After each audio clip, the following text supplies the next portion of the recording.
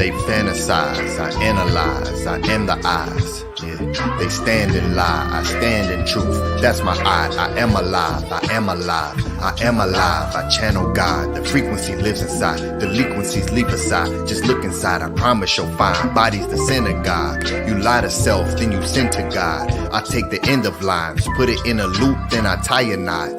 This eternal life, this is HERU. We can never die, we are immortalized. They live mortal lives. I am more than man, I have God inside. Whoa. Opened the door and then I got inside. Found my inner child, gave him a hug, told him I love him, we gon' be alright. And then I gave a smile, you made me more than proud.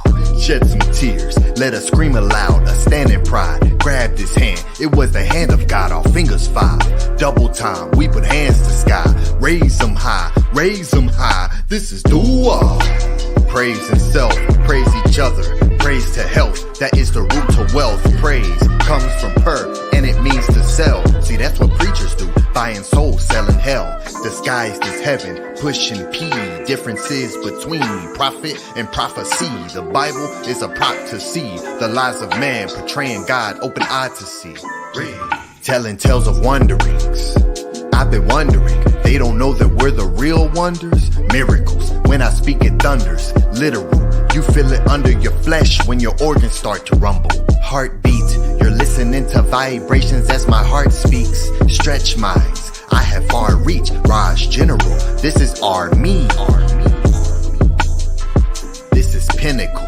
Step on sinister. Everyone is demons these days. Trust me, once you step to us, you will not leave as you came. See, we ain't the same, raising names. Real fame comes from Ba. It means to speak, to say. I have lots to say. My ancestors taught me how to pray.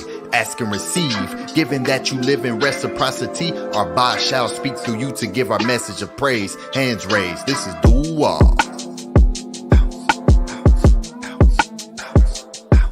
This is DWARF. Light body emerges Kaaba. Give me high five. Hands up. This ain't a stick up. This is DWARF.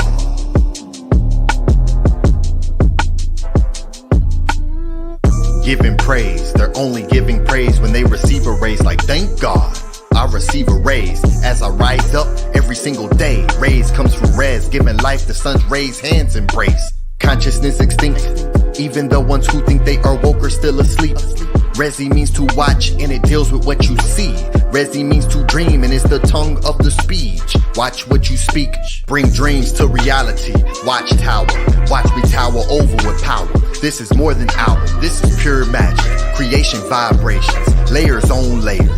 Prayers on prayers, demon slayers, soul cakes of fire. Caught up in a rapture like I need a baker. The Lord has risen, watch the bread rise. To give sustenance, I've seen death eyes. The moon is my left eye, praise Yah, DWARF.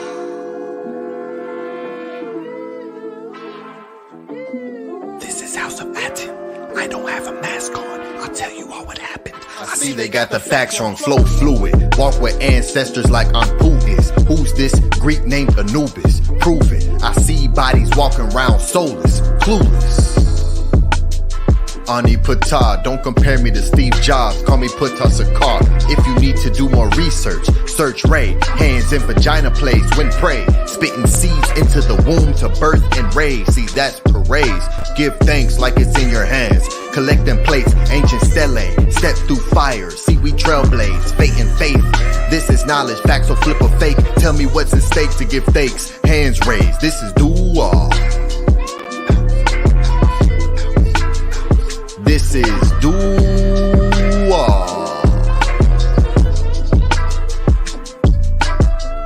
Light body emerges Kaaba. Give me high five. Hands up, this ain't a stick up. This is DWARF.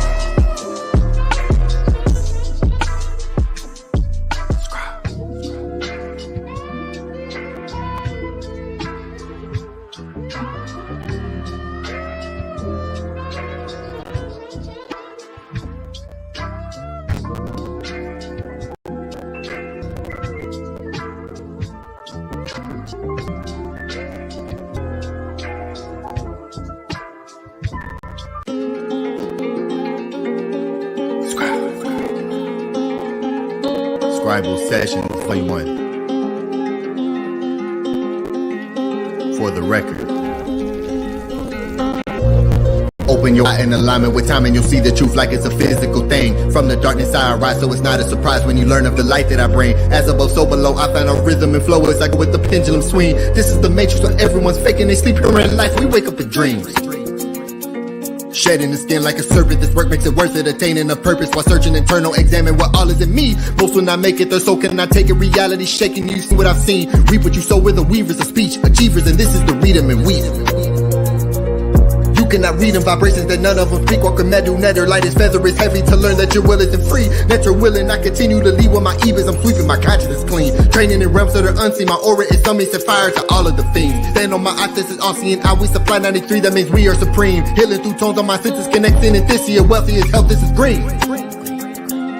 This is illusion, reality veiled in delusion. Thoughts become intrusive, it's foolish to not know by now that it ain't what it seems. This is way more than belief, I see clearly the lies. My six senses of sight are hypnotized, no wonder everyone sleeps. It's time to set off the alarm, the performance self-harm. Don't you know you're a star, God in human form, and you rise with the beast. More than man, bread in my hand, that's the Lord in hand. Heard what I said, Lord, live in the man. Light is sought after, it's in the man. Come from the inundation lands. Light is sought after, it's in the man. Come from the inundation lands. We ain't the same man, man. Record keeper. Seeing the state of the planet, the damage, the famine expanding beyond your belief. I see they landed, they've handed the people a cannon and aiming it right at your feet. Blowing a hole where you're standing, creating the panic. The tactical planning is deep. Teaching you're only a man and the God is in heaven, the seventh outside of your reach. If you're the question, they'll call you a manic, frantic, erratic, depression, demonic. When you're teaching through the magical speech, they'll call you serpent, the one in the garden. Pardon my knowledge for having the knowledge and prowess to see. He really told the truth to Adam and Eve. You'll have to distinction between good and evil if you eat of the fruit of the tree. Now you're a god, open your eye, cleansing yourself so that now you can see. They stole the stories and twisted them like it's a spliff. They put the fire to leaf, I put the fire to speech. I put the fire to heat. We don't do liars and thieves, they just desire to greed. This is my record to keep, this is my throne. You cannot sit in my seat, and I command it. I give more than 10 commandments. This is the law of attraction, and we have infinite stamina. My stage is where I'm standing. This is my eye, God is in me. I only keep goddesses with me. They are the magical beings, they are the holy ones, birthing the gods. We're overcoming the odds. We are the even and odd. They're in the odds, we're in the awe. Ancestors answer my prayers, forever grateful. I will forever say thank you. Inspiration to awake the sleepers. Record keeper, more than man. Bread in my hand, that's the Lord in hand. Heard what I said, Lord, live in the man. Light is sought after, it's in the man. Come from the inundation lands. Light is sought after, it's in the man. Come from the inundation lands. We ain't the same man, man. Record keeper, more than man. Bread in my hand, that's the Lord in hand. Heard what I said, Lord, live in the man. Light is sought after, it's in the man. Come from the inundation lands. Light is sought after, it's in the man. Come from the inundation lands. We ain't the same man, man. Record keeper.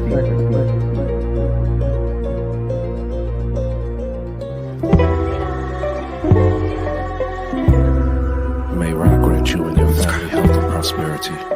May your monument be established on the foundations of Ma'at, and may you rise and come forth as conscious light, like the divine Ra, who rise and shine forevermore, Ma'at. I look outside in awe, I see our people double-minded. People meaning creature, don't ignore the signage. Voices lethal, flying silent. Observation with my eye open eyelid. Look outside in awe, I see our people double-minded. People meaning creature, don't ignore the signage. Voices lethal, flying silent. Observation with my eye open eyelid. I am him, king, crown, rings, Nesu, I am in.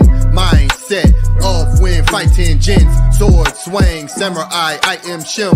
Suhor, son of the Heru, I am him. King, crown, rings, Nesu, I am in. Mindset of when fighting jinns. Sword, swang, samurai, I am Shem. Suhor, son of Heru. Words powerful, Hekau. See proof, you can feel the roots. Gone, just look up, I am proof. Breaking doors down, make some room. But I is now speaking through me and trust me.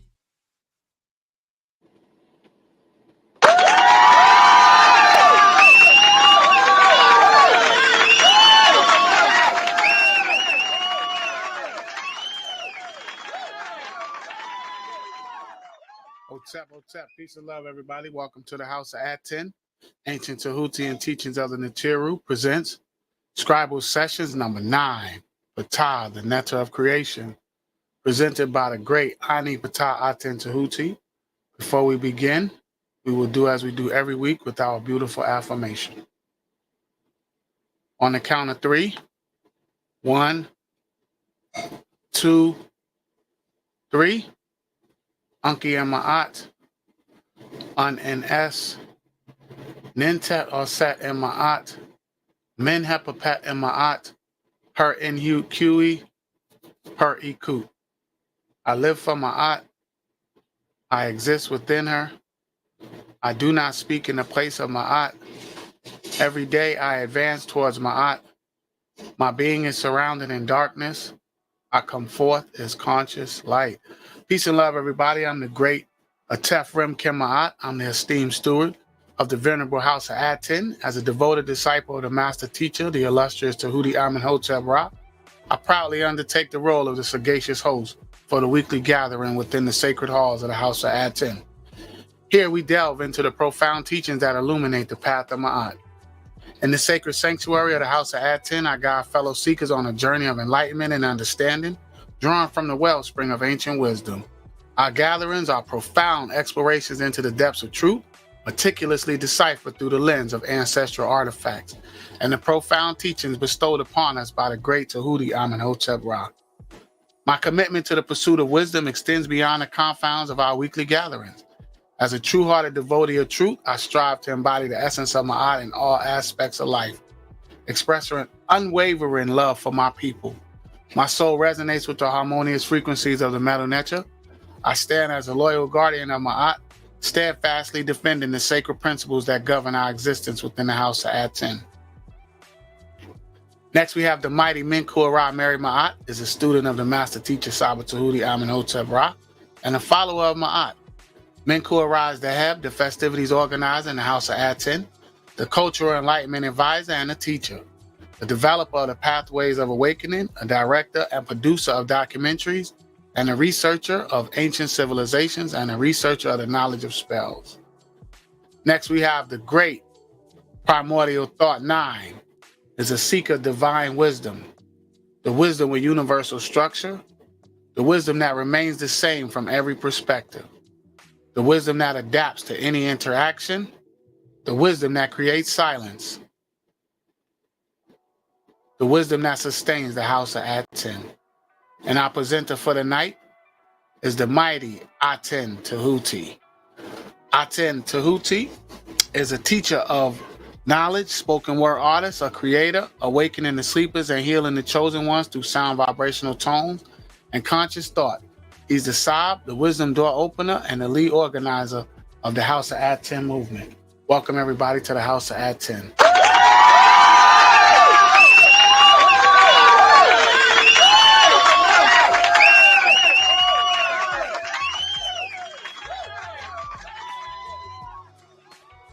Peace and love, great brothers.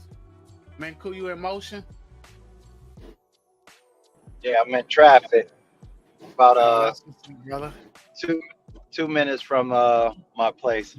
HERU Hotel. Peace and love, everybody.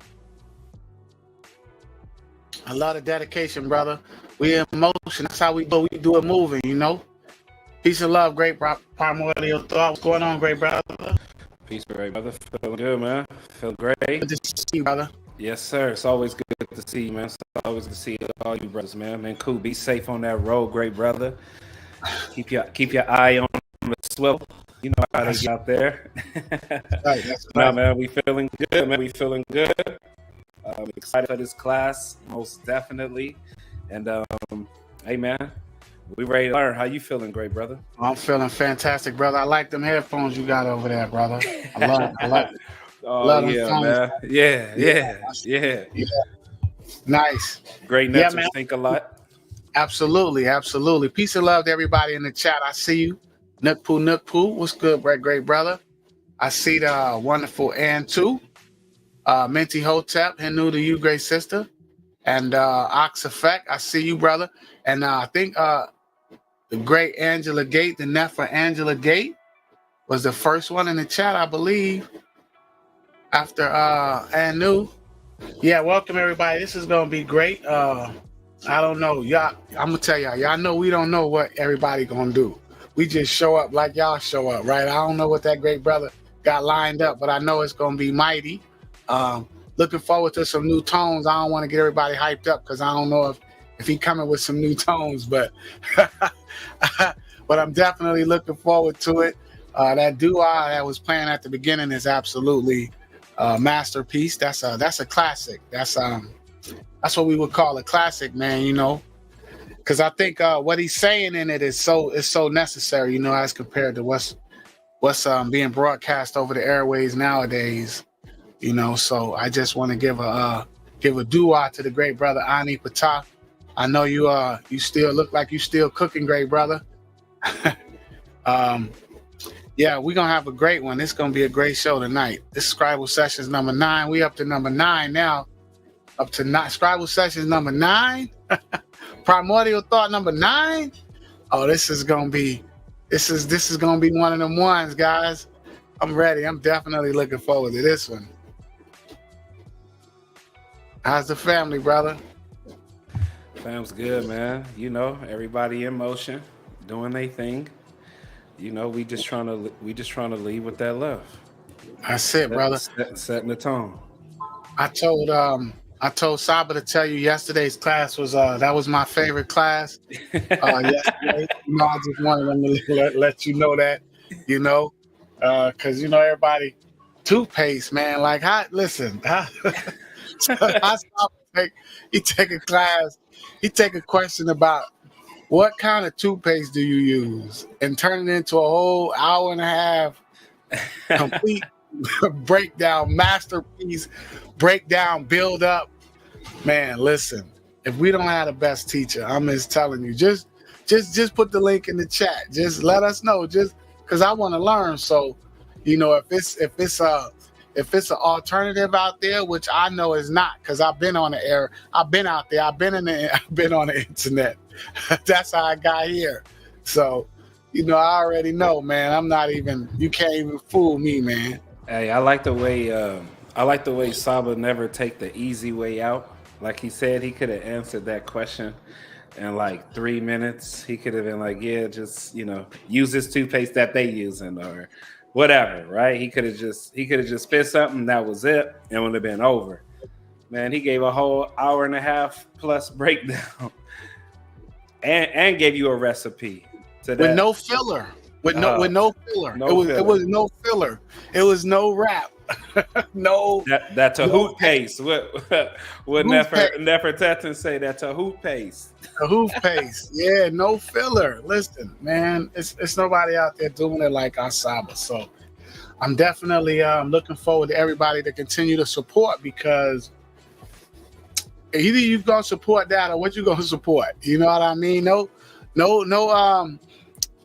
spite to them other brothers, you know, wherever you at, because I'm a baby, so you know. But it's just no competition, man, and it don't even make no sense when I hear people compare him to other people.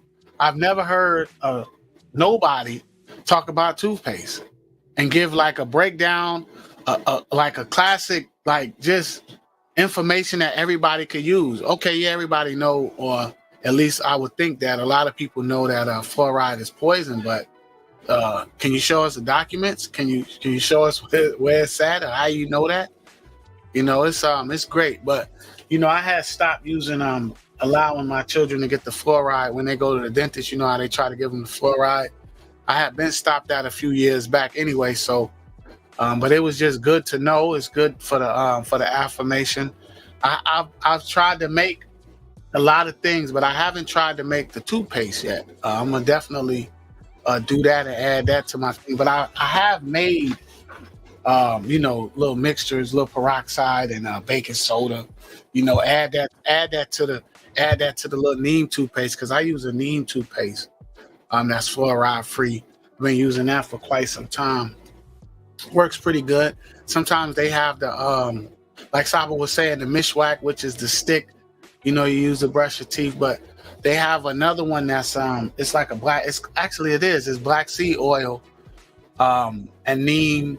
You know, they have a couple different ones. Yeah, Nukpu put the charcoal. Yeah, I've used that one. You know, that one's pretty good. You know, listen, I grew up. Vitamin C Sometimes threw it we, off, though. That vitamin C set it sometimes off. listen. Yeah, look, he said Himalayan salt. I was just finna say that, right? Look, when I grew up, sometimes I ain't had no toothpaste. I had to use the salt and the baking soda by itself. You know what I mean? Listen, I got to get them teeth clean though. But you know, it's just good because information like that is so important. And then just experimenting. You know, the importance of experimenting and trying different things. You know, me and my daughter, we do that all the time. I got mason jars all over the house, in the garage, in dark places with all different type of herbs and mango leaves and just different things I'm experimenting with and trying different things because, you know, ain't nobody coming to save us, bro. It's up to us, you know. So we gotta take the necessary steps to save ourselves. It's up to us, you know. I put some oregano oil on my baby foot yesterday, Friday. She was like, "What is this gonna do, Dad? Is this gonna help?" And she woke up the next day. She said, "My foot don't hurt no more." I'm like, "I told you." Go off. Yeah, listen, I love it. I love it. You know, it's like everything we need is available to us. You just gotta be willing to look, and you know, you gotta stop accepting nonsense and subpar situations as the standard. You know, I'm gonna say it like that. Coconut oil is right. That's right, Mincy. Coconut oil works well as well. I've done the I don't know what they call it, mouth swishing, but the coconut oil works really, really well. Yeah, it's a lot of different things that's out there, and you know, they putting the poison in those things. So it's important for us to know, you know, and then not make excuse for it. You know, once you know, then what are you gonna do? You know, my mate, she told me, she said, I need you to clip that part so I could send that to my sister and my mom. Yeah, oil pulling. Yeah, Angela Gates. Yes, oil pulling. Yeah. She was like, I need you to send that. I need you to send that to me. I'd clip that so I could send that to my mom. Mom a nurse. Her mom don't know that. You know, it's like sister a doctor. How she don't know that? You know, it's a poison, you know? So it's like only thing we accept is what they taught us. That's it. We don't do no type of investigation, no type of looking or digging. You know, if it's at the store, it's okay. If they selling it to us, it's all right. You know, tell that to the Indians they gave the blankets to when they was cold, you know? Well, they're giving it to us, so it gotta be all right. You know, it's we just gotta do better. So I'm just grateful. I'm grateful for that kind of information and those kind of breakdowns to those kind of simple questions. That was a very, very simple question that he could have just, like you said, easily just was like, hey, yeah, use this, or this is what I do. And then, you know, to break it all the way down and put the whole healing in it, like the vitamin C. Now, I had never heard that. You know, of course, I know vitamin C is good for you, but I've never heard that. And it's so beautiful because I have some of the vitamin C, the little powder sitting right in front of me. I'm sitting like at my desk is at my I got a little cubby my computer's sitting on, and I got a couple different herbs and vitamins in it. So I went and pulled that out immediately yesterday. Was digging for it and found it. So yeah, it's beautiful. And then the the dragon breakdown, man, that was I don't, like I told him, I don't have the vocabulary. I don't have the English vocabulary because he deserves so much credit and so much adoration and so much HERU and praise, you know, for what he's teaching us. And just, you know, I always wonder, like, everything is a dragon, you know, everything is a dragon, this, dragon, that, dragon food, dragon. It's crazy, man. So I'm grateful. So HERU to great Saba Tehuti Amenemhet Ra, you know, and his church and everything that he does is consistency. Here week after week, I see the great brothers and sisters in the chat consistent too. So, you know, we're definitely learning by the example of our Saba, because he very rarely misses a week unless it's really, really, really important, you know. And when he comes back, he doesn't come back any less, you know. He don't everything is on point. Everything is above average. So it's just Nefer. Very, very, very Nefer, and I'm very grateful. And today I'm feeling really good.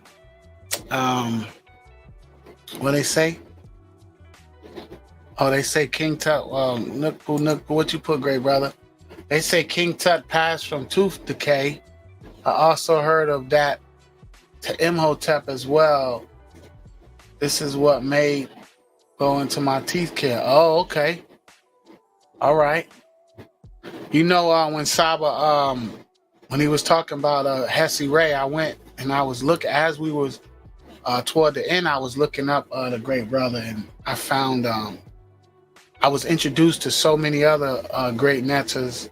Imhotep, of course, I was kind of familiar with the good brother. I'm not going to say all the way familiar, but I'm a little bit familiar with Imhotep as the real father of medicine. So, you know, these types of things are good. Especially I love when I'm at work and I get to share this with the nurses and the doctors. I get to talk to them about the Ebers papyrus and just show them things and, you know, just point things out. And they look at me like I got two heads. But, you know, it's like everybody's information stops at the Greeks. So, you know, it's like, okay, yeah, Hippocrates, you take the Hippocratic oath and that's wonderful. But, you know, he learned from somebody.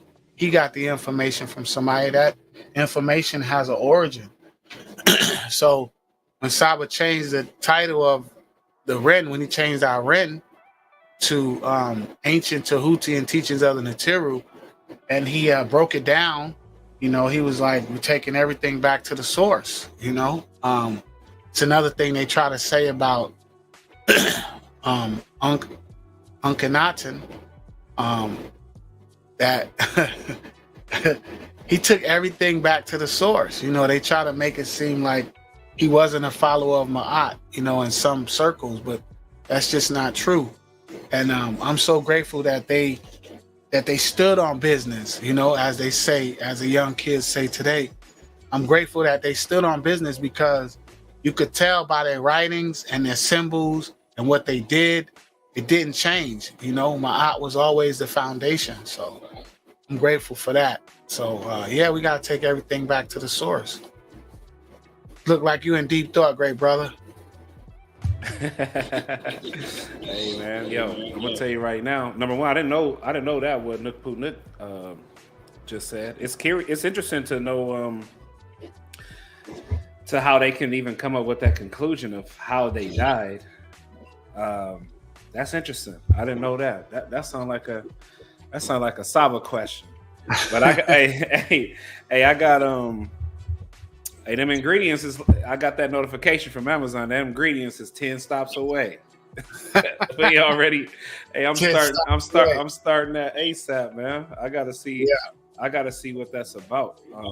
Because I love the alternative, or excuse me, what they got in the store is the alternative. I like this is the normal way. I like how Saba said yesterday. He was like, well, if all the stores in chaos, you know, if things got shut down, how would you even be able to take care of yourself, just your body in general, off of just basic ingredients? And most people don't even know that type of recipe.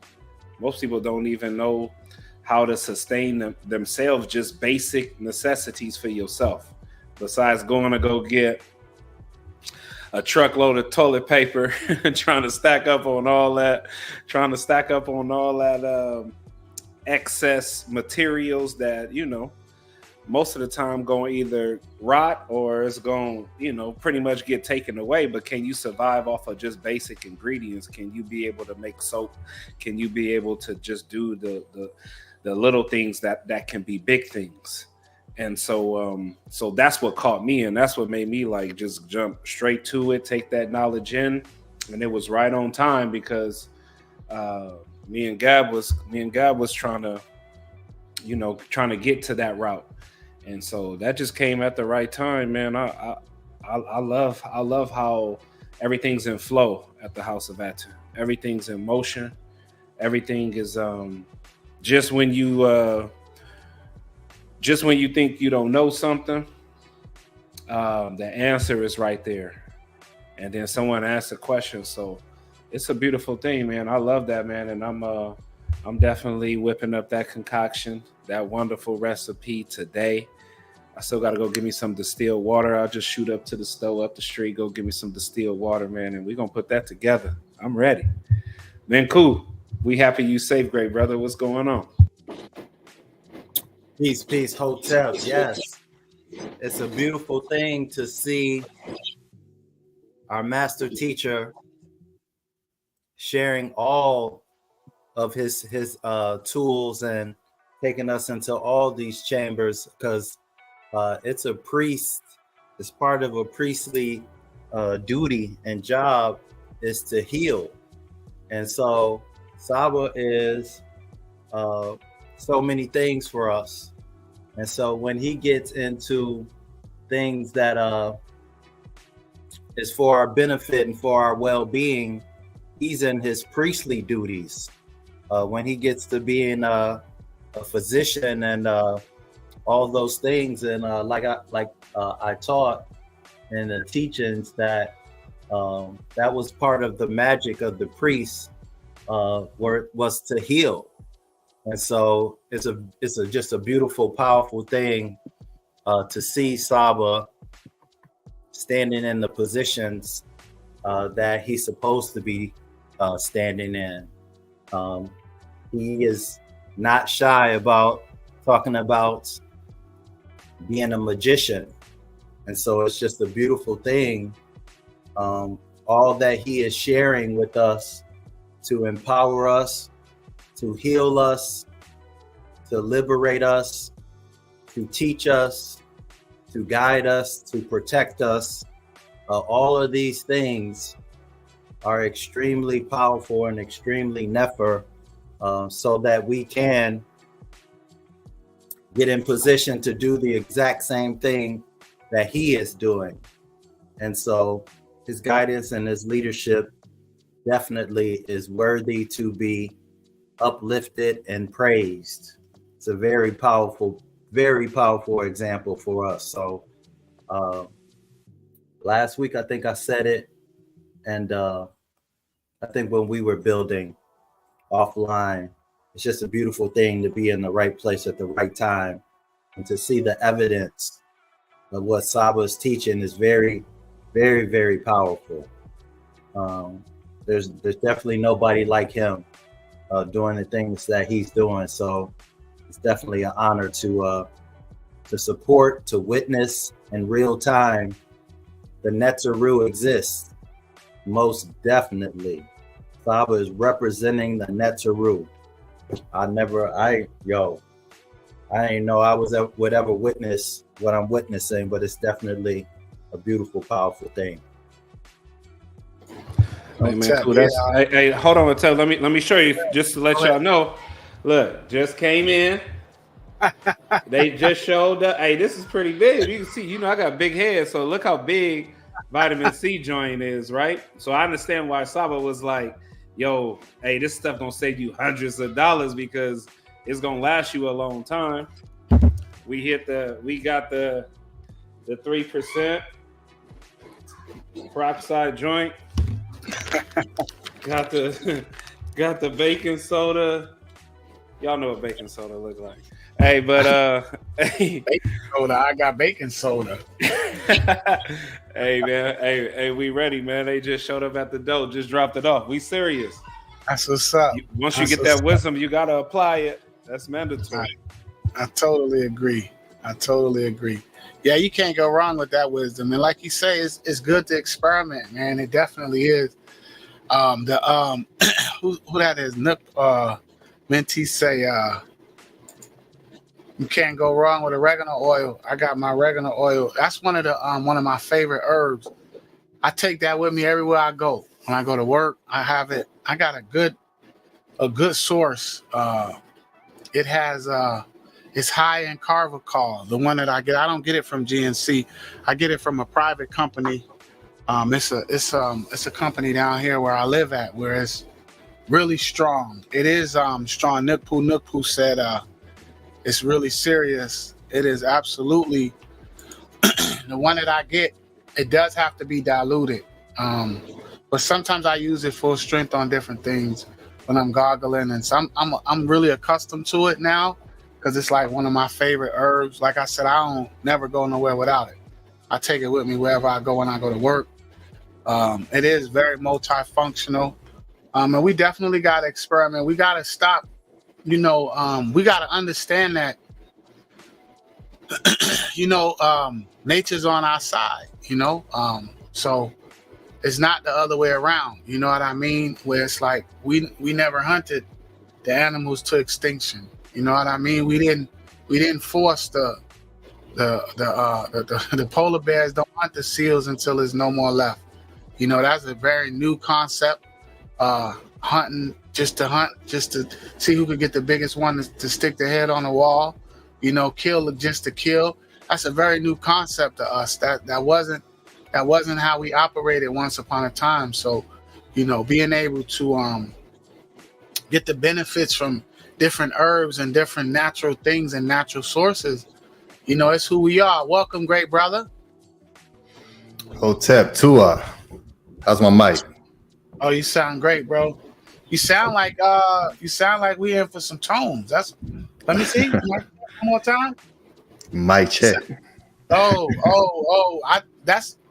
the that might be the mic. We might be in for the tones, guys. I don't know. We might be in for some new tones. Welcome, great brother. I don't know. I don't want to make no promises, guys. I don't want to lie. Don't play with my emotions. I don't know what I need got planned. You don't never know what each other got planned. We just come to the mic and just present. But hopefully. Yes, we do not ever know what each other are doing. So that's a beautiful thing. And yes, I ain't gonna excite too much. It's not new tones, but I am gonna perform a tone that I haven't performed live yet, which is Record Keeper, to set the tone for this class, which is actually a very difficult song to perform live. But we're gonna do it. We're gonna do it here and have some fun. Yo, let's go. Well, two out to you, great brother, in advance. Definitely looking forward to that. Yes, Hotep Henu, everyone. Ma'akaru. Tua, everyone, for being here with us live. Make sure everyone has hit the like button as well, and share this video to your platforms. And let me go ahead and pin the support link to the top of the chat. Let me find that real quick. There it is. Great brother Anu Tua right there for me. All right, so there is the support link pinned to the top. So throughout this presentation, throughout this class, if you appreciate anything, if you learn anything new, please show your support for the endless time, energy, and effort that we all put into these classes and everything that you see here at the House of Aten. So yeah, let's go ahead and get started. houseofaten.org. Go and get your merch. Everyone go get your merch. Go get your notebooks. Stay using mine every day. It's about time for a new one, so I'm about to order a new one. So yeah, everyone go houseofaten.org and get everything that we have there. I mean, we're consistently adding more items. Get your bathroom sets, but definitely go get your merchandise. Go get your shirts, short sleeve, long sleeve hoodies, houseofaten.org. And Tua for everyone who's leaving reviews on the website. That helps a lot. As all of us shop, we know the first thing we look at are reviews. So it's definitely great. So Tua and Henu for everyone who are leaving reviews. And when you leave a review, you get 25 Hotep points just for leaving a review. So for those, you'll get 10% off your next purchase. So Henu, and Tua, everyone. And let me just show this really quick. For those who are watching on their screens, you can put your phone up to this QR code, House of Aten, scan the PayPal or the Cash App, and it'll take you directly to the links. And if you do not have Cash App or PayPal, you can still go to the website, and we have a donate section there for if you do not utilize these platforms here. So Tua and Henu. Peace and love, everyone in the chat. Glad to see everyone. Minty Hotep, peace. Glad that you're here with us. Hotep, Nukpu is here. Hotep, great brother. The wonderful Angela Gates. Hotep to you. Ma HERU is here with us. Beautiful, beautiful. Hefe, Uncle Ja SENEB. Uncle Ja SENEB, Hefe. Jay Kirkland is here. Henu to the panel. The Kuru, Henu Saba, Henu Saba Tehuti, Henu Ahati, Henu to the classroom, Nefer, Sakim, Mary Ma'at. To our great brother, Henu. MKD Podcast is with us, Hotep NTRU. All right, so yes, of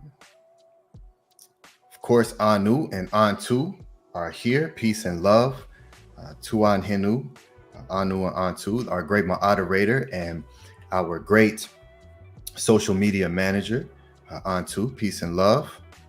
We have Amun, Min, Ra, Sut, Atum. Along this journey, I say Tua to you all. Hotep Ma'at. Yes, peace and love to you. Great member here on the YouTube, which is why you see his name green there. Peace and love, great brother, for the support. And of course, the great brother SEFEKH, Hotep Ma'at, Aout, Mary, Ankh, DJED. Hotep, great brother. We have Nefertari giving hand claps and hands up. All right, beautiful. So yes, let us get started. Gabriela Lopez, peace and Marie to everyone. It's great to be here. Baby and I excited to absorb this class. Tua Ani. Absolutely.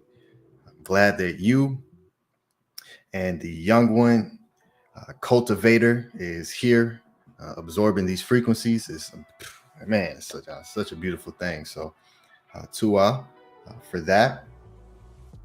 And I will Tua to everyone who sent in support throughout the week, and those who will be sending support for this class. And I'll go through and I'll show all the support at the end so we can go ahead and get started.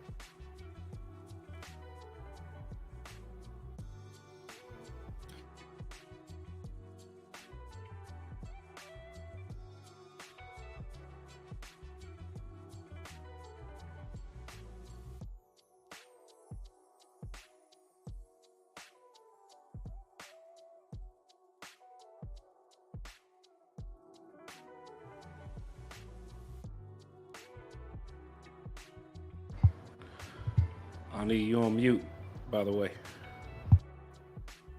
Okay, Tua, how do I sound? Fantastic. Okay, great. Thank you.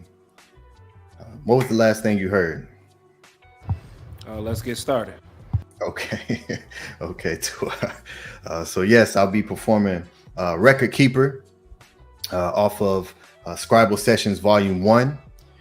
If you all have not heard that, or for the new people coming in, you can go to ATENTEHUTI.com and you can download my EP, Scribal SESHions Volume 1, or you can play it there.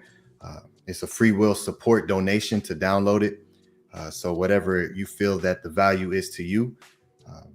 So please support the tones and the music. So I know the brothers, they want the new tones. So for these new tones to come, I definitely need support for that. There's a lot of time and there's a lot that comes to producing the type of frequencies that I bring forth. So it's a beautiful thing. Tua and Henu to everyone who supported. Gabriela Lopez, Tua for supporting. I know you sent in a dua for the tones, and I'll show that after. So I'll just give you HENU before. So 2 out for that. All right, so let us begin. Let me test everything out, make sure everything is good.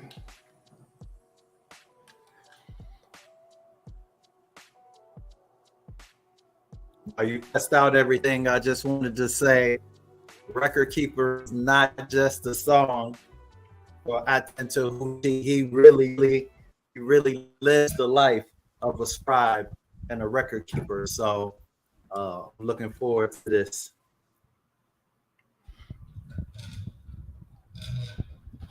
Yes, to our great brother. All right. All right, let us go. Let us go. Let us go. All right, let me share the screen. And let me know if you all can hear this.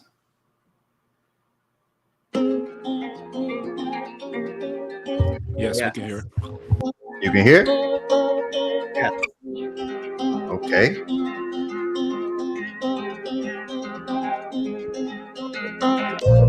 Open your eye in alignment with time and you'll see the truth like it's a physical thing. From the darkness I arise, so it's not a surprise when you learn of the light that I bring. As above, so below, I found a rhythm and flow as I grow with the pendulum swing. This is the matrix where everyone's taking their sleep in life while we wake up and dream.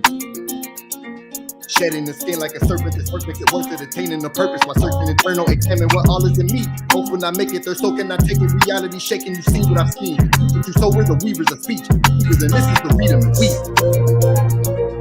You cannot read them, vibrations that none of them can MEDU, netter, light is feather is heavy, to learn that your will isn't free. That you're willing, I continue to leave with my ears, I'm keeping my conscience clean. Standing in realms that are unseen, my aura is sunbeams set fire to all of the pain. And on my eye, this is RT and I, we supply 93, that means we are supreme. Pulling through tones on my senses, connecting in this year, wealthy is health. This is illusion, reality, building delusion, I'll speak from intrusive, it's foolish to not know by now that it ain't what it seems. This is way more than belief. I see clearly the life. I see pieces of sight. I'll hypnotize no one that everyone sees. It's time to set off the alarms. Never fool myself. What you know you're a star. I got a human form. Maybe rise within peace. More than man. Bread in my hand. That's the Lord in hand. Heard what I say. Lord, live in the man. I just start after we see the man. In the inundation land. I just start after we see the man. Come from the inundation land. In the state of the planet, the damage, the planet, expanding beyond the belief. I see they landed, they painted the cannon and singing it right. In the hole you're standing, hole you're standing, the God is to the question of humanity, erratic depression, my are you serving the one in the garden? Part of my knowledge, for having the knowledge of really good and evil. The tree, now you're in God, open your eye, cleanse yourself, now you can see like it's a cliff, it's tired to leave, I'm tired to keep, I'm tired to breathe, this is my record, this is my throne, and I sit in my seat, and I command, give me the law of attraction, and we have infinite human, my secret understanding, my eye, God is me, they are the magical being, they are the holy being. Further than God, we're overcoming the odds. We are the people of God, serving the odds, during the all. Answers and answers my prayers, forever grateful. I will forever inspiration to awake the sleeper. The man, bread in my hand and water hand. Heard what I said, all in the man. Light is sought after in the man. Come from the inundation land. Light is sought after in the man. Come from the inundation land. We ain't the same man. Water man, bread in my hand and water hand. Heard what I said, all in the man. Light is sought after man. We ain't the same man, man. We ain't the same man, man. We ain't the same.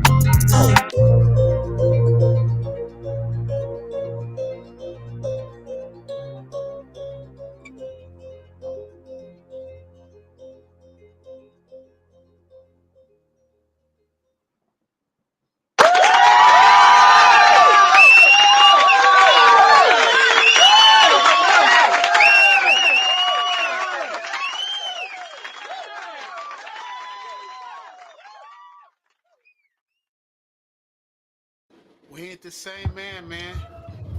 He on fire. I was waiting for the next song to come on. Like I'm listening to the tape. Hey, I'm like trying to hit the rewind. I'm trying to hit the rewind. I'm waiting for the next joint to come on. Like I was in the car. I don't know how y'all ride down there in Cali or Wisconsin, but when we ride down here, man, we ride with so much get down in the trunk. You know, that's how we roll down here. No fish bowling, completely blacked out. So much get down in the trunk. I need all through the airwaves. No fish bowling. I like that. No fish bowling. Nah, we don't fish bowl down here. With them Listen, tinted windows.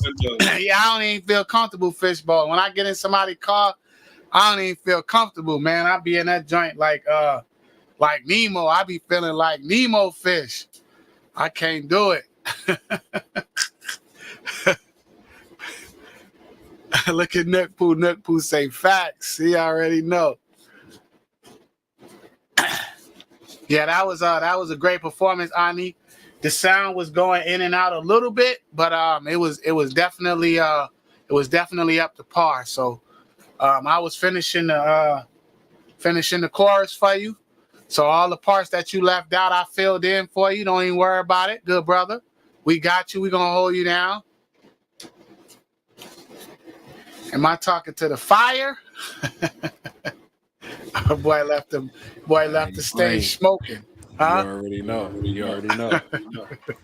He left the stage smoking.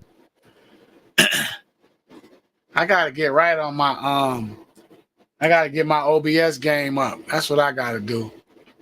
I already see what it is. There she is. Yeah, I gotta get my OBS game up, man. I just gotta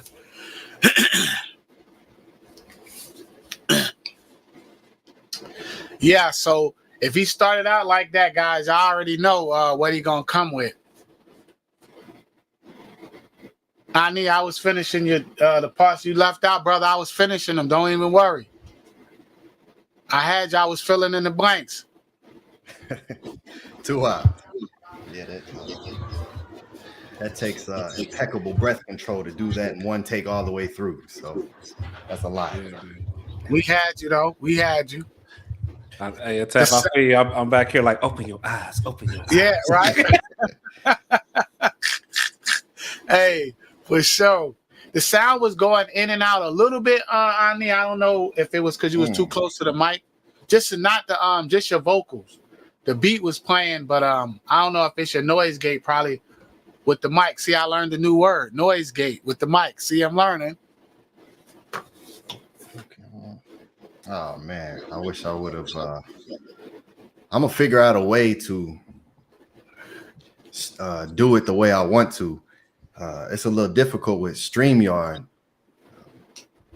but we'll figure it out. Hopefully, y'all was able to hear it if it was going in and out. I don't know what the audience heard, but it was still good though. It was still good. It was impeccable performance, good brother. You was too much into the zone to be like, hold on, honey, stop. Like we couldn't do that. Yeah, you was in the zone. I was just finishing the verses for you. That was it. I was just holding it down. It's all good. You got a lot of fires and flames in there, so it's definitely Excellent. Well, yeah, that's part of the live process. I didn't practice that before, so I just did it. So, but yeah, we'll figure out a way to be able, because I definitely want to be able to do it to the quality. Y'all know my quality and how I want it. So, but it'll suffice for now. Okay. So yes, let me share my screen and let's begin with the class.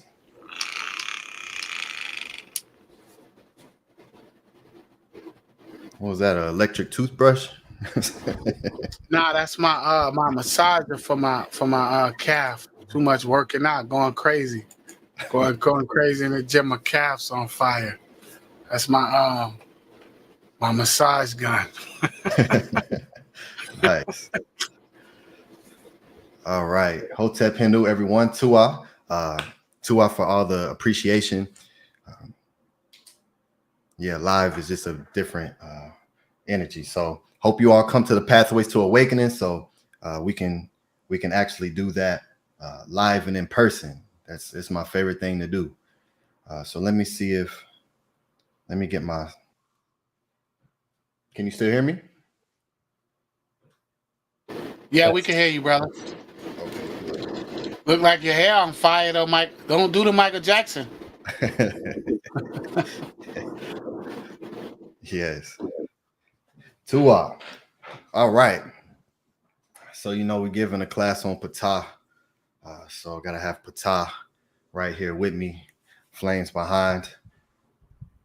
We have Ta'unk Amun here in the Karas, of course, of AUSAR.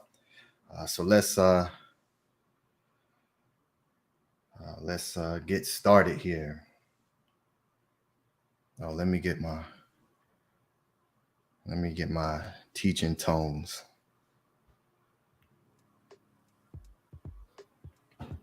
All right. Yes, Tua, everyone, for your attention. Tua, for being here. It's a beautiful thing. So yes, this is a class titled Patah, the Nectar of Creation. And for those who are watching who may not be familiar, because there's new people coming in all the time, I specifically put Nectar instead of God because that's what they like to translate it to. But so you'll see that translated as God in a lot of the translations for the NTRU. So peace and love. Yes, I am Ani PTAH ATEN TEHUTI, and I am a student of the great Saba Tehuti Amenhotep Ra, who hosts a pod class every Saturday. So we have those links with us in the bio and houseofaten.org, and the moderators can put the link to Saba Tehuti's pod class in there as well. So yeah, this is a beautiful thing. I created something called Scribal SESHions, and it's session spelled that way because sesh is one of the MEDU words for a scribe. And it also means to give out light. And so now we're on number 9. And I like to go through within these classes and teach on some of the great ancestors who are known as scribes. And it's imperative that we do that simply because they are the reason why we know anything about the Nile Valley, why we have the MEDU, why we can study and learn the language of the great ancestors. And so most people know all movie characters today, but if I was to ask everyone to name 5 scribes, it would be a difficult time. But I guarantee everyone can name 5 Avengers. So this is one of the motivations for me throughout these classes to bring forth the scribes that aren't publicized.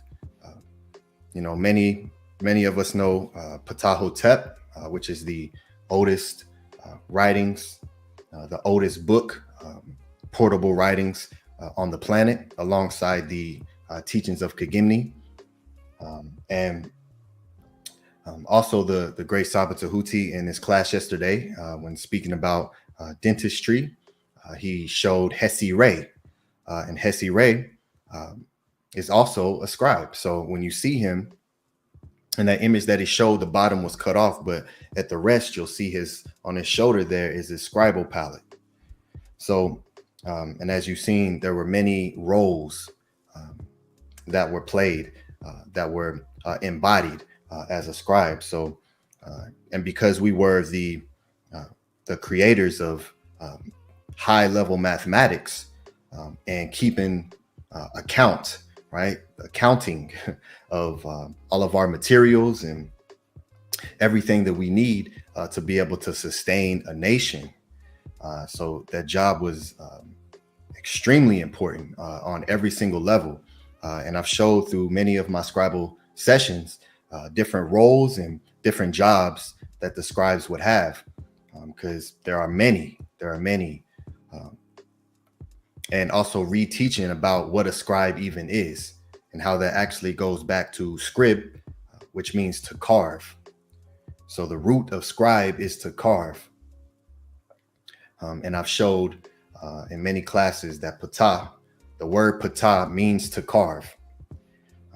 And so this is one of the reasons why the great Saba Tehuti endowed the Ren patah onto me.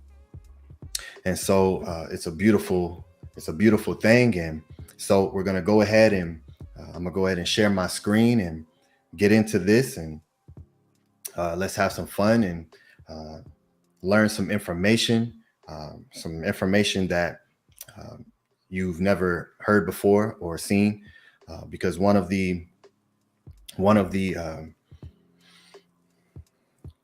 my most favorite things to do is research. And so at times, whenever I'm putting together classes, I give myself so as a scribe, I give myself a beginning point and an end point. And so you'll see how my classes are created. And I have different levels and tiers, and I create them with six levels with PET dividers, which PET is the word for heavens or the skies, which is in the shape of nut. So it's like that with a little downward. And so those are my dividers in between my layers. So whenever I'm putting together my classes, there's a lot of heka and subconscious magic that's being placed within the foundation, within the ones and zeros of the actual creation of my presentation. And so, when putting together these classes, I only bring forward maybe 40% of what I actually have for just this specific class. And I'm thinking about with what I bring forward here on the House of Aten on Sundays I'm thinking about possibly taking some of the other teachings that I have for these specific classes and giving them to the KHERU, which are the members of the House of Aten. So that's a thought that I have, and if it's something that will would be appreciated, then everyone can let me know. The great KHERU can let me know, and we can begin to implement that in some way. So Tu'a Hotep Henu, and let me share my screen.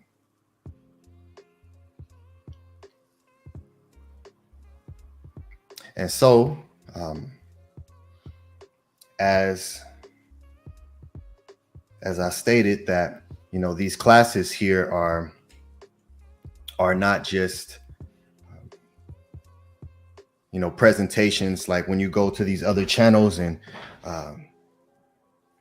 this right here is Heka'u. This is because the great Saba Tehuti has taught us to create everything into a ritual. So when I'm studying, when I'm gathering information, and when I'm putting together my classes, I'm putting them together as we did on the papyruses, right? Everything is organized. There's sections, there's artwork, there's drawings. Everything in itself is telling a story because the language is made up of images. So even without an actual sentence as we know it, which is line by line, you can still read what's being shown because of the images, and these are words, right? And so I create these classes in that forum, right? And so here we have the lovely Nut, and a beautiful image back here from the James Webb Telescope, who brings back some amazing images of the cosmos. And I love to incorporate this because all of this exists within self. And so everything that we see and experience outside of us all exists within. And we have the ability to experience that by examining, by first going within and peka imkuin, removing the negative light so that you can be cleansed and purified and light within the body. You can have some amazing experiences. So everything that we see outwardly is available to you within. So here we are, Scribal Sessions number 9, PTAH, as above, so below. Right, and this beautiful image here that was found in the PRIMEVAL. When you hear me say PRIMEVAL, it means the house of eternity, and that's the MEDU word for what they call tomb. So, you know, we replace all these words that come from death culture, and we reestablish life back into our speech so that we can too become netter and creators such as PTAH, who is known for creating through sound vibration. All right, so this was in the PRIMEVAL of Ta'ankamu, him as PTAH. Very powerful. Welcome to another Scribal session brought to you by Scribe Ani PTAH Aten Tehuti. We have now made it to the 9th installment of the most unique live class online dedicated to the origination of spiritual culture along the Nile Valley. I place a specific focus within these particular sessions on the scribes of Ma'at.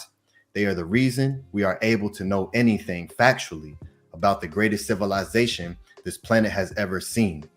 Let us give dua to the Pa, to the ancestors, the Pa'u. Let us give dua to the Pa, to the Pa'u.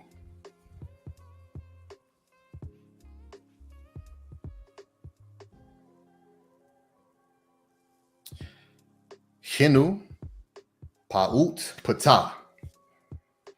The name of the Nile Valley, which is known to the masses as Egypt, derives from the Neter PTAH, the temple of the soul of PTAH.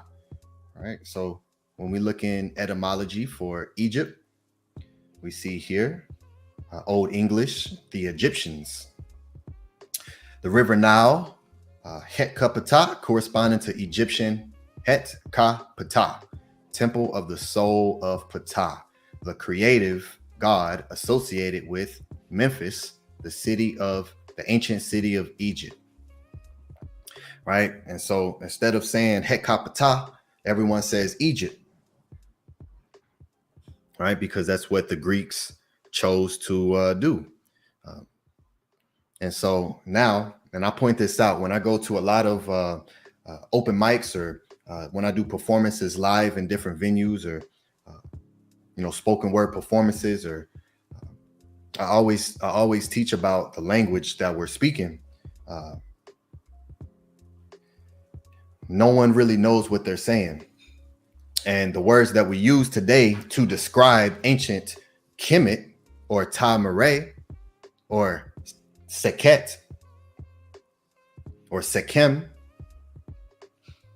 we call Egypt, right? We use Greek words to describe a land and a culture that has their own language in which they describe themselves with, right? And so this is what we do at the House of Aten, is Peka Imkuin, removing the negative light that has been placed over the Nile Valley and replacing it with the sacred, with the ancient tones of the MEDU, right?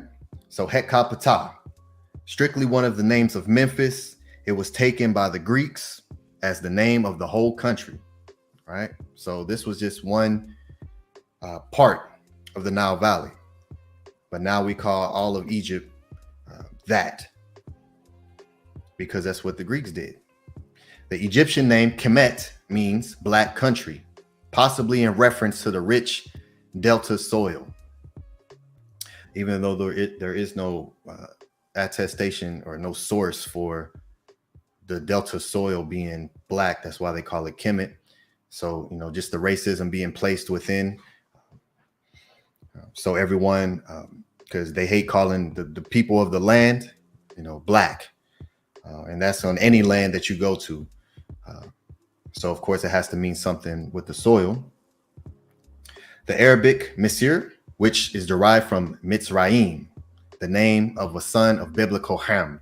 So you'll also hear people say that, Ham comes from Ham, which was, from the Bible.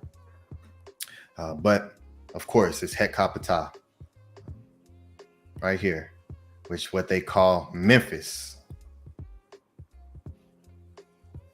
Because we live in a consciousness of the SFEKH Greek replacement, we now use words of cultures after instead of the ones who actually created the word in the first place. Again, here at the House of Aten, we take you to the source.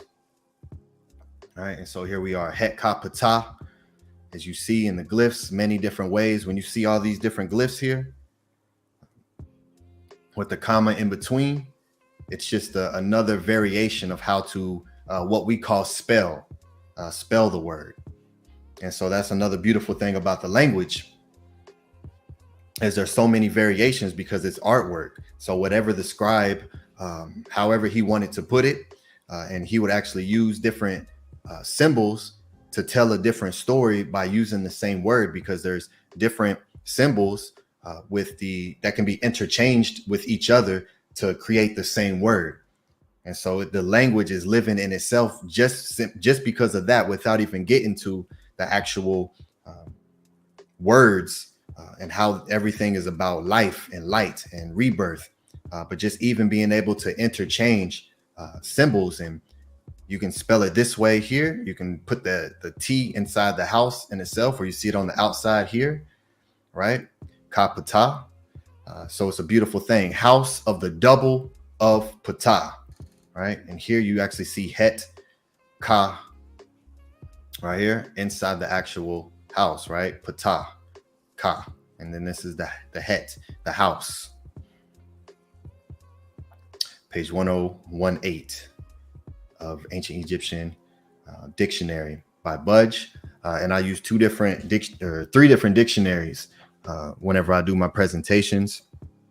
And so when you see the definition that looks like this, is just black and white. This is from what's called the Vigus Dictionary. And it's a great dictionary that has compiled a lot of the modern dictionaries. So I use this one as well as Budge here. And I also use a dictionary from a Middle Egyptian dictionary by Raymond Faulkner.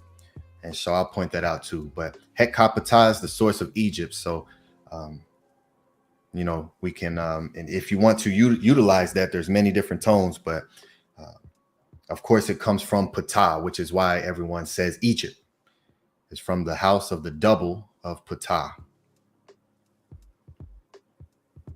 And here in the HERU, plate 19, page 126 of the Book of the Dead, that was created by Budge. And I'll be using two different HERUs. I'll be using this one and another one by Stephen Quirk, which is the HERU and coming forth by daylight. So I use multiple sources in my presentations for everyone, so you can have them to expand your own research. So page 126, Dua, adoration of Asar, the Neb of Techeta, eternity, Nefer, Heru, on the Kuti, on the Akuti, the double horizon, many of forms of existence, mighty of shapes, Ptah, Sakar, Temu, in Inu, what they call Heliopolis, Lord of the hidden house, he hath created Het Kapata and the NTRU, Kanum,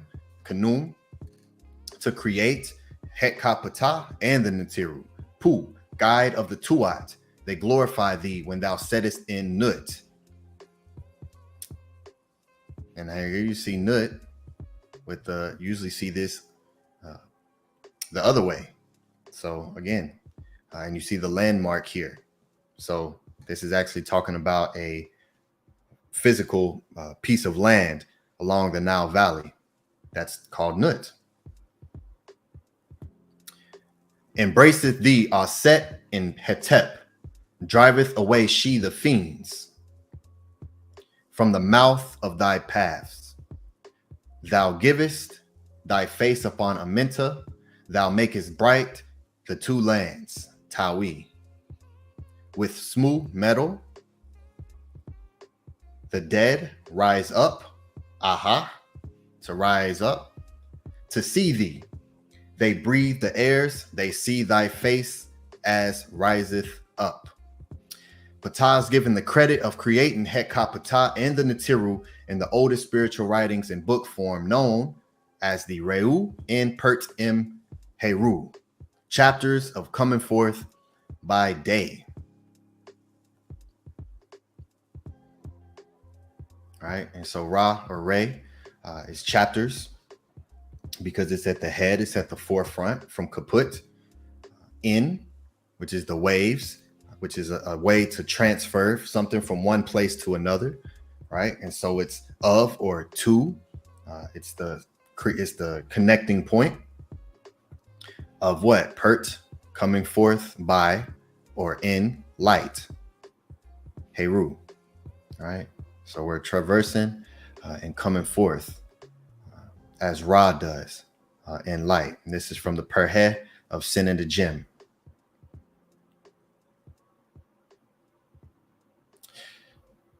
So let me ask a question to the class. What is the Or Pat Neter Ptah, which Or is great and Pat, Pa'ut, or Pat is ancestor. What is the great ancestor, Neter Ptah, mostly known for being associated with? So let me come back to the chat and get some engagement here.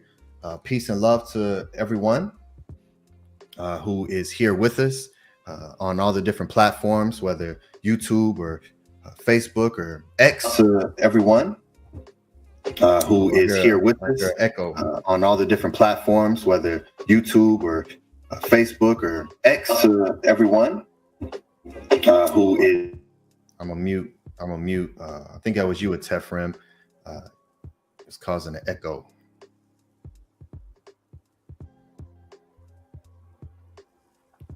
All right, yes, let me come back to the screen here.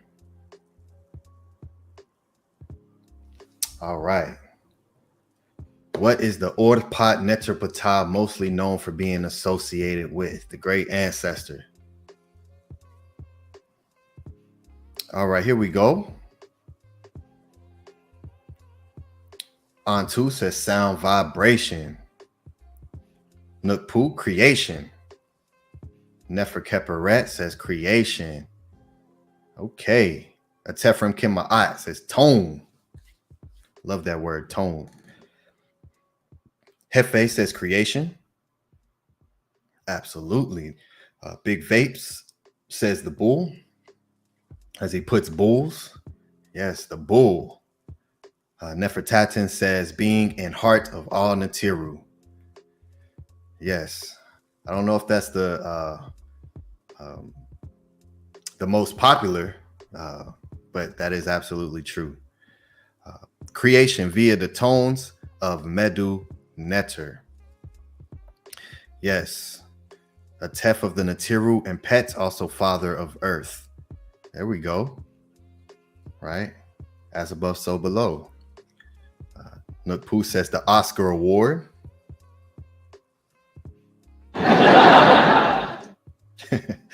Yes. Yes, absolutely. And the hidden one, creation with sound vibrations. Ptah associated with creation. All right. Yo, let's go. All right. Excellent. Powerful. Wonderful, wonderful job. Sound and thought creation illustrated in the Shabaka stone. So yes, sound creation alongside thought creation. So excellent job, everyone. Sound and thought creation as illustrated in the Shabaka stone. Right, and so here, British Museum number EA 498, 710 BCE, what they call the Shabaka stone from the part EE, Shabaka. I just might start speaking in Baka, Bantu. All right, and then here in this section here, there comes into being in the heart, there comes into being by the tongue, something as the image of ATTON. All right, so in the image of ATTON, PTAH is the very great who gives life to all the NTRU and their Kas. Lo, through this heart and through this tongue. All right, so through the heart and through the tongue. HERU came into being in him. Tehuti came into being in him as PTAH. All right, so we see that here. HERU, Keper, right? Tehuti, Keper. And then Im, which is to go within. F, the viper, which is him, as PTAH. So beautiful, beautiful here. Very powerful. Power came into being in the heart and by the tongue and in all limbs. So this is something to always read. Stay consistent with reading this because the frequencies that create the planet today are not conducive to this, right? And so many people talk about law of attraction and speaking into existence and all of that, when everyone here who's taking in this information has the source of why that even exists or why people even say that, right? And so, you know, to be able to read this, it consistently reconfigures your subconscious and reestablishes your own power, your own ability to be able to do this, right? To be able to practice this, right? And this is why I show this a lot because this is something that I read personally, consistently, to always keep at the forefront of my consciousness that through the heart and through the tongue, all things are available at your disposal to be created, right? And so it's a beautiful thing. In accordance with the teaching that the heart, is in all bodies, and the tongue, is in every mouth of all the NTRU, all men, all flocks, all creeping things, and whatever lives, thinking whatever the heart wishes, and commanding whatever the tongue wishes. So again, sound and thought through creation. All right.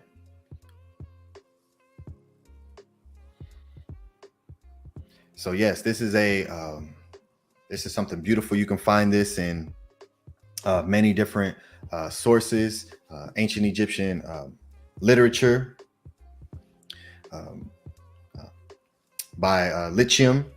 You can find this translation in there as well.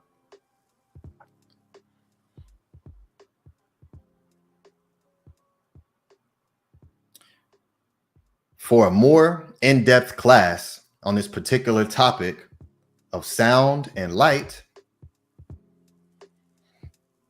go to my class titled Melanin Dark Consciousness, Episode 2.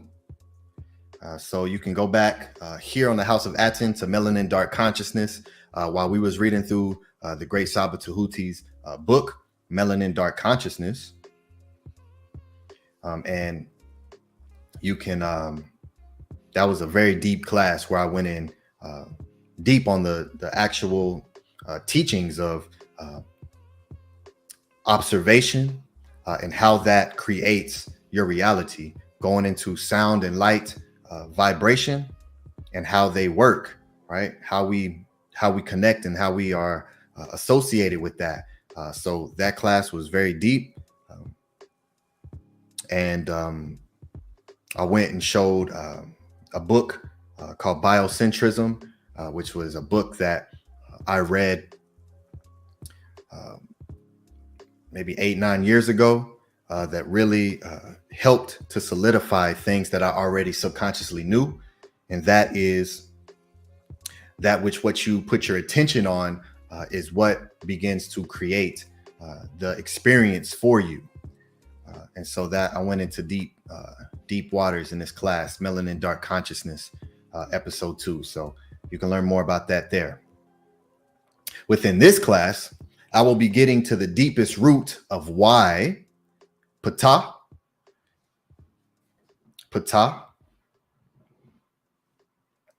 And so this is the dictionary that I was just speaking about with Faulkner, the Middle Egyptian Dictionary, and you can get all of these dictionaries online.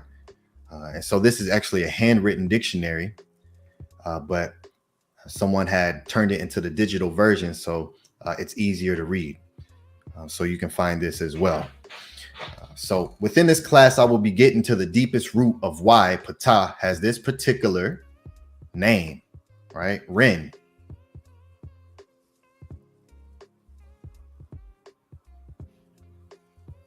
And so as we see how frequency makes up and is everything, everything is frequency. And when we truly understand that, and how important it is to produce frequencies that are conducive to whatever outcome it is that you want to produce, we then start to take full accountability for everything that takes place within this experience that we have called life. And we are, at times it can seem as if we have no control of what's taking place, but that's the illusion, right? This is illusion, reality veiled in delusion. Thoughts become intrusive. It's foolish to not know by now that it ain't what it seems.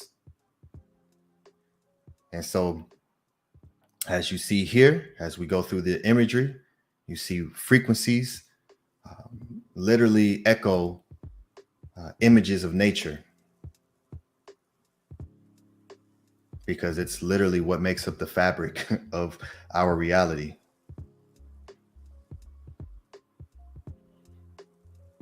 All right. Let us begin by taking a closer look at the actual MEDU that make up the Ren PTAH. So I don't know if you all have ever seen anyone teach on PTAH's name and why it is what it is. Let me ask in the chat before I go through, because I don't know if anyone's doing this that I may not even just be aware of. But has anyone ever taken the name PTAH, showed you the glyphs, and explained to you and taught on why these are the glyphs that make up the name, right? Because as a Ren, right, as a Ren, we understand that this is a mouth and waves, right? And so that's what makes up your name. Today, in today's culture and death culture, a name is just, you just name whatever, right? Oh, I like the sound of it, not knowing what it means. And so we were the absolute masters and originators of applying meaning to everything that we did. So if the word means something, then the letters that make up the word also mean something. All right. So let me come back to the chat and see if anyone has ever heard or seen anybody break down PTAH's name directly from the MEDU itself. And yes, the HEKAU really works. All right. Peace and love. All right. Nook Poo says Nefer. Nook Poo says, I do not know. No. Okay, great. Jay Kirkland says, no. Wonderful. PTAH looked like path, though in pattern. Yes. Yes. Because if you take away the vowels, and it's just the consonantal sounds, it's the same word. Take away the A. Angela Gates says, no, I haven't heard the breakdown. Okay, great. Maharu says, no. Wonderful. That's what I love to see, and bring some new information to everyone. And yes, the HEKAU really works. Play that a lot. The HEKAU really works. Great, brother. Primordial Thought 9. You heard it straight from him, straight from the source. The HEKAU really works. All right. Let's get some more participation. We see Jay Kirkland, Nukpu, Angela Gates, Maharu. There's 30 people with us live. So let's see. Nukpu laughing.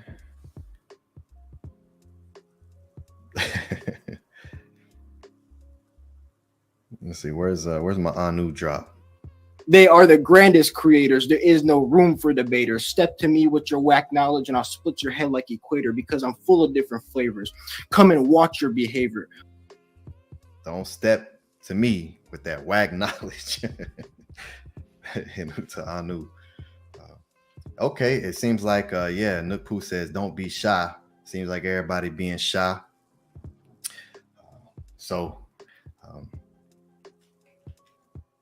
Okay, good. So we'll go ahead and keep moving. We'll keep moving because I know I haven't seen it. For those of you who answered, hasn't either. And this is something that I learned. It was like a hold on, let me come back to big screen real quick. So this was something that I learned. It was like a flip of the switch, right? Because there's different, as you continue to learn, as you continue to grow and take in information, there's levels of understanding of what is being taught. And one day it just clicked to me that when I'm looking at the MEDU netter, when I'm looking at the Nile Valley, when I'm looking at the followers of Ma'at and what they did and what they left behind, it really sunk in me that everything that they did has a purpose as to why they do it, right? And we may know that. Some people may say they know that. But because we do not, well, most of us, a lot of the students here and who are on the journeys are beginning to learn how to imbue yourselves with creating your life around that which you come forth as. So, you know, we follow Ma'at. We follow the teachings of the NTRU. And so as we begin to just live our daily lives, and this is one of the reasons why, you know, we create items, you know, like this, you know, like the notebook, why we have merch, why we have hotep mats, why we have bathroom items, why we have cups. Because when I look at an ancient cup along the Nile Valley, I see imbuement of the way of life, right? When I see writings only of imbuement of the way of life. When I see spoons, I see imbuement, right? Every single thing. When I see a mirror, I see HERU on it, right? It's not like today where you just have a mirror and it's just a mirror, right? You just have a pen, right? So when you have pens, it's imbued. Right. Then when I'm writing, it's imbuement, HERU with me.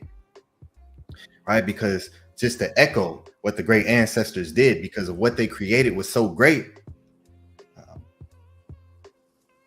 If I want to be able to produce at any type of level like that, then it makes sense to echo what they did. So if that's what they did, I'm going to do my best to echo that. And so this is why we create products and items. And so I really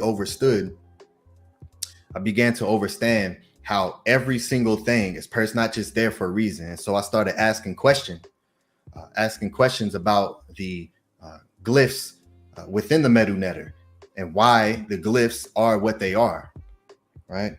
As far as and when the great Saba Tehuti first started giving MEDU classes, that was a lot of my questions was, well, what is that glyph?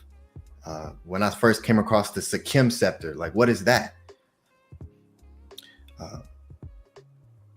And so I still do that because the languages, there's so many symbols, there's so many glyphs, and then because they're images, you can add them and subtract them and utilize them in different ways.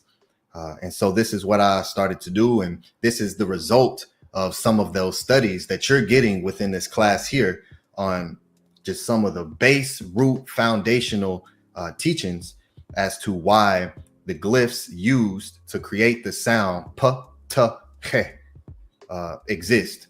So just to give you a deeper insight as to the consciousness that I take when going into my studies and putting together my presentations. All right, and so here we go. All right, and this is a beautiful tut right here, which is the word for statue, right? The image of something right here. And this is on the back end of it right here. Met Museum. Here's the number here if you want to look this up. So now you can see more clearly the glyphs in detail from the statue that originally belonged to Amenemhet II, but was later usurped by Ra-Mesu. And so that's what you'll see here. So this was originally Amenemhet II, but Ramesses or Ra-Mesu, you can see right here. Well, it's a little difficult, but you can make it out if you know the glyphs. And so here we have Ptah right here. Here's the P or P. Here's the T or T, and then the He right here. And so that's another beautiful thing to be able to break out of, is when it comes to language, understanding that when words were created, it's not like how the English is, but that's a whole nother class that I won't get into right now. But here we go. Ptah, as you see in clear detail, and you see, lines going up here. See a little line in the middle here, lines coming down here. And then you see here, you see Ptah within the Het, the house, like I showed on Het Ka Ptah. Here's the Het. And then here's another column right here in the back behind him, which is the word Ah, which is great, make something great. Ptah the Great.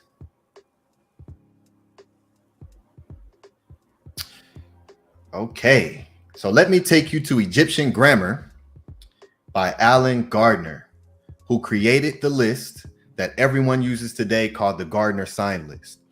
So this is from Alan Gardiner's Egyptian grammar. It's a great book, and everyone can download this for free online to begin to, study and start to learn the language.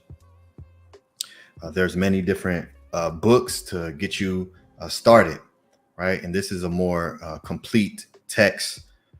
And so there's easier books, but this right here is where the sign list comes from that everyone uses today. The Gardiner sign list. So when you're looking up words today, and even in some dictionaries, they'll have a number next to it, a letter and a number. and it'll tell you what the number is, so you can easily refer to it. So he started to organize the glyphs in a specific way. So it actually helps to begin to learn this as you do your studies, right? So for example, if you want to look up the word Ankh, you would type in S34. And so it gives you a great reference. All right. And so here we are. And then we're in section Q. So this glyph right here, which is the P, the P is Q3. Q3. Domestic and funerary furniture is this section here of Q. And it's good. This is good to utilize, especially just as a foundation. Because when you're here in the house of Aten and you have a Saba, like Tehuti Amenhotep Ra, you then begin to learn that glyphs are more than just one thing. They can be representative of more than one thing. But this is a great foundation to have as well. So Stool of Reed Matting. So this is right here is the book, Egyptian Grammar, being an introduction to study of hieroglyphs by Sir Alan Gardiner, 3rd edition revised. So this is saying that this is a stool of reed matting, right? And you see it here, P, which is a base for a shrine. So now we're already dealing with a base, a foundation. Ptolemaic, P, seat. So you see the P, and then this glyph right here is what you usually see whenever you are looking at the Purim Herus and the transitioned, we all become an AUSAR. And when you become an AUSAR, whenever you spell that word, you'll see this glyph, which is a portable seat. It's a seat that can be lifted and carried. And so this is what is with AUSAR. So this is a seat. And so P is a seat, a base, a stand. And so here in Coptic, it's a bench. Coptic is the language that is spoken now. It's written in Greek letters, but a lot of it is the actual tones from the MEDU netter that's spoken Kemet today.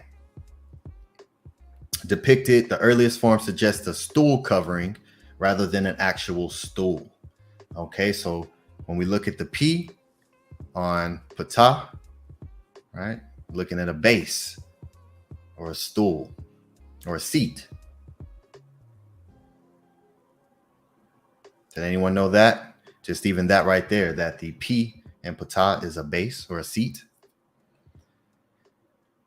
So here, Gardner details that the sound P is written as a stool, also a bench or seat, and it survives in the Coptic language as bench.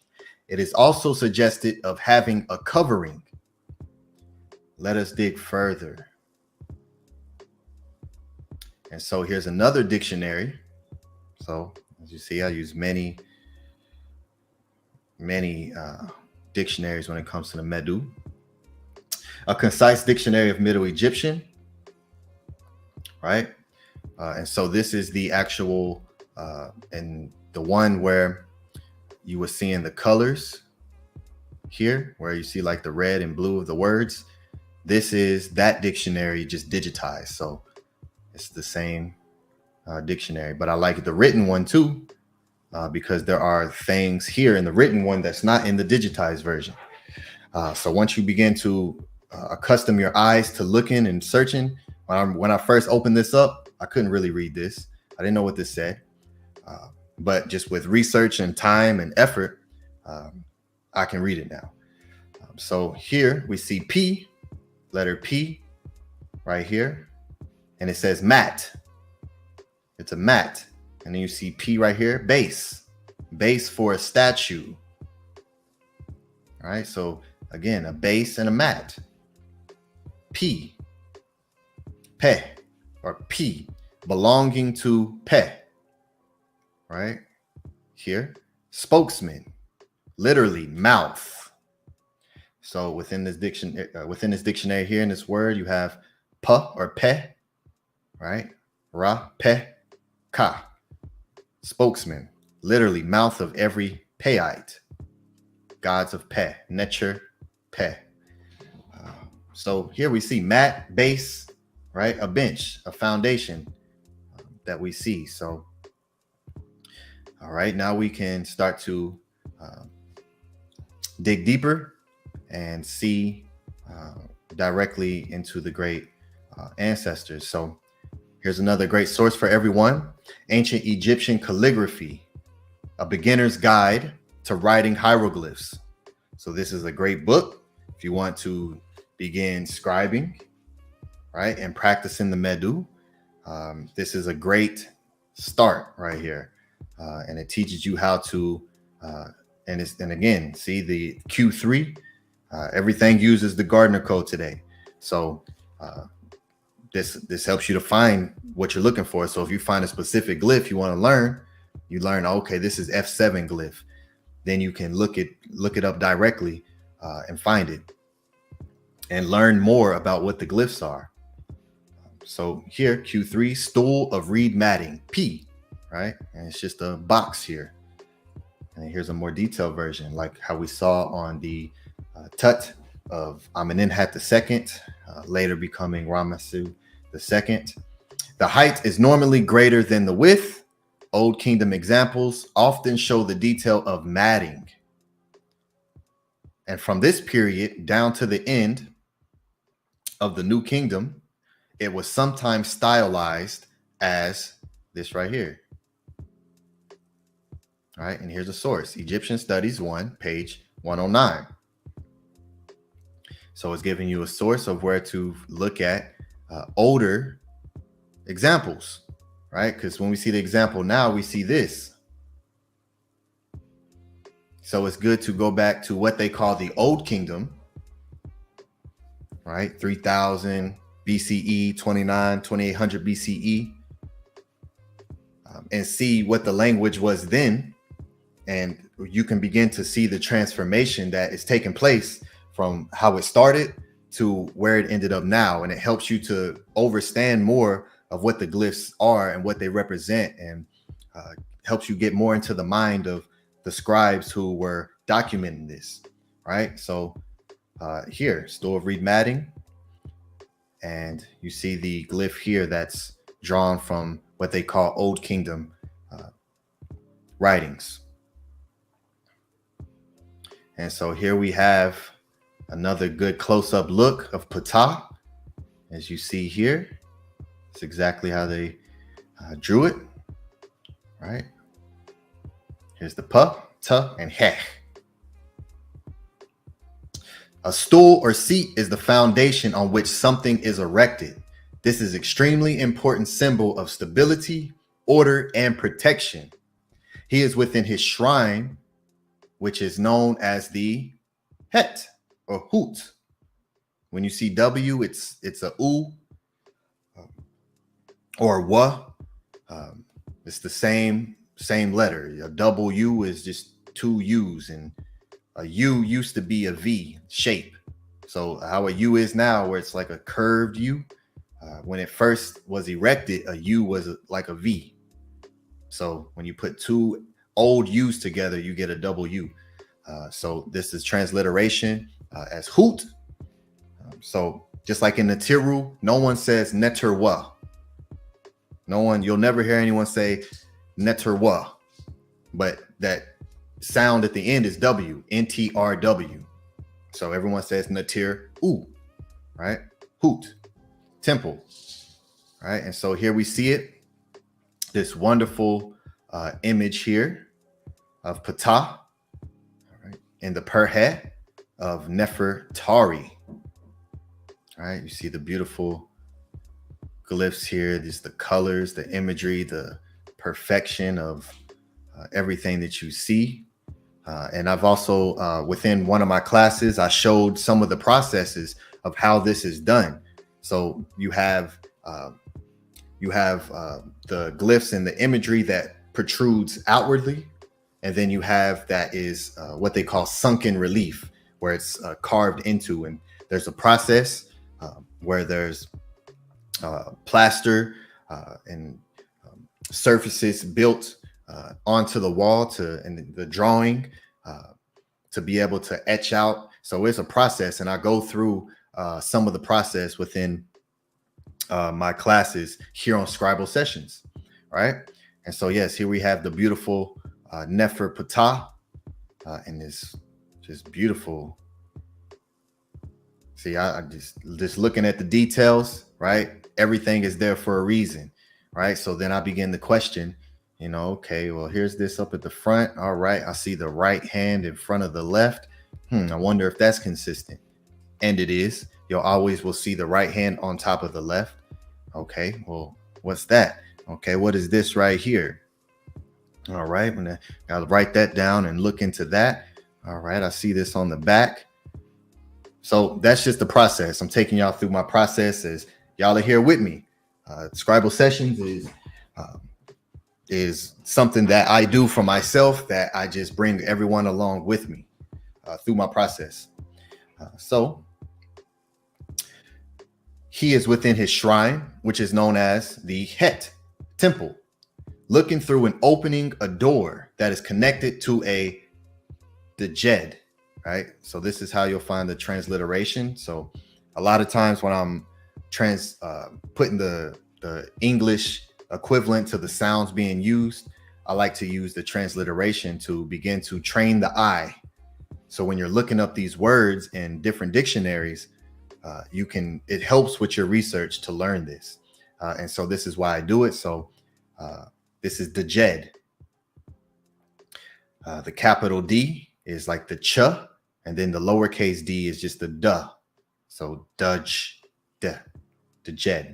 It's connected to a DJED pillar supporting the shrine, along with another column in the rear that's connected to another DJED pillar, which is the word right? That I showed on the statue of the Pata, the temple of openings and great stability, right? So here you see the DJED, which this would be the ch, because it has the D with the line under it. And so there's two different transliteration systems. And so sometimes you'll see it like this, and other times you'll see it like this. So because our keyboard system, our letters that we use don't have this, there's a system that was created to be able to write this with our normal alphabet that we're used to. So this is the DJED. It means to be stable. DJED, durability, stability. So yes, as I pointed out, he's looking through an opening, right? Here he is right here looking through an opening and some type of door or window, right?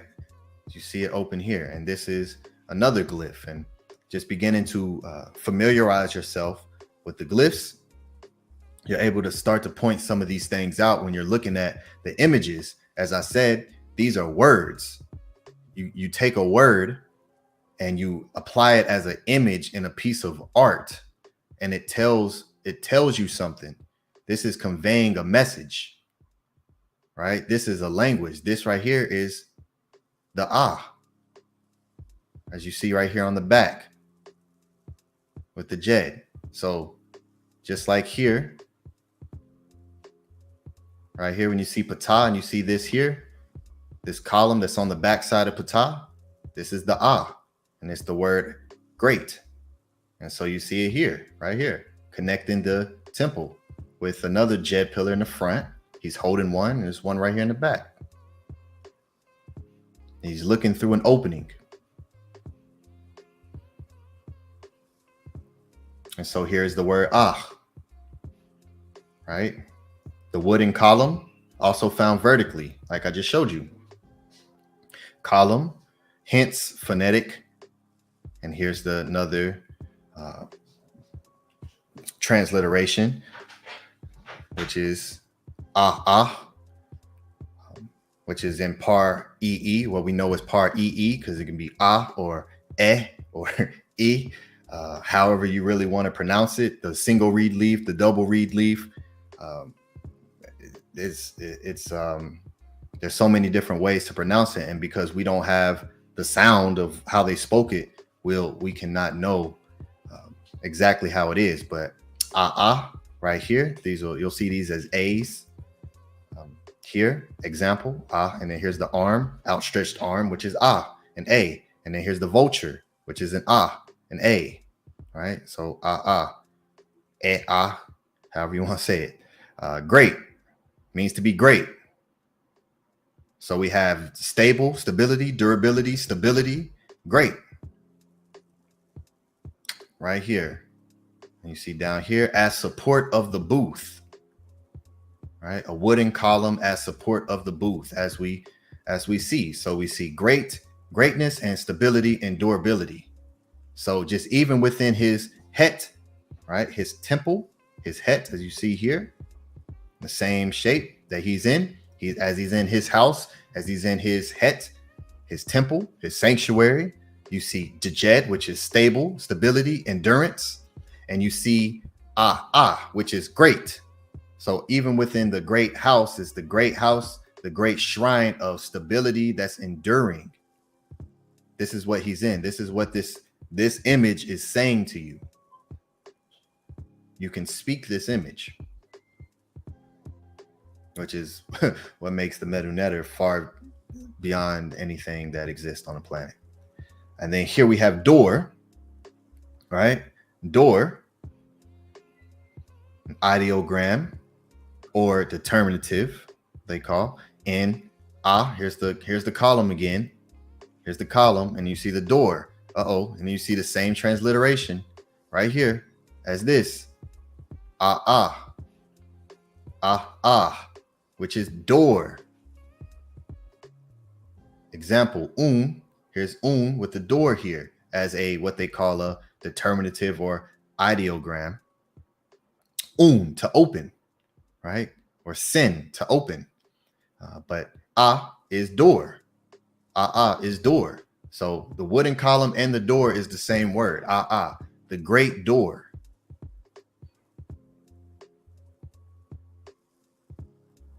Right here. To open up something, right? And the greatness of it, right? The great door.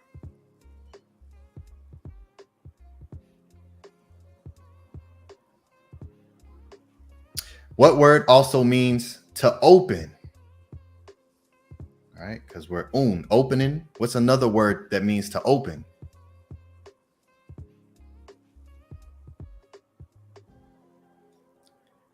PTAH. PTAH, as you see here. PTAH. Means to open. Same as here, as you see him right here within his het. Right? Remember, het, ka, PTAH. It's what people know as Egypt today. So yes, PTAH is open, and you see a glyph here, which is representative of a tooth. Right? You'll see this as a tooth, and you see the duck here with his mouth open, and he's speaking. Right? So we're dealing with the mouth. To speak, which is pet, and it means to open, right? Because your mouth is what opens up realities. Your mouth is what opens up doors. And so this is what PTAH teaches us within the Shabaka stone, right? And many other places. So being able to speak, which is the door, the mouth, which is Ra, is a door too. Everything that opens and closes is a door. It's a doorway, right? It's a portal, something you can traverse in and out of. So the mouth in itself is being opened, right? And it's speaking, and that is what's opening something.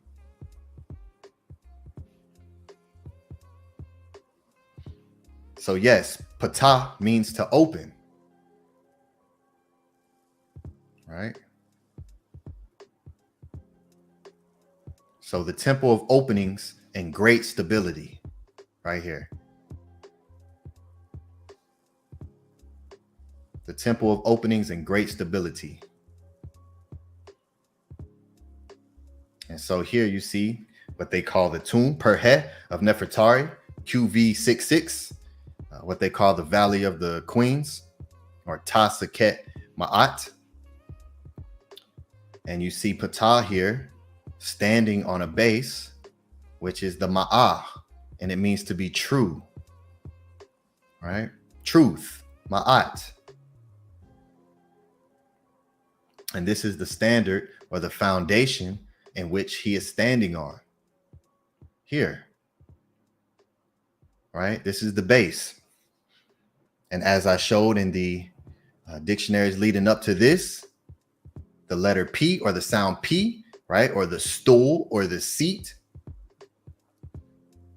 right? Is also P. It's base for a statue, or base for a shrine, as I showed earlier. So here you have it, Ma'ah and P being the base. So remember, we're dealing with the first sound vibration of the originator of the creation. And we're starting off with a base. We're starting off with a foundation, something that you can stand on, something that you can sit on. So without the foundation, you cannot build anything. To have anything organized and stable, right? To be DJED, to be durable, to last, to be stable, the foundation must be firm. And so he's standing, he's the base of truth. Ma'ah, the base for truth. And you see him standing on it and representing it within his image here. So this image, before, I'm not even reading any of this yet. I ain't even got to any of this. This is all just the imagery, which everyone looks over. And even the ones who read the language or study it. So it's good to, I wanted to bring this forward to really begin to open, right, to Ptah, the mind, and what's really possible and what's really all being said, right? So, you know, we'll have translations of this, you know, and I'll show you this translated as well. But before I get to that, I wanted to translate the actual image first, right? Because that's talking, that's speaking to you before getting to the sentence structure. So this is what makes the scribes so amazing, and how today artistry and what you draw, what you create your art with, is a lot of times separated from what you write, right? And we combined them together. We created them together. So everything is telling a story, right? So you see Ptah standing on Ma'ah, and P, which is the intro, the very foundation of his name. P is also a base. So he in itself is the foundation, is the base. And as we know through the Shabaka stone that I read earlier, through the heart and through the tongue, was able to create existence, was able to create life from that. So, and this is stability, which is Ma'at, organization, coming together in an organized state. So this is very powerful to look and see what this is teaching of the door or the window, looking through that, and that being an opening, right? That's attached to a lot of things, a lot of words meaning to open, and Ptah in itself is the opener. He's the opener, which is why he's also connected to the bull, right? The apis bull. And the bull is what is known as the opener, right? It's the word oop. Oop meaning to rise up or to open, because the bull would use its horns to open up. And so that's why he's also the opener. And while also being Ptah as the opener here. So very powerful. So now you can begin to understand why Ptah starts with a symbol of stability, which could also double as a door, right? Ptah is the opener, and through sound, new realities are created. This is why the great Saba Tehuti endowed me with this rin. All right.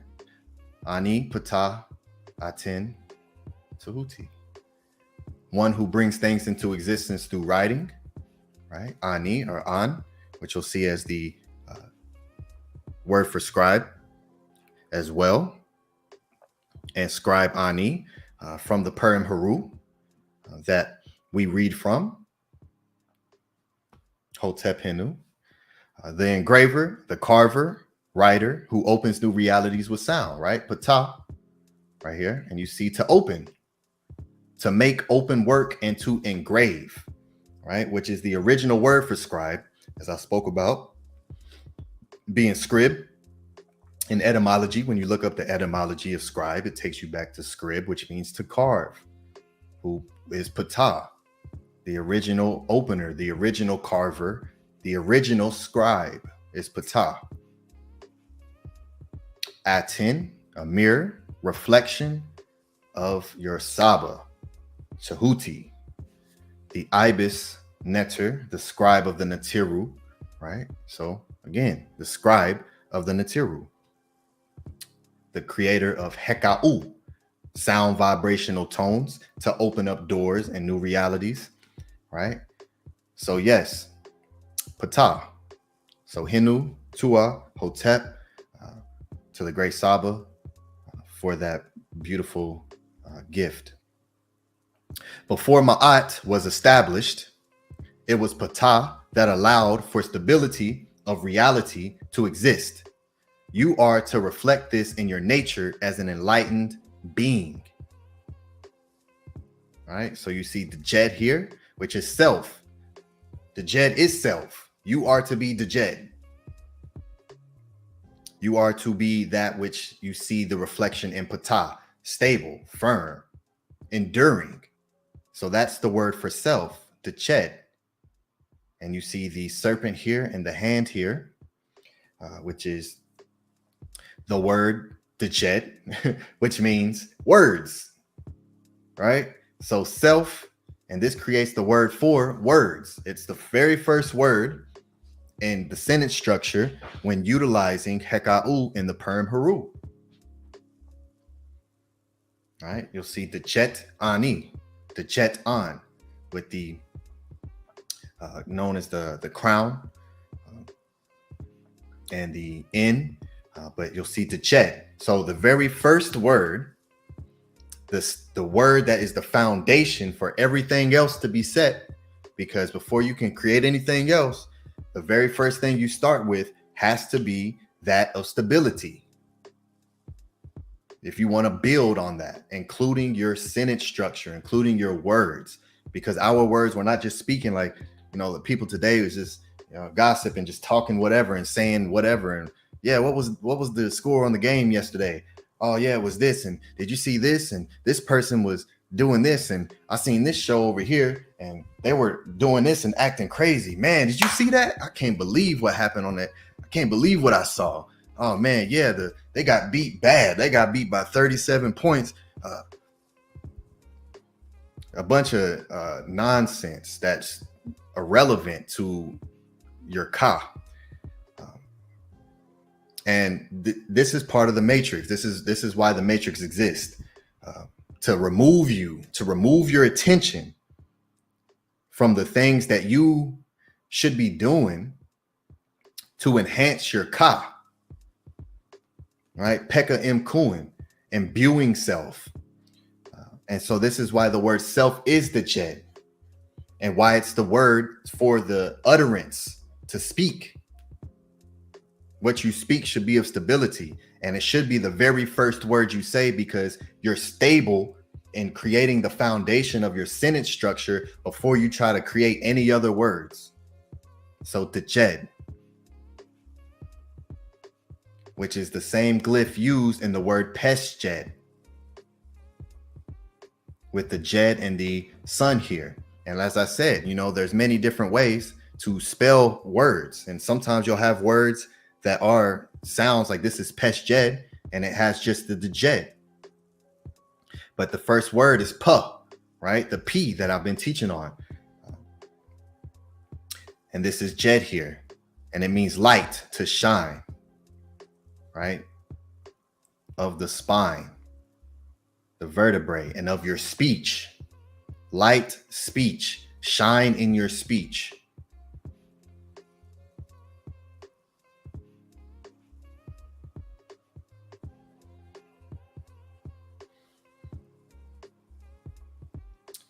All right.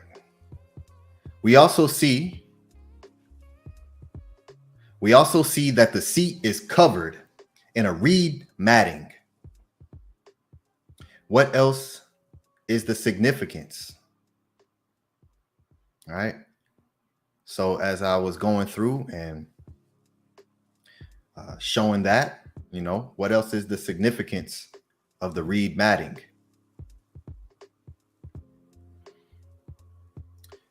For this, I will take you to the Pert Im Heru, Ra SEFEKH Sin. Right? Coming forth by day, Ra, chapter, SEFEKH, 7 or 7D, Sin, 2. Chapter 72. Page 27. Au shall be given to him cakes and beer, meat of flesh upon the altar of AUSAR. And just even looking, cakes and beer today. They were not talking about zebra cakes and Heineken. Okay, they weren't talking about that. They weren't talking about Little Debbie's and Coronas. Okay, and the great Saba did a class on beer and going to the emmer wheat, which is also used to make the bread, and we'll get into that here on the bread side. Upon the altar of AUSAR. So he shall go in. How should he come in? In Hotep. When I say my affirmation every day, Sakim M Arit Murder Ka'a Semu Hatinu Tiru Pert Int Hetep. Right? I come forth in peace in Hotep, because that's how we shall go in Seket Aru. The Seket Aru, which is the field of reeds. So before to do anything outside, especially of the vessel that you're in, you must first, again, create the foundation first. So, and it's always important to state what you come as. And it's a good practice. So this is why I use this utterance. Pert in tetep. I come forth in peace. So yes, you shall come forth in peace to Seket Aru, to no command. This of the one in Techetu, Dejetet, and you see the double Dejed pillars here. Shall be given to him wheat and barley. Wheat and barley in it. There shall be with him, watch it, green things, which you see Ptah as. You see him with green skin. All right. And this is what will help so many people who are so concerned with proving that the Nile Valley people were what today people call black. But when you look at the you have to, because today when we speak about these colors, Saba Tehuti just gave the class on the Chinese dragon, and you know how they're considered yellow, and you got white people and you got red people, you got brown people and black people.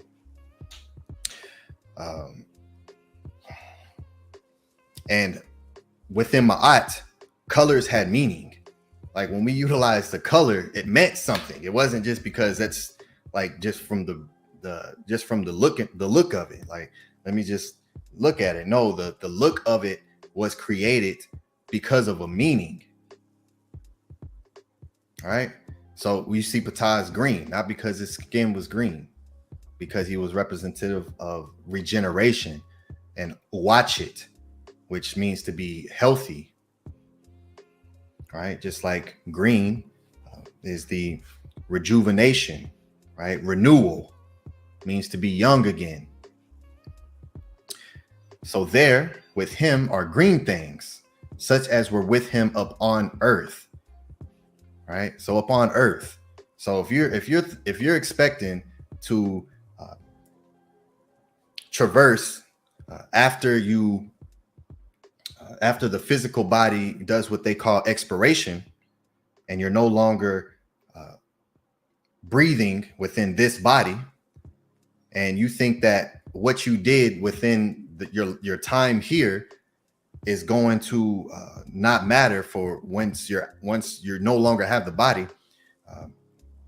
That's why so many people are, and that's why the matrix exists again, because it doesn't allow you to expand and grow into an actual enlightened being, so you can Sekim Arit, so you can have the power to do what pleases your Ka. You have the power to do these things. So what you want to do, you need to be able to do upon earth as well. And so we see that a lot in the writings. So remember, we're going in peace in the Seket Aru, which is in Tejetu, which is in the place of stability. So there shall be green things with him, as if there were green things here on earth, on the land. He shall perform his will, like those of the NTRU. You see 9 axes here. The NTRU, or the Pa'ut, or the Pesht, who are in the underworld, the Tuat. And another thing is, you see the Tuat and you see a star here, but the world is translated to the underworld. But I think you have to, in the bond of regularity, millions of times, AUSAR, the scribe Ani.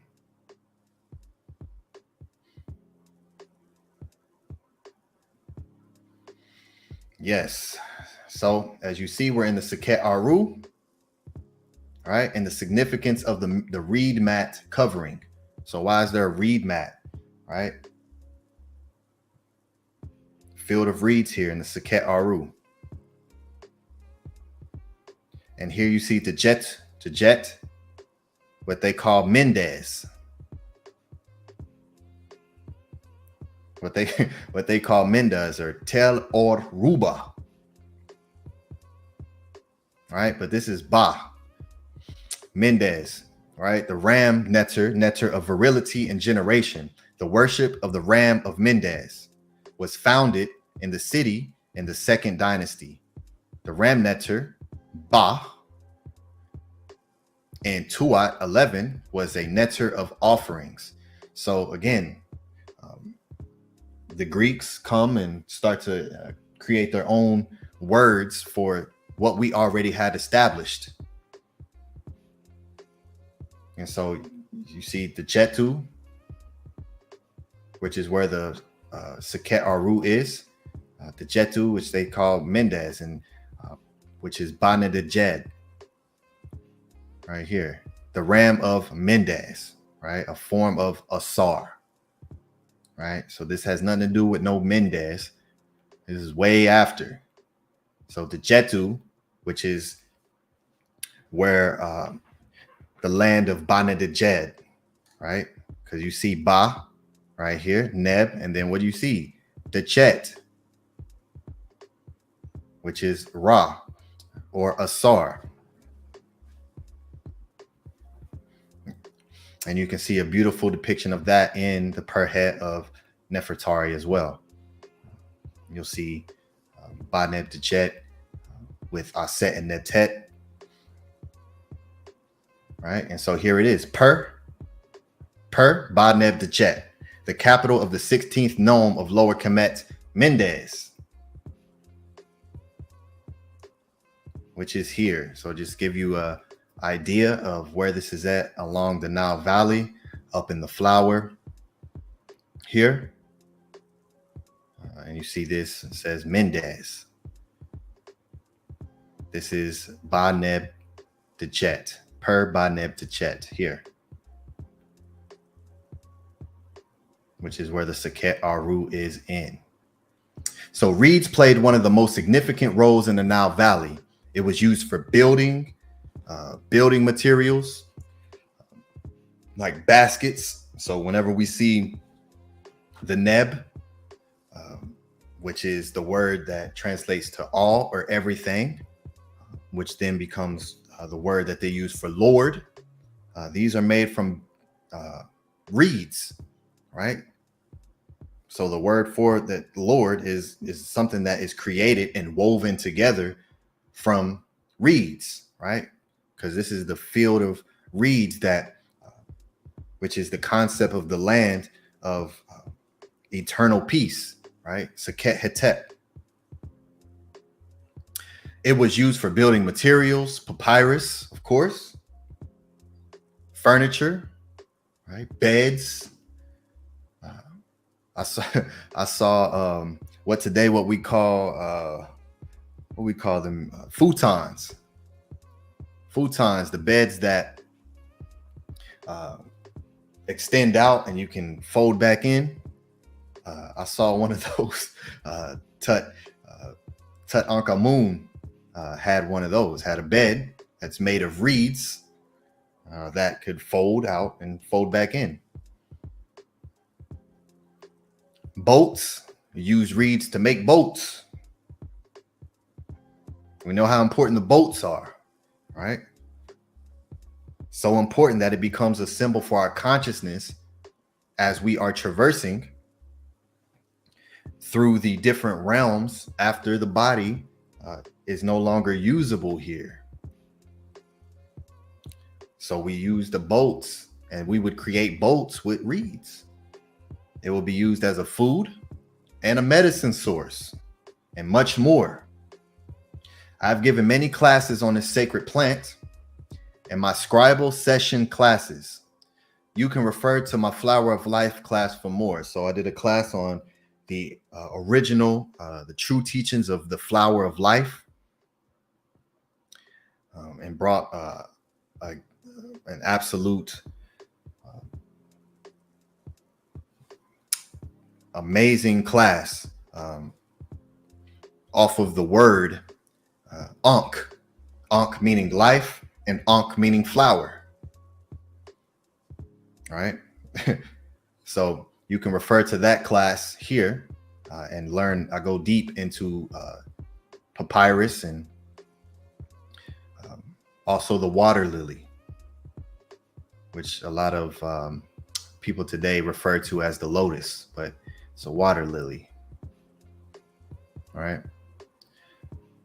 So beautiful, right? So we see BANEB DJED within Sekhet Aru, and how the DJED is still connected within AUSAR and PTAH, as you always see them representative of the spine here. And you see, I mean, he's DJED up. And so when you see me with my Ankh, you see the JED pillar right in the middle with the Usir. And you see the symbol up here, which is He, which is the H in PTAH. And it means eternity, to be eternal. So Ankh, DJED, Asir, as you see PTAH carrying.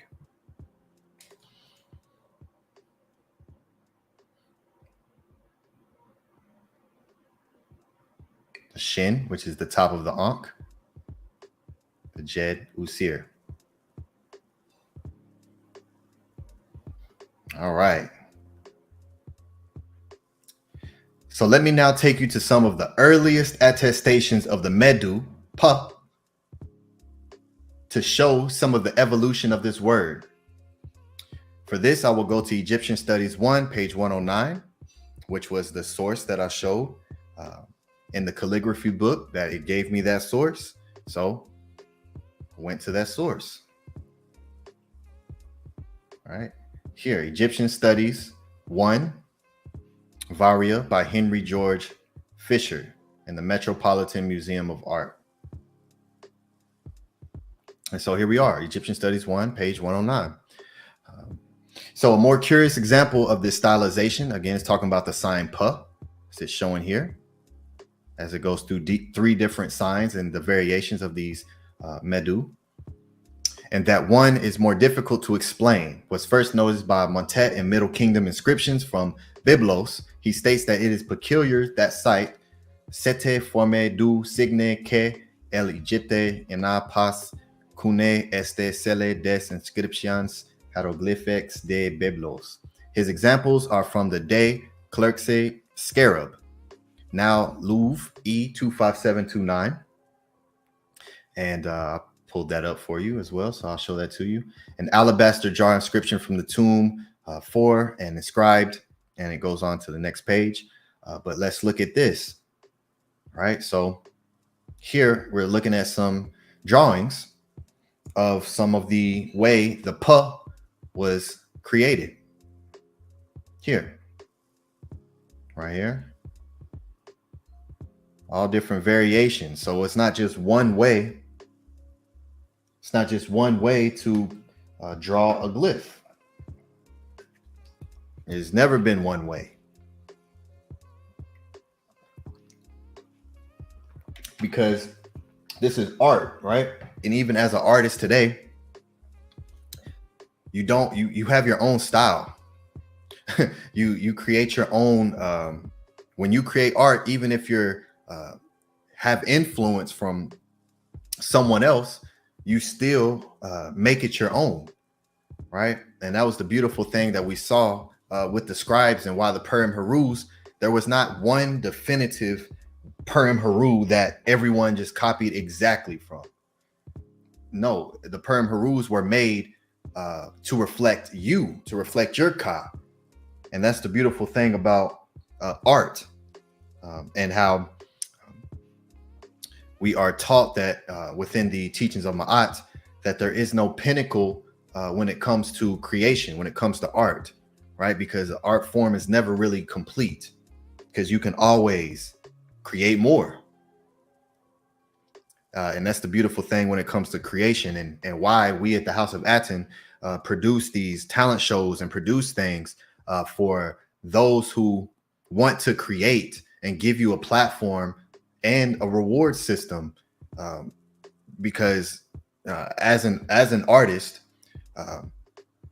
just like when it comes to knowledge, the mass majority of people think that your art should be like free or something. I don't know when this thing started to be like that, you know, to where as an artist, someone will ask for something and will expect it, for there not to be any reciprocity. And coming up, I never understood that. I'm like, and for me personally, for everything I always took time to learn from or produce with or connect with, even now in my local city, whenever I connect with artists, first thing I ask them is, what is your reciprocity?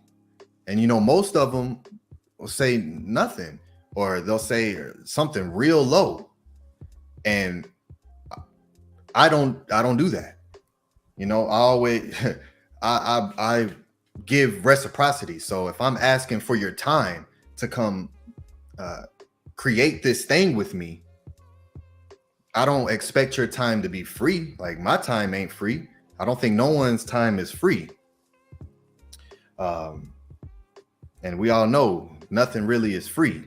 So for some reason today, in today's culture, art, whether you're an artist in any form, or you're bringing information and you're teaching, the mass majority of the people who are still asleep expect these things to be done for free. And I there's a lot of artists who are really shocked whenever I produce reciprocity for something that they did for me, you know.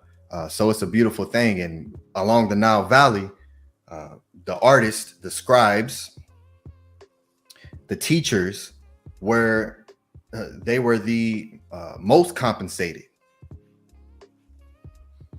And so everything is reversed and flipped upside down, right? And so there is, and that's why I did a class, how much does praise cost, right? How much does your praise cost? And how everything has some form of value. And it's important to recognize that, because a lot of people devalue themselves because of the matrix, right? So yes, here are so many different variations of the way to write one word. All right, and here's the examples. Old Kingdom is D through H right here, D through H. First intermediate period, I through L and M through O. So as you start the Old Kingdom, and then you start to go to the what they call the first intermediate, and then the second intermediate, right? And then you see how it was today on the per head of Nefertari.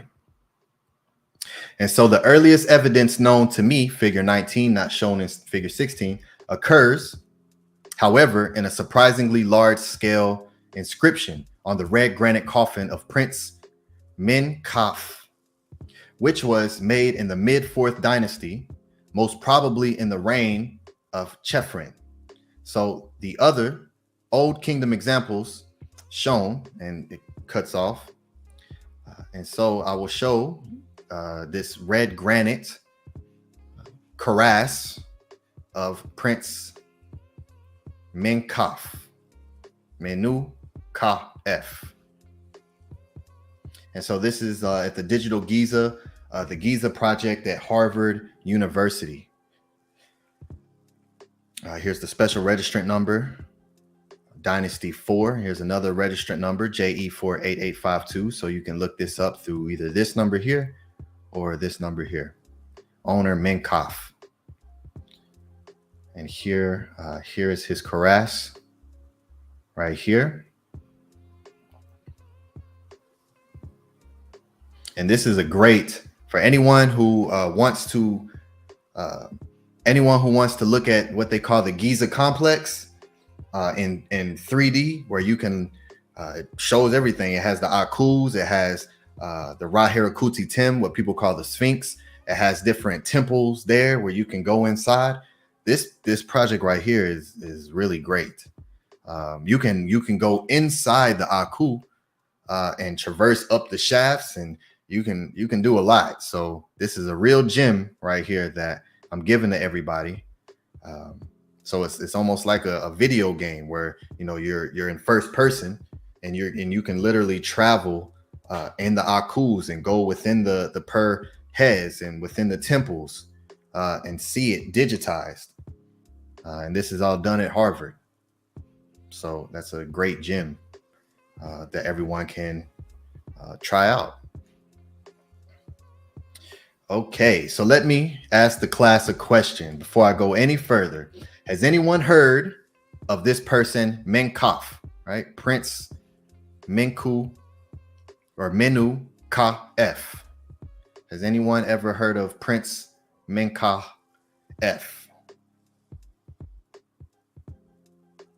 Okay, let me come back to the screen here and wait a moment as you all answer that. Has anyone heard of Menkauhf? So we know he's a prince. We see Prince there. So Prince Menkauhf.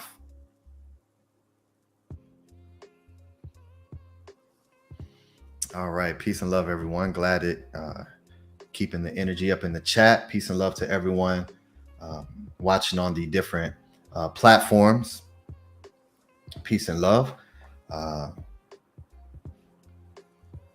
see many of you are on X, which it used to be Twitter. So peace and love to everyone watching on Twitter. Appreciate that. So let's see. Does anyone know who Minkoff is?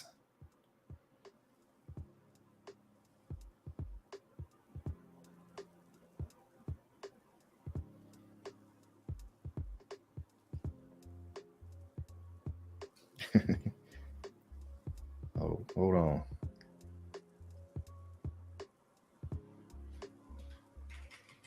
Does anyone know who Minkoff is? All right. Okay, we see the answers coming in. No. Napu says no on 2. Primordial says no. Skeleton Keys. Peace. So Skeleton Keys says negative. Nefertari says no. Angela Gates. Okay, no. Big Vapes, no. Jay Kirkland. All right, no. Minty says Men Kamutef. Yes, Men Kamutef. But this is Minkoff. All right, good. All right. So he is the prince and son. Okay, let's do a little lesson here. Can anyone write or say who this is? Can anyone tell what these glyphs are? He's the prince and he's the son of Nesubiti. And who is this? Who is that we see there?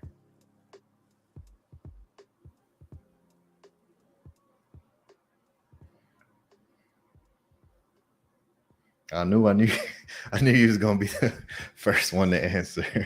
I was almost about to say, I knew you can't answer. Yes, that's right. KHUFU.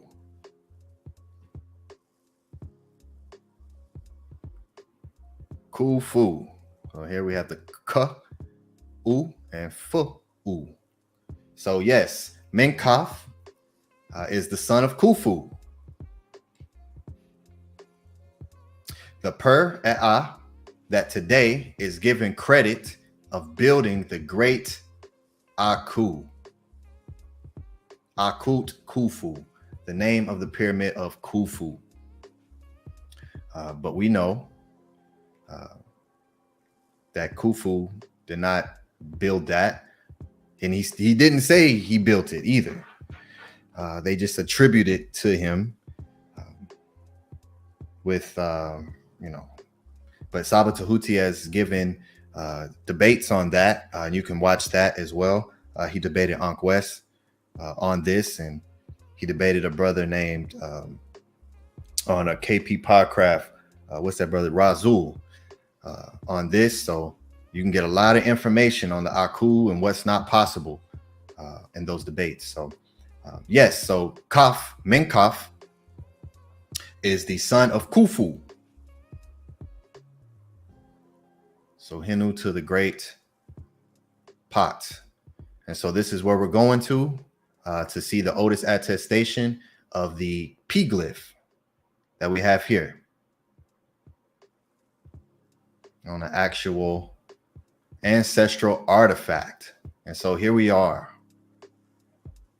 Here we are. We see the great Aku right there. And here is the entrance to his perhe.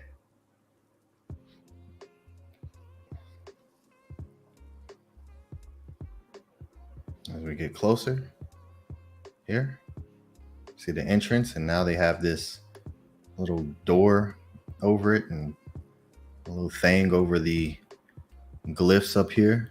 See the MEDU glyphs.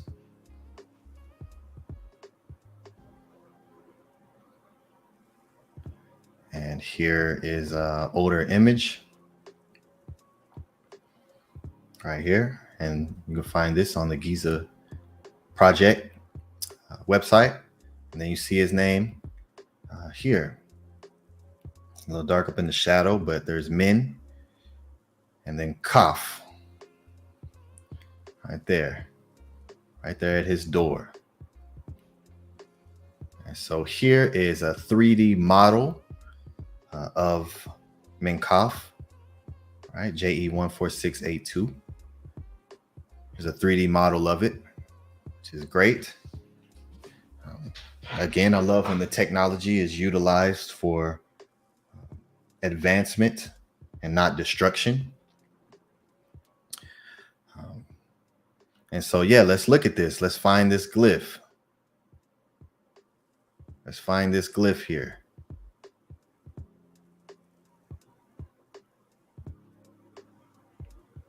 Okay. And here we are. Notice it's difficult to see. It's got this red granite here, and you see a little bit of indentions here. But we can look at the, show you a picture with it outlined so you can see this much better. But this is what we're looking at right here. Here it is. See, this is what I'm just taking y'all through my process. And here we are. And as you see, it is right here, just as reflected in these drawings here. And so this is the earliest example, the earliest attestation of the PA glyph on an ancestral artifact is right here on the per head of the sun, the Sa of KHUFU, Menu Kaf.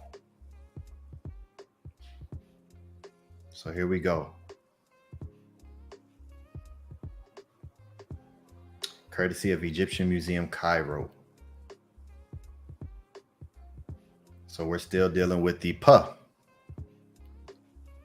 All right, and just the evolution of it and how it shows the, where now it's all covered up, but initially it was just partly covered up through the reed matting.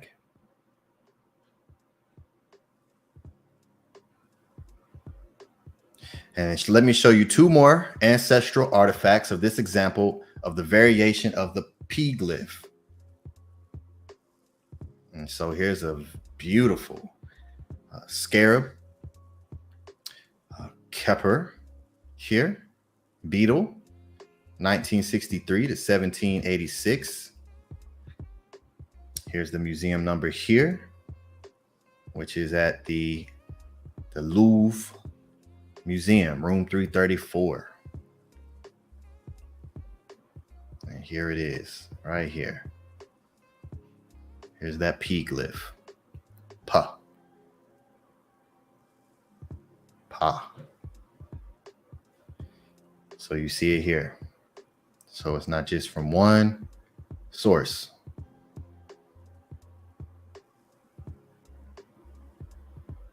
And now we're going to a beautiful statue.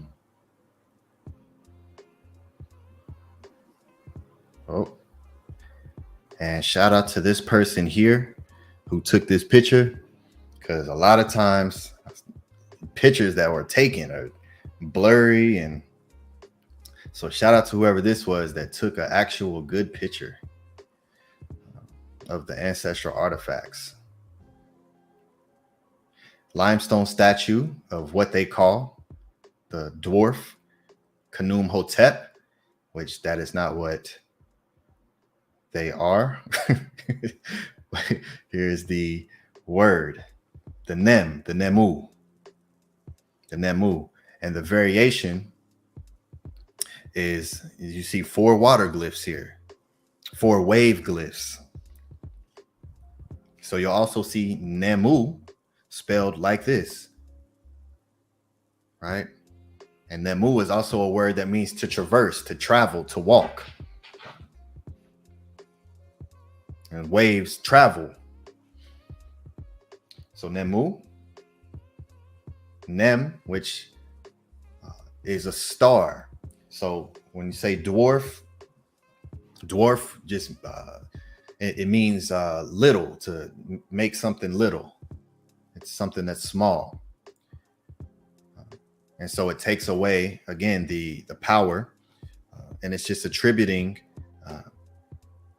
these particular type of people to just being small. and that's not what we did. It's just literally about like how you look. That's it. That's all people care about is what something looks like, the color of something, whether something is big or small, right? And takes away the actual deeper connections on why something is the way that it is. All right. And so, yes, NEM, which is a star, right? A group of star netter. The NEMU are a group of star netter. The NEMU. A manhawk netter, a form of MENU. So a form of MENU, and you actually see the glyph here. You see the glyph here.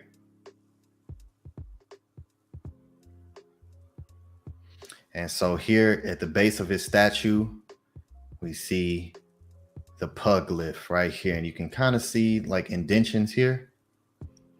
So you can see it clearly that this is a variation of the puh. So limestone statue of the Nem, Khnum Hotep, overseer of Ka priests, and dancer at the funeral of the sacred bulls, 2350 to 2170 BCE. So here is just a great examples of some ancestral artifacts, just to get you to begin to see how that this was a common thing, that the variation of the MEDU and the growth of it and what took place helps you to explain what some of these words really are. So here's the beautiful statue of the Nem, Khnum Hotep, who is the overseer of the Ka priests.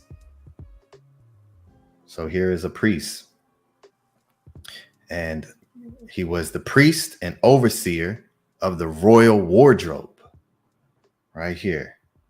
So here's one of our great priests, 2350 BCE. Of course, this cuirass here goes back to 2400 BCE, 2500 BCE, in the reign of KHUFU. All right, so P, the base of the statue, the base, the foundation, which is the foundation of PTAH's name. The foundation is a foundation, and it's covered in reeds, the matting of the reed, right, to help to tell the story and the importance of the actual reed and how that was utilized for everything. The reed was utilized to create the word for everything, which is neb, the bowl, right? The basket, alongside with other things, but papyrus and the writings of eternal life. So just the eternal aspect and teaching of the reed and how sacred it was and how important it was to us along the Nile Valley, and how that is a covering of the base of the foundation that creates the word for pa and pa-ta. So now you understand the importance of covering the seat with a reed mat and the evolution of this process being partly covered to fully covered. His ren is also colored in green, gold, and blue, just like how you see him. All right, you see him green with the blue cap, blue beard, with the gold around him. And so you also see this as green and gold and blue. And these will be in different variations. These will be in different colors, depending on the per head, depending on who it's for, depending on what story wants to be told for that particular person. So again, the originality of the creativeness utilized to assist you in your journey, right? And so he's a watch it, the door, the stool, the seat, the base, The reeds are Uachit and Neb. So everything has a purpose. Everything has a purpose, and we should echo that.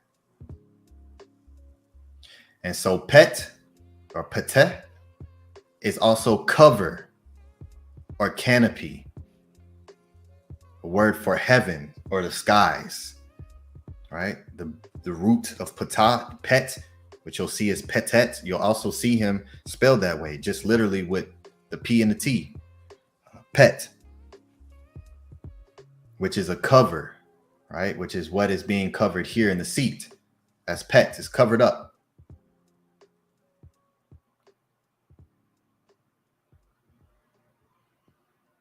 And so now after, translating the image for you, now we'll actually look at the stylization of the writing here, and we will go through that where it's transliterated and translated. So we'll start here. Patah Neb Ma'at, which is Patah Neb, the Lord of Ma'at, right? And he's standing on Ma'at. Lord of truth. Sutin or Nesut. Nesut, king of Tawi, the two lands. Nefer Hor, beautiful of face. It's a beautiful face.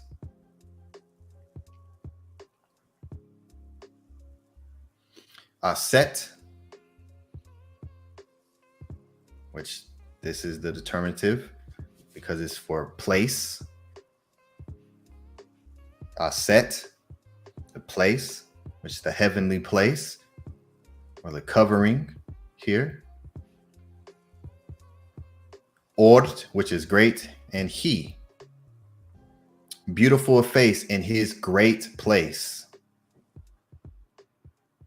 So we see up top, Patah, Lord of truth, king of the two lands, beautiful of face in his great place.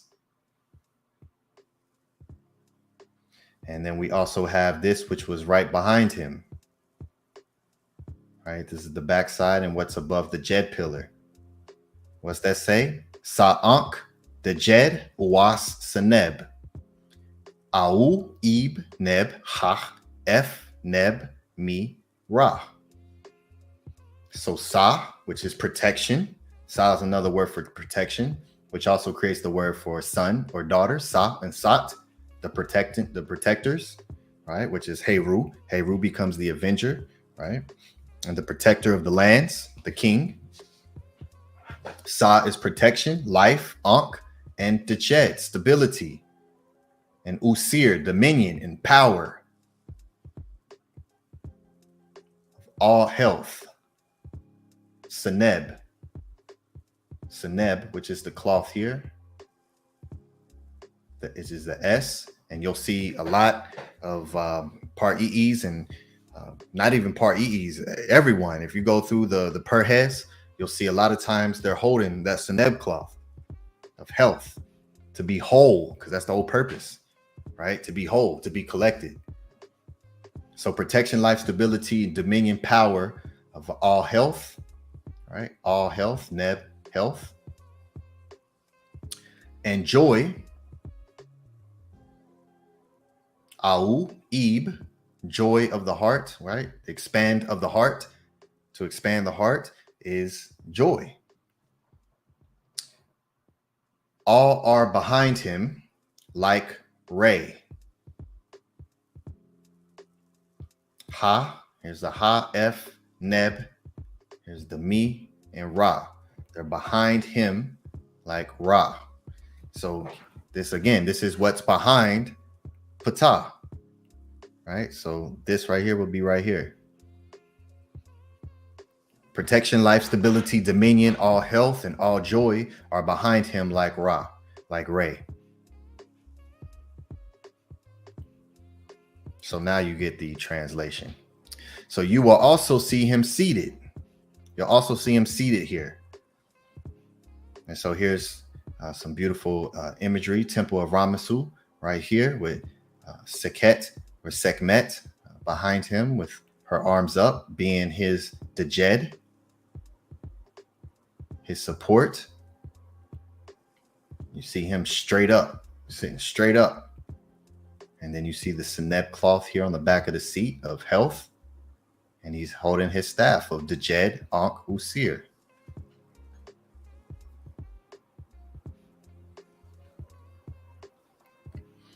And then you see here in the Met Museum, you see him sitting here, right? And he's always in Sahu form, wrapped up in Sahu form as a mummy. Right here. Very powerful. And he's got the Usir, power, dominion, scepter, while holding the Ankh. And 1550 BCE, Temple of Amun, Egyptian Museum, Turin. And again, you see him here, holding the DJED, right, holding it up, him straight. And he also, his beard is also straight, which is a difference, because a lot of times when you see in the ones who are transitioned, they have beards that curl. His is straight, but that's another class. To be both seated and standing is a testament to the nature of masculine and feminine presence. What? To be both seated and standing is a testament to the nature of masculine and feminine presence. Both are symbols of power, one being in a relaxed state and contentment, with the other being one of action and positioning. He is the opener, the raiser. So for one to raise up, right? To raise up, you must be sitting. And so you'll see him sitting and you'll see him standing. Both. And you'll see a lot of the Par-I'is, a lot of the Nesubitis, a lot of the NTRU also being representations of this, and both seating and standing, right? Who knew the importance of that, of whether or not you're depicted in a standing form or seated form, right? Because it's representation of both masculine and feminine presence. So let me show you this with the language and not just my words, right? And so that's something that I could just say that and move on. And but I'm not. I'm gonna show you why I say that. Why sitting and standing are masculine and feminine. And we'll see which one is which.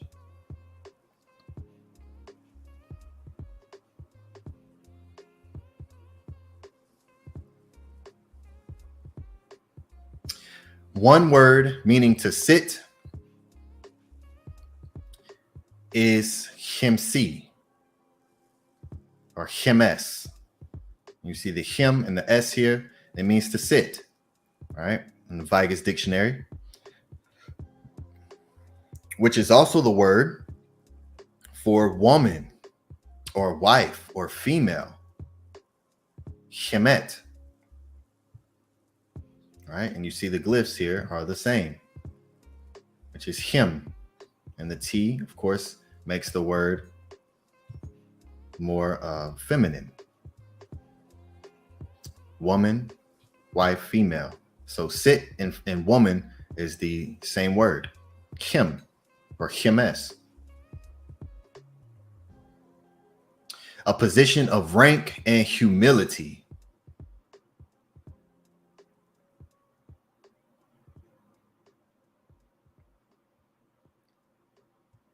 So himes or himset is a session or a throne meeting. It's a throne meeting. Same word here. And you see him sitting with the word, it's nakaka, or the, you'll see it ku, or the flail. So this is a word for throne meeting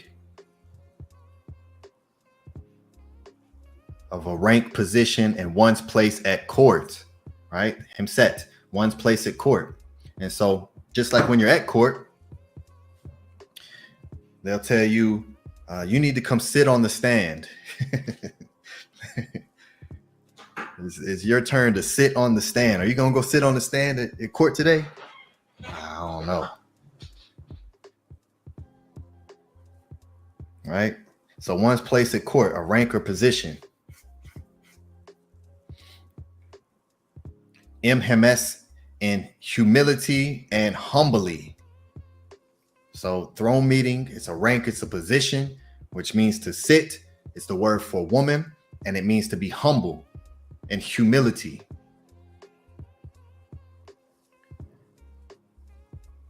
And another word for sit is sinjim. So as you see here, when I say that sitting is was a teaching that was associated with femininity, right? Because it's also in which the way women are supposed to give birth, which is sitting down. And we have depictions of that on the walls as well. So very powerful. So sinjem, which means to sit, and sajem, which means to make content, please, to give pleasure, to make happy, to ease suffering, right? Contentment. Sitting is associated with contentment and to ease suffering. So now let's stand up and rise. Let's stand and raise up. Sir. Sir, which is nobleman or magistrate or official, which you see the glyph here.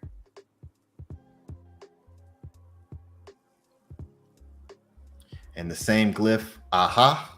This is aha. And the same glyph here, which means to stand up. The aha, which means to stand up. And I think I blocked it out here, but it is there.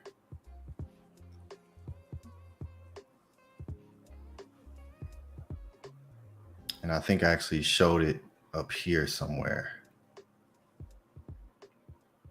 Oh,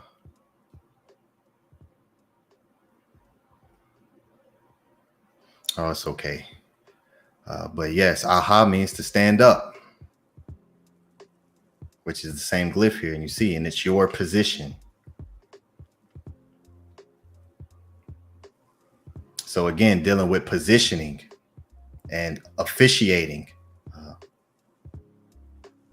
And so both sitting and standing are symbols of power, right? One's feminine and one's masculine. And we always taught that. And so in the PTAH ATEN, you see the teaching of being both masculine and feminine. And so here, let me show you this just so you can see it, because I accidentally blocked it out.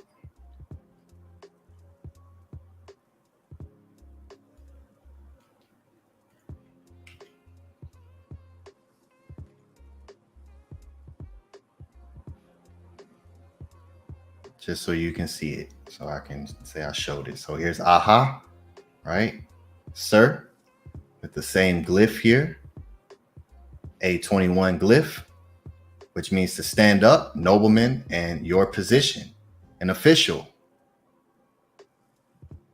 So there it is.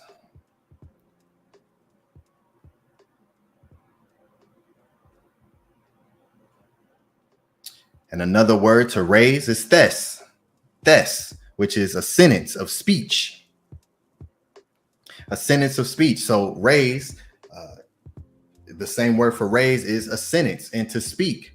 right? To raise, and how we speak about the DJED, right? The stability, and that making sure that what you speak is enduring and lasts forever. And so it must raise through your sentence structure, just as your vertebrae, right? Your vertebrae, which I've been doing a class on PTAH, which is a representation of the DJED, and that's the spine. That's your spine, which is to be stable and enduring. And so you raise up. But thes also means to sit, because again, it's the balance. It's the balance of the two, of standing and sitting, right? And the different positions and the different energy that this brings, both raising and sitting. So here you have thes, ascension and descension on your seat, which is to be your throne, is rulership. So your seat, this is to be your throne. Wherever you're sitting, it is a throne, right? And this is what the Perm Heru teaches us. And so thes means to be a ruler,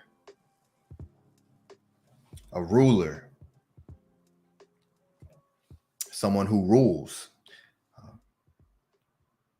And how does that happen? By taking appropriate measure, by measuring, by discerning, by making calculated mathematical decisions, which is why the uwachit is a symbol of fractions, right? When you break down the eye of Ra, they're all fractions of going up to 164, all adding up to 63 over 64. And this is measurement, and it's the eye. So you are to measure, and that's to be in a position of rulership, which is a ruler. And so you rule your throne, and your throne is where you sit.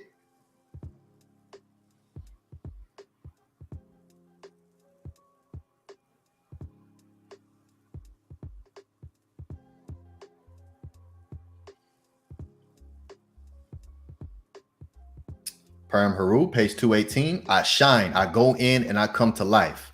I am in the uwachit. My seat is my throne. My seat is my throne. Chemes, I sit in the pupil of the eye within it. Chesert, and I did a class on this as well in my Scribal sessions, and teaching about the 10th hour of the Tuat, and the actual door that you enter into of the 10th hour is of the Chesser. It is of the pupil of the eye, and how I showed how that is the hour that is utilized of the cleansing of the eye, and the Neterts do a reckoning. They reckon, and they then allow you the provision of the eye that is given by AFFIRMATION, which is an associate of Tehuti in baboon form. So all of that is about the cleansing of the eye, and it goes through the reckoning, which means to calculate. So I sit in the pupil of the eye within it. I am Heru, traversing. Heh, millions of years. I have commanded my seat. I rule it by my mouth. I rule. The word rule is hek, which is heka, creates the word heka, which is words of power. It's utterance. It's utterance. That's what creates, that's what is the opening, right? Patah means to open. Patah is the one who opened up realities. And as Patah, I do the same by using the voice, the kur, right? Kur, this right here is kur, which says by it, but it also means to be within something, to be in or under, and kur also creates the word for voice, right? Which is the sound vibrational frequency that comes along with being a member of the House of Aten, which are the KHERU, the people of voice. But what else? I rule it by my mouth, speaking and silent. Silent is also Ker.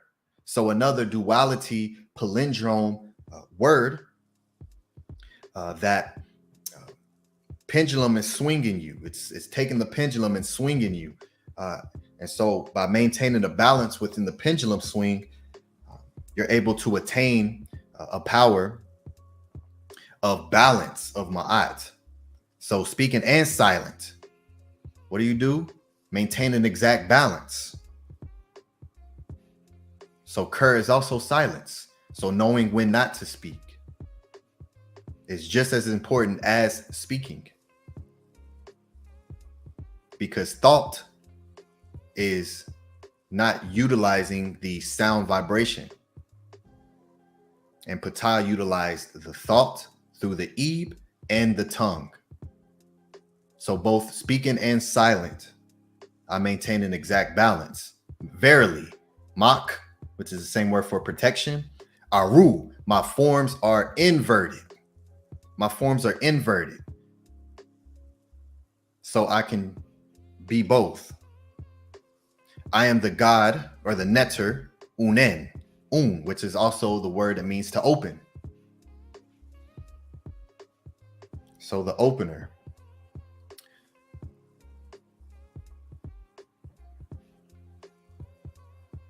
And this is Going Out in Daylight by Stephen Quirk.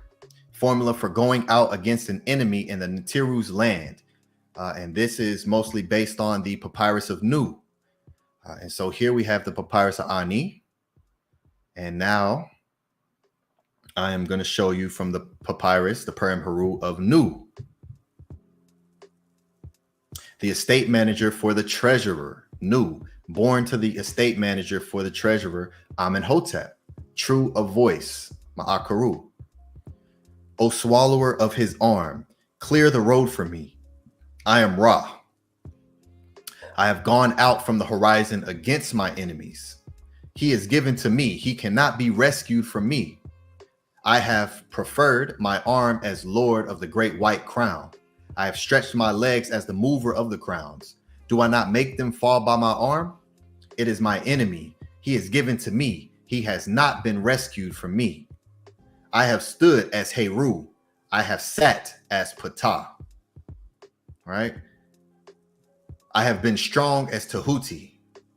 I have been mighty as a tomb. I walk on my legs.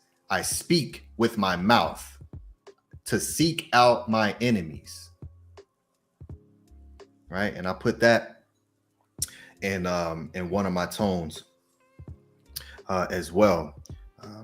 And so it's beautiful to, and a lot of the things that I've written come to be corroborated by the Purim Heru, which is very magical. He is given to me. He cannot be rescued from me. So I have stood as Heru and I have sat as Ptah. So here we have Ptah sitting and being strong as Tehuti, Usir, Tehuti. I have been mighty. And so let's, again, balance. My forms are inverted. Spell 569 of the coffin text. That a man may have power over his foes. The power of the hidden one acts as a proxy for me. Ptah stands up for me. My champion is Tehuti. His strength is in my arm. His might is in my mouth. I have taken possession of the might of ATTON. I go on my feet. My speech is my mouth when I smite. My foes, I have come against yonder foe of mine, who has been given to me, and he will not be taken from me. I have power over him. So here we have Ptah standing up for me. My champion is Tehuti. His strength is in my arm. His might is in my mouth. I have power over my enemies. Heka'u. Right? So we see sitting and standing and the importance of that. Right? The importance of that. And why we see Ptah standing up as the DJED and also sitting down still as the DJED in whatever form, always maintaining within DJED. And so we see the woman is always in a sitting position because it's a position of birthing.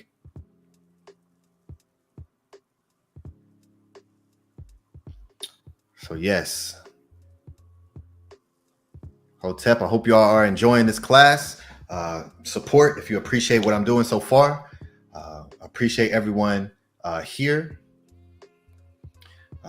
Looks like there's 45 people here. Peace and love to everyone. Hotep, glad that you all are enjoying and staying with me through this traversing. So I will now take you to the Perhe of Scribe Amenemhet, who lived in the reign of Tahutimos III.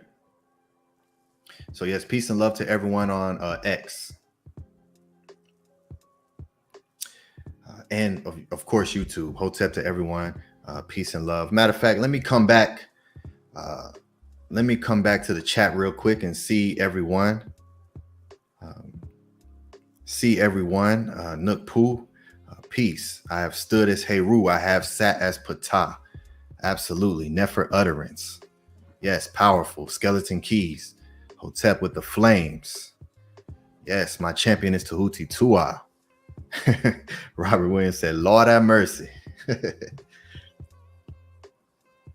Yes. Nefer or Heka or sin.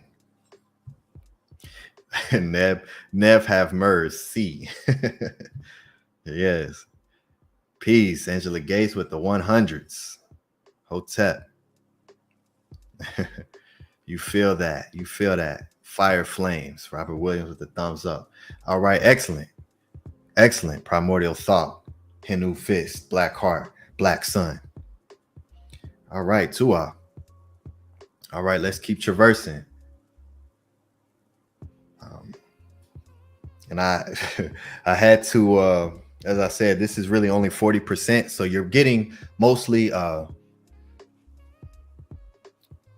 the PA because of the foundation. I wanted to really go into depth of this one, and we're still going to go into the T and the H, but it won't be as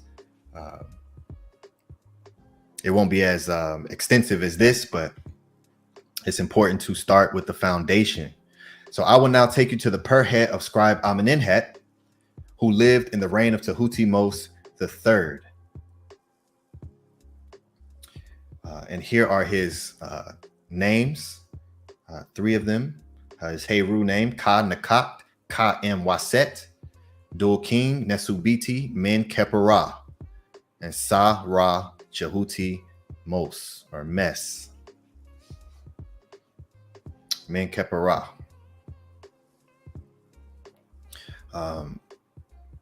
And this is in the reign of Men Kepera, Scribe Amenemhet. So another Nefer scribe here. And here's him holding that cloth that I was speaking about. That's the SENEB, literally holding it. And his beautiful mate here. And you see the scribal palette up here to show his scribing. So he is a scribe. Within his Perhe, we will see a gathering of Seshu. So his Perhe is a beautiful gathering of many, many scribes. So let me show you this Nefer scene. There we are. And there's more. This is only part of it. But here we have some musicians up here playing some music. We got to have the tones playing, right? We have to have the tones playing and bringing of the offerings. And here we have some great brothers and alongside here and as well as some great sisters here. Right here, seated, right? In the feminine position, right? On reed mats. And here, you actually see them sitting on the puh, on the base. with half of it covered up in the reeds or in some form of bamboo. So you see here, and these are all scribes. So this may be a little difficult to see clearly, so I will show you the facsimile for more clarity.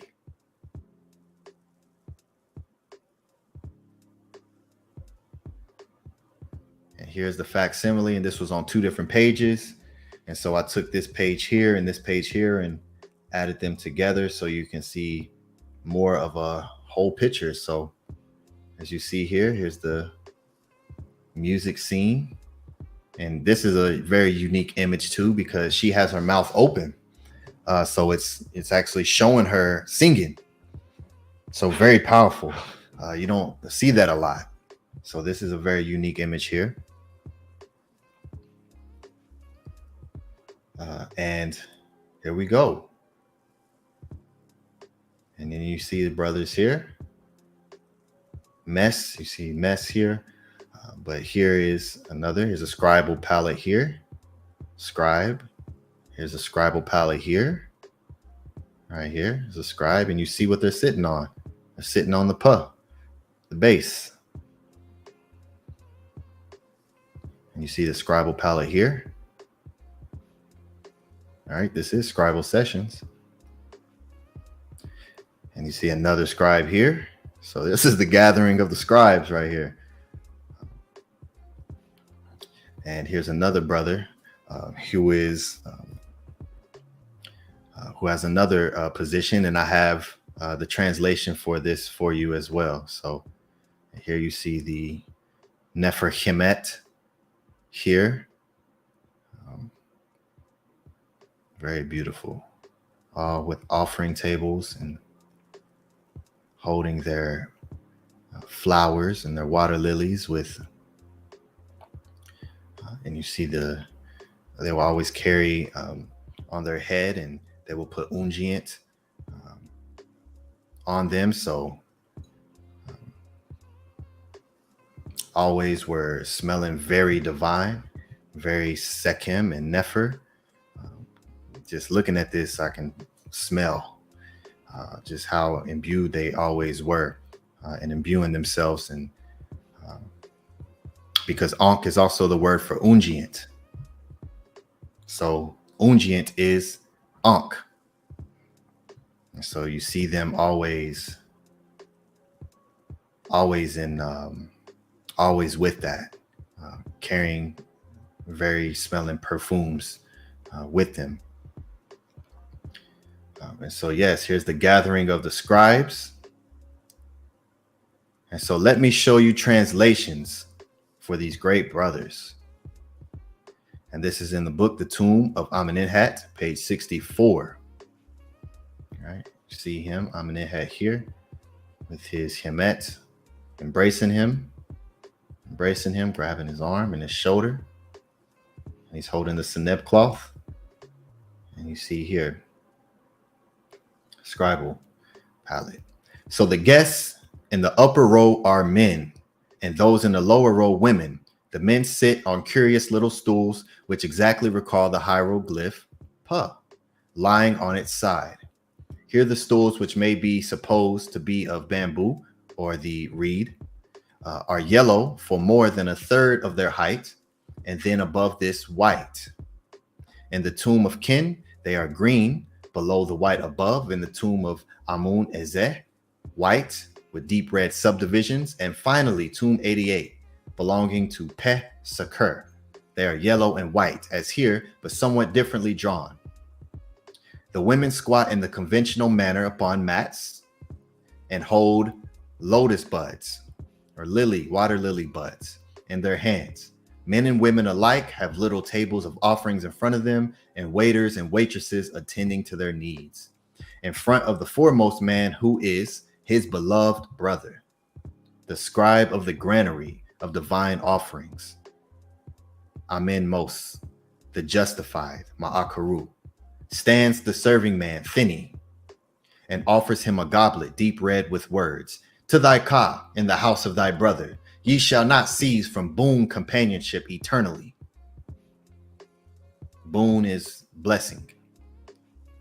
After Amenmos, follow in order. His beloved brother, the scribe of the vizier, Amen. The scribe of the granary of divine offerings, Nebamun, Ma'akaru. The scribe of the granary of divine offerings, Amen. His brother, the scribe of Amos, the overseer of all crafts of Amun, the scribe, Amenhotep. His brother, the assessor of Amun, Usar Ankh. The gold worker, AMENEMHET. To the left, we see a waitress offering a bowl of wine to a guest, saying, to thy ka, celebrate a happy day in the house of thy prince.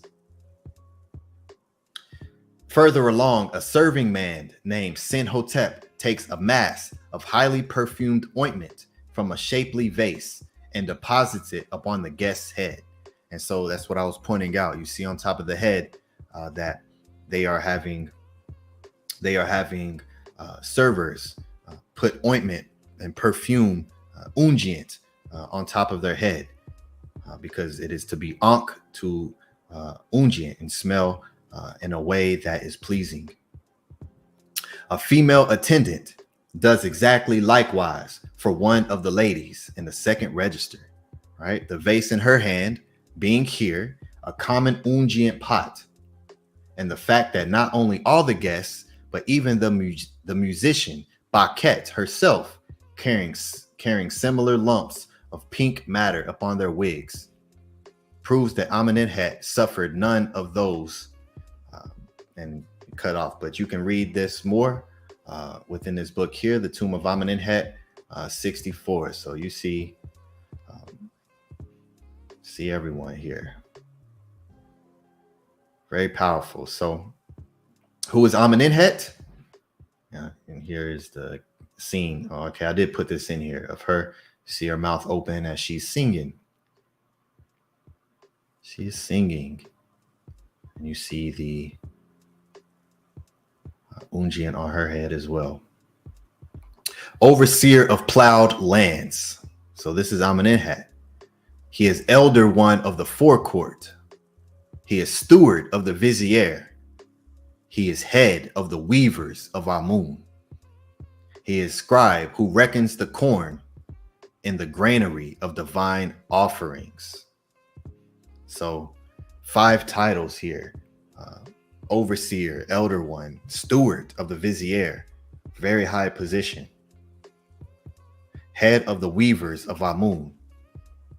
The weaving of, this is amazing. Scribe who reckons the corn, and corn is not really corn. They use corn as a translation, and I'll show this later. The etymology of corn just means grain. So he's scribe who reckons, calculates the grain in the granary of divine offerings. Henu to the great ancestors. Yo, let's go.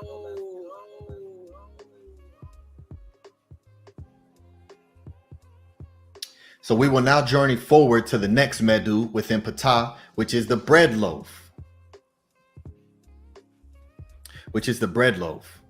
When we see here, we just went over this, the pa, and now we're at the ta.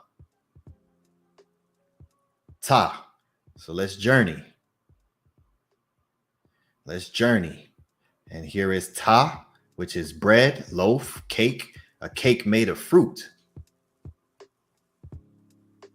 Mulberry bread, the 4 cakes of Sekhem and Akenu, the 7 cakes, the 3 meals of heaven, the 2 meals of earth. So ta, and you see a bread here, and you see another bread rising up, which is in a vessel.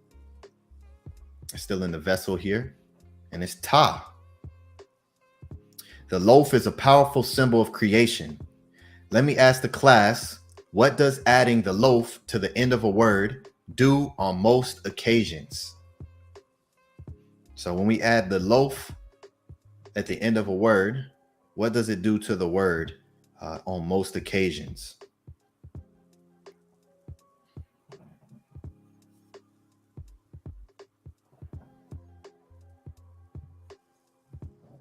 on reed mats. Yes. Hefe, peace, great brother, says learned a lot. Tua, Inika, Hotep. Gabriella says Nefer class Ani. So much knowledge is being absorbed. Yes, for the super baby that you have. Hotep and Henu. All right, here we go. The colors of the plants probably speak frequencies. Yes, that's a beautiful statement because colors do speak. Why? Because colors are frequencies.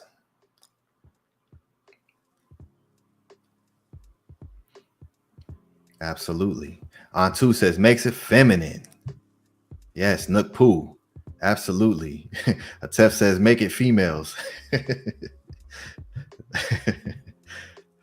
Angela Gates says fem. Yes, feminizes it. Absolutely. Feminine. Jay Kirkland, Robert Williams. Absolutely. Excellent.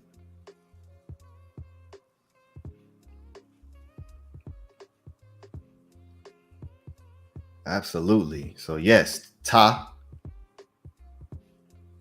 makes the word feminine.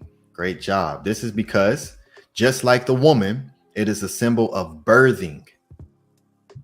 Another Nefer teachings of the balance of Aku, which is the word for spirit.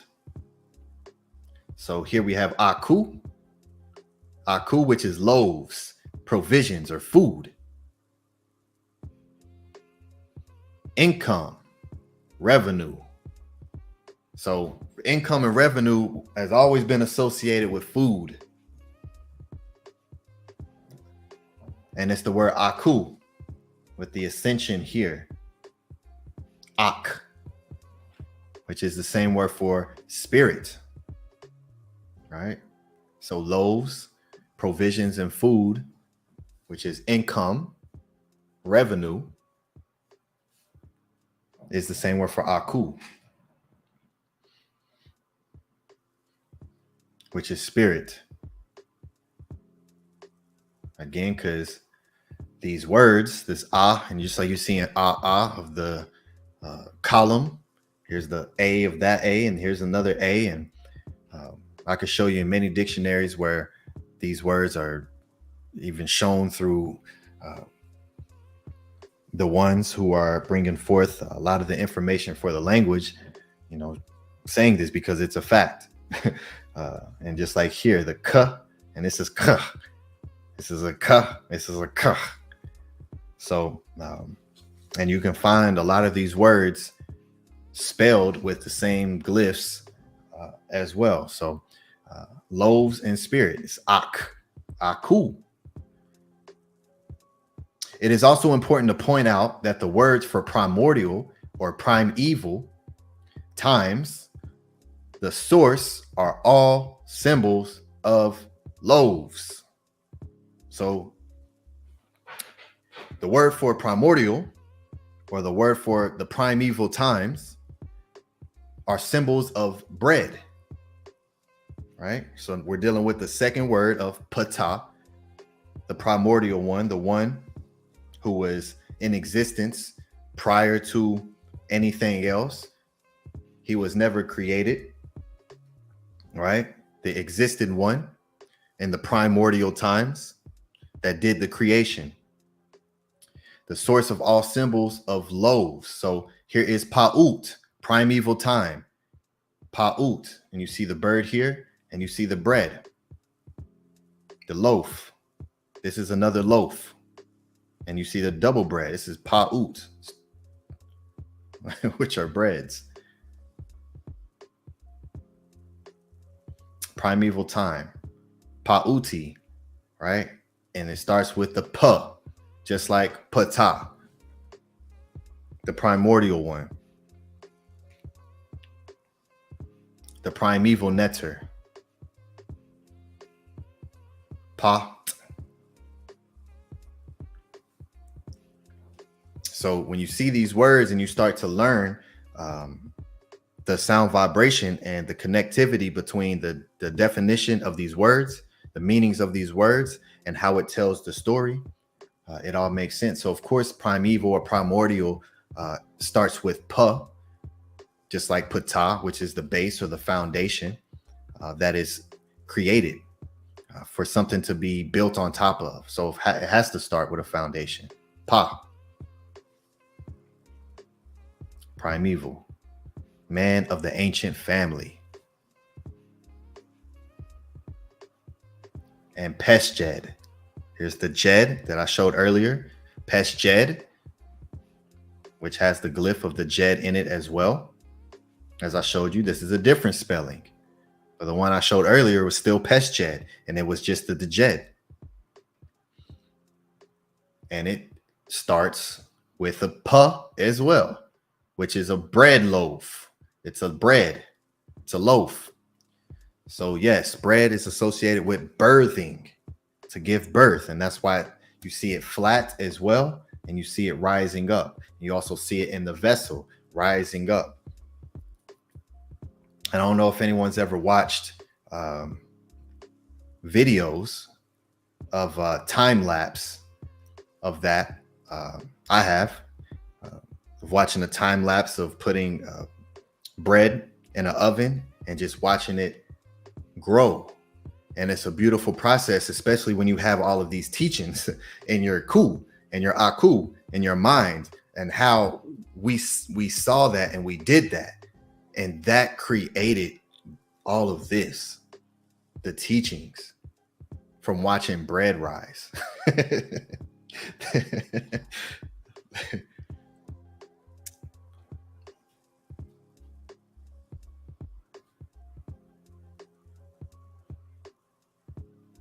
Welcome to Scribal Sessions number 9. Of course, Pesht is the number 9. The Pa'ut, the group of 9, the 9 NTRU, as I showed earlier in the Perm HERU. Pesht is 9. So of course it's going to be on Pa, Pa'ut, and Pet, Pata.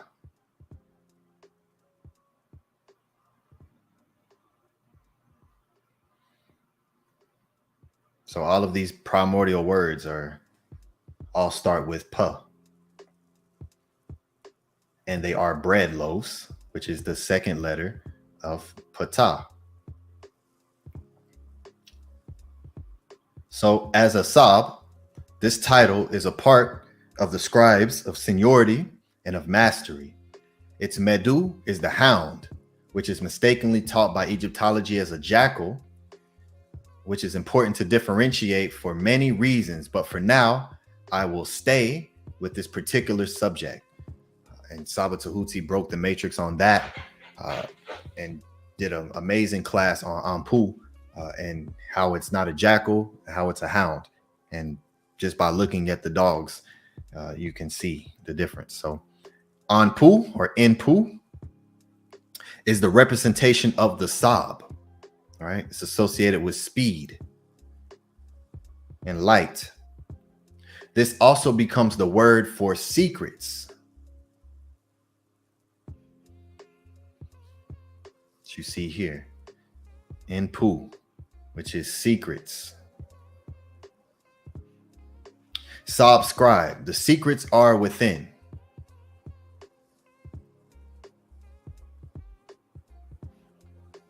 Sab, dignitary of unknown rank, prefix to title senior.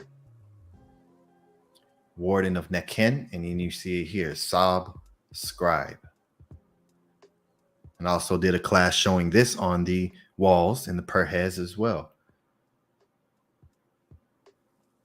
And the priests of the Ka in the Netzer Kurt and the Tuat.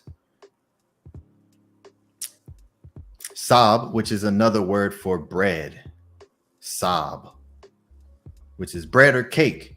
And you see this symbol here. And what is that symbol? It's the glyph S42, meaning to have power. Sekim. See see the same glyph here. Sab, Sekim, which is all connected to break, or to bread and cake. The keeper of the secrets. Sekim, the book of spells, or a magical book. You see it here. Sekim, which is the very first word of the MEDU that I utilize, which is Sekim, Arit, Mardert Ka'a. I have the power to do what pleases my Ka. Sekim, this is Sab.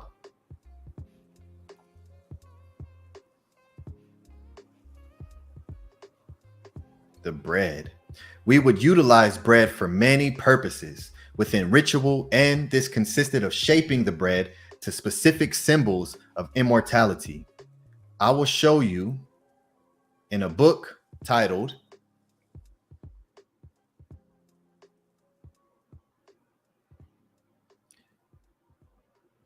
Does anyone know who that is?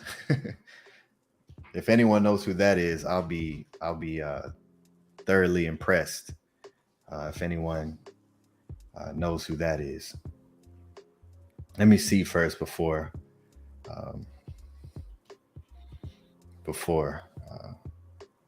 very he's pretty well known. Pretty well known.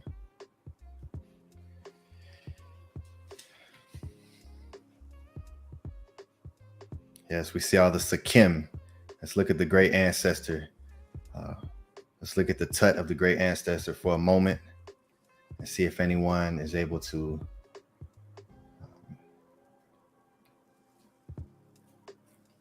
if anyone knows who that is.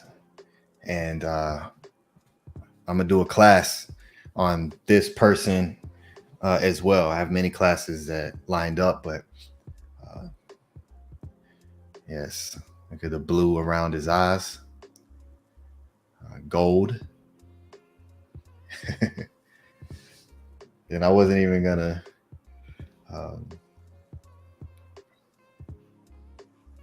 stop on this, but just looking at it, he said, stop, let them know who I am.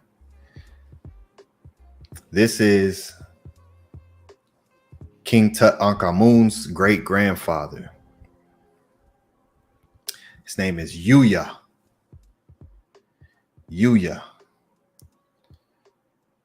And so he has a beautiful mate, Tuya. So Yuya and Tuya.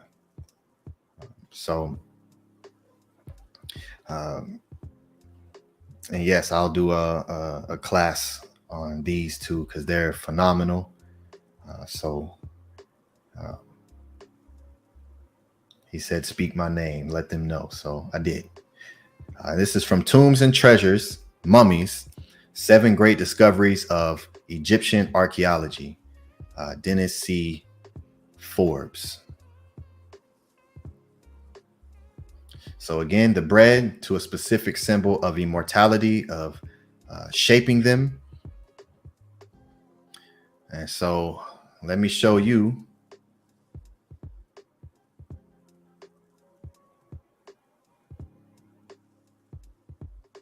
some of the breads that were found in another beautiful perhe of Ka and Merit.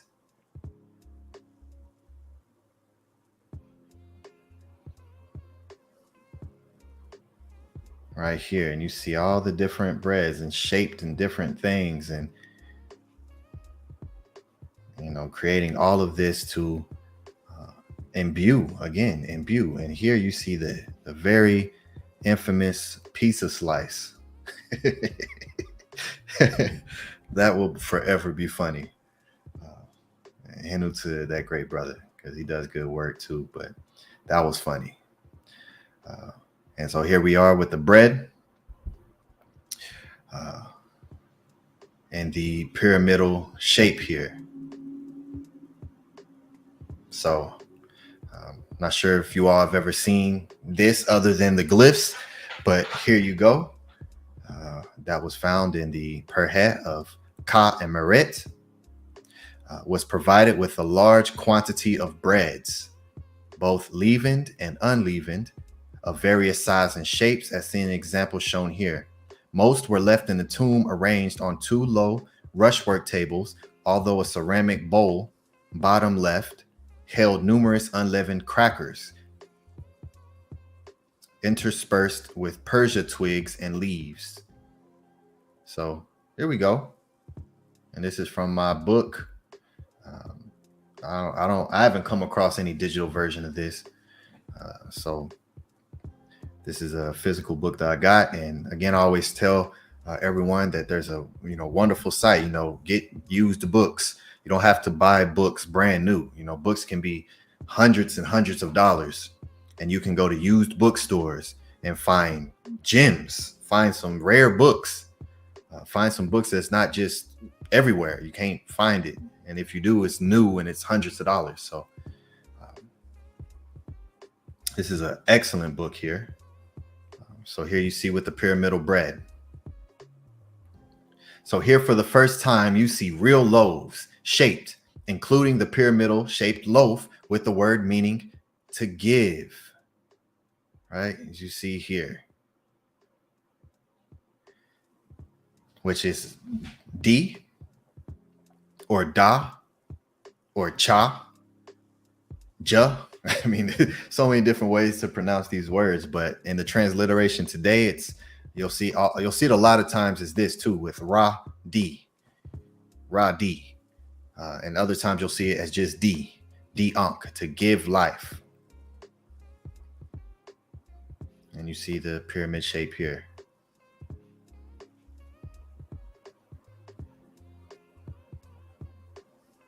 So here's another example of the pyramidal loaf right here. And this is from the University of Memphis.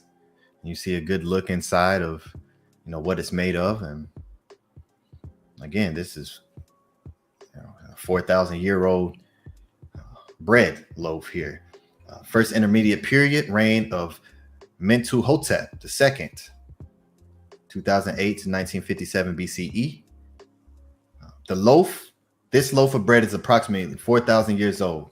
It was placed with other objects, either within or under the foundation of Mentuhotep II's mortuary temple at Deir el-Bahari in western Thebes. The objects placed in foundation deposits for ancient Kemetian temples were intended to symbolically stabilize and protect the 4 corners and the boundary walls of the temple. This was because the temple itself was believed to be a microcosm of the universe. And see, this is what they don't know, because they are using belief. We are a microcosm of all that exists. This is a fact. And so we always taught this.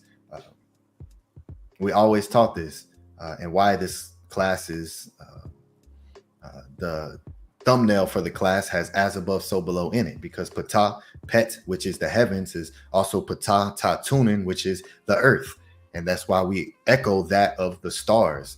And we are a microcosm, and we can see that through many different experiences. This is a beautiful thing. So no, it wasn't belief. It was a knowing. We absolutely knew it.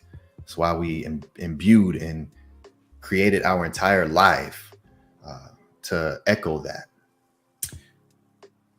King Mentuhotep succeeded in reunifying Tamari at the end of the first intermediate period, a period of decentralized power that separates the old and middle kingdoms. His reign of about 50 years saw the resurgence of sophisticated art style.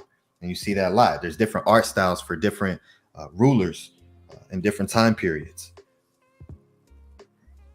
During these bread making processes, the grinding of flour and mixing of dough, the ever-present sand and even small stones became part of any bread that was made, whether for offerings or domestic use. These gritty elements wore down the enamel of the teeth, which led to abscesses. Cavities caused today by refined sugars and soft foods were not the culprits in tooth loss in ancient Kemet. So the actual process, and but dealing with the imbuement of the symbology of bread,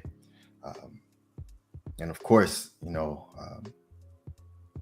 but that's why we invented Dennis, and that's why the great Hesi Ray existed, Scribe Hesi Ray, because that's what the civilization does. You know, when there's problems or issues, you find a solution for these issues, and that's what we always did. So yes, absolutely. And here is the inventory number, and that's how you know how you're great, when bread that you make becomes a museum artifact. Many times the D37, which is the double armed glyph here, is doubled in the MEDU and is interchangeable with specific glyph. Anyone want to guess what this glyph here, D, is interchangeable with? So let me ask before I show you. If anyone wants to guess what this word right here can be changed out with, keep to the theme of the class, and you'll have the answer.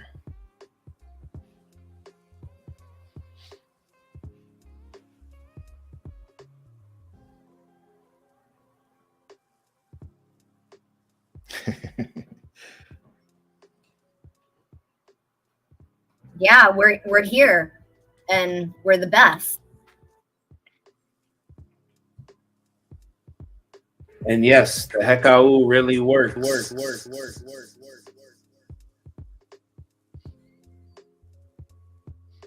Okay, let me come back here and see. All right. Nookpoo put to Chet.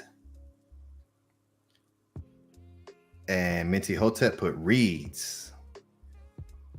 Angela Gates said, "Oh my word." Woohoo! So yes, Nookpoo, you are correct, because it's the word, right? D or da or cha, and so this will also be interchanged with the DJED. The DJED.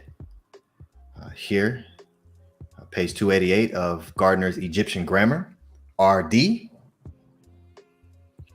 Originally, perhaps, and here's the cha. Here's the line with the under it, and chi. Cha. Has a feminine infinitive.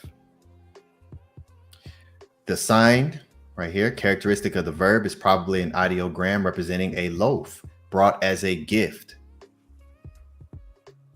For this, from the early Middle Kingdom onwards, is often substituted as a purely graphical variant of the outstretched arm, or even this with the little hook, the latter two being due to a confusion of the signs in hieratic.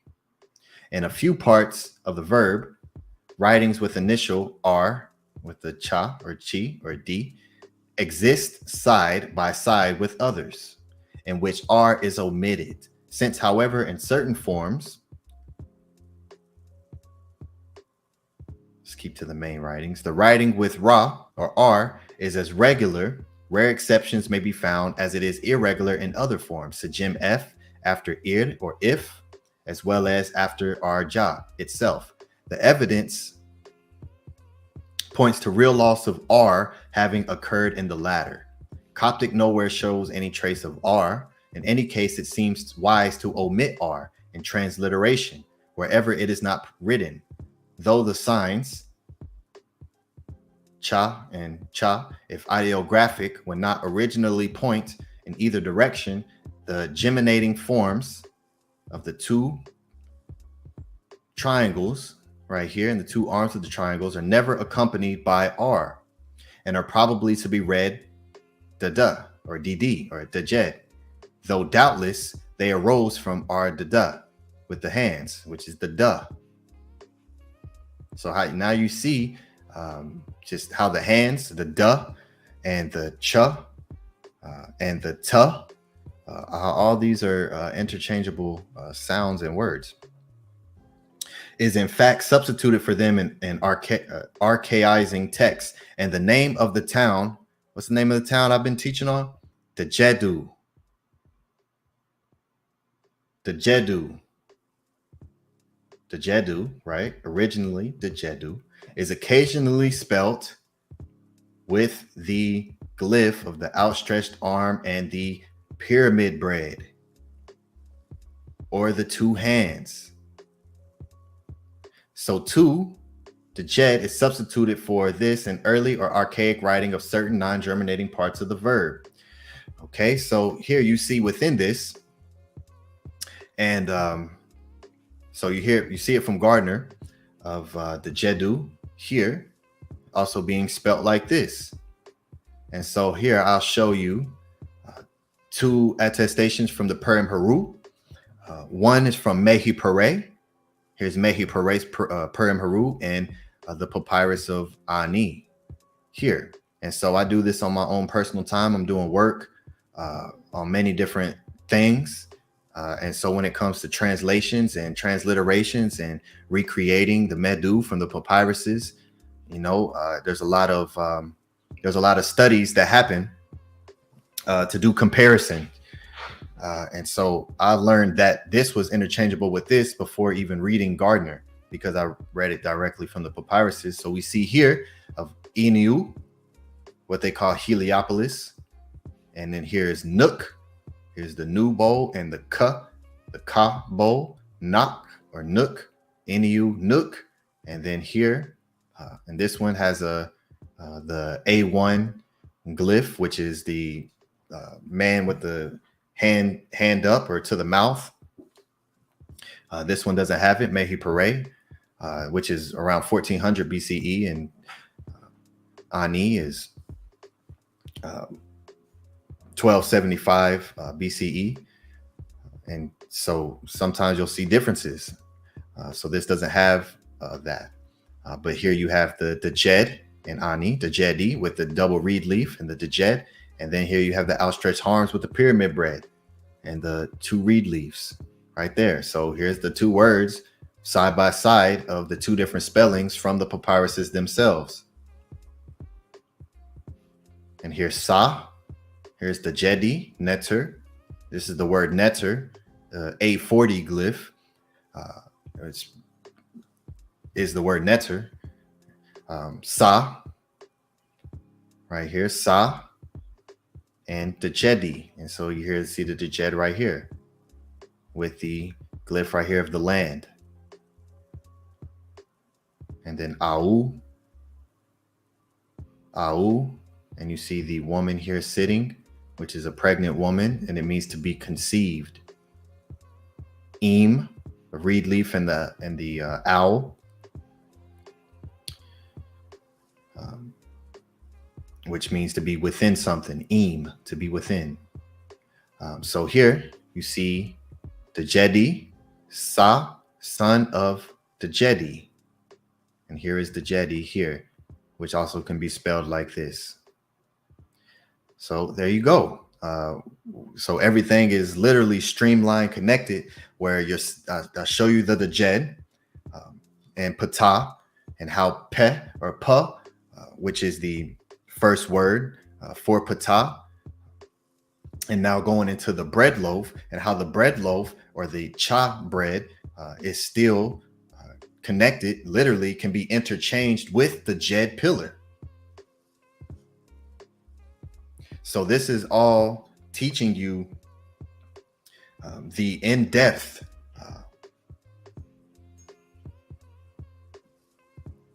teachings of the Nile Valley and the language, the Medu Neter, and how everything works in conjunction with each other, and how things will also be spelled in different ways. So it's very powerful and very beautiful, and how all this really just seamlessly tells the story and connects just all from within the Pa, in Ptah, and now the Ta, and the bread loaf and the birthing. So first, of course, you got to start with the base of Ptah. So this takes us right back to the DJED pillar. We always see represented as and always holding. You see the DJED, and the word pet is also a word for bread. Just Throw that in there too. Pet is another word for bread.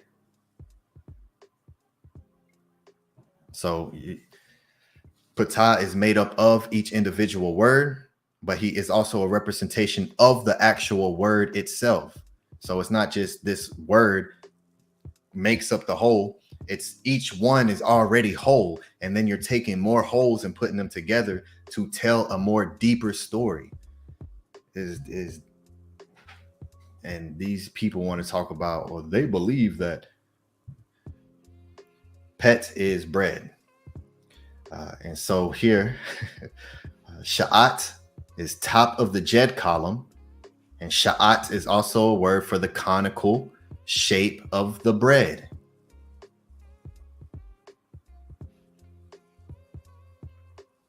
Top of the JED column, right here, is the same word for bread in the pyramid shape.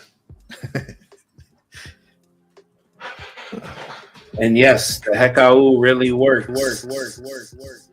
The bread was most commonly made from emmer wheat and less often barley, right? So it was made from emmer wheat, which is why you always see the connection with bread and beer, right? Because it was the emmer wheat that was used to create the bread and the emmer wheat that was used to create the beer. And Sabatudi did a great class on the beer part and showing a lot of the healing properties of emmer. And so that is what the bread was made from. Emmer wheat and less often barley.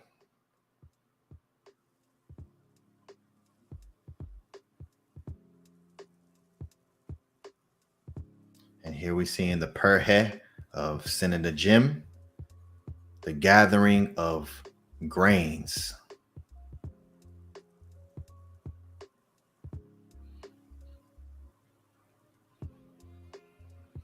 And Li Nefertari, harvesting, or Neferti, excuse me, harvesting grain, 1295 BCE.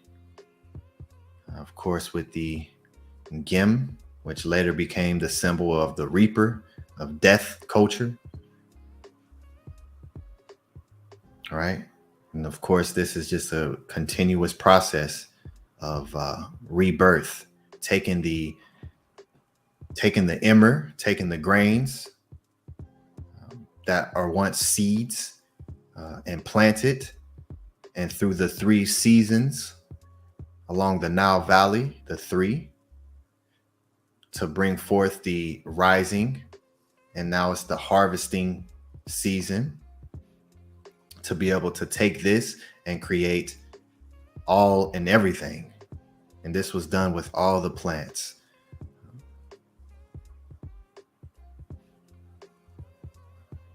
And you see Nefer right here. It's Nefer. Putting in that work. Sha'at, bread, top of the JED. Soul cakes of fire, caught up in a rapture like I need a baker.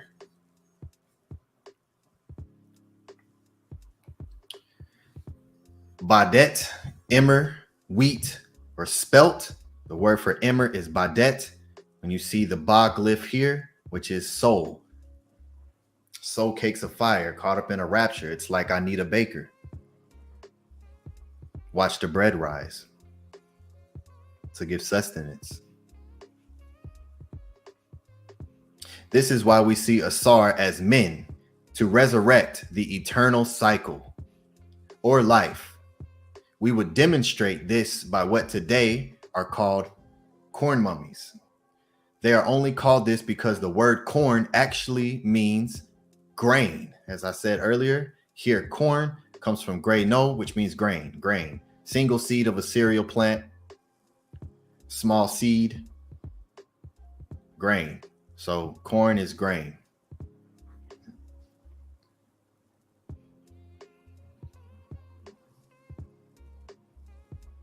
And so, again, we will demonstrate this within our imbuement, within our ritual, right, of resurrection and eternal immortality by using Emmer. What else did we use Emmer for? Right? To create the bread, to watch it rise, to raise up. We would use it to be representative of men or AUSAR.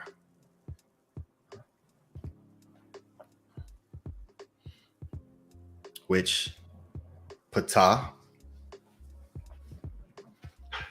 was the very first, which is why you only see AUSAR and PTAH in Sahu form.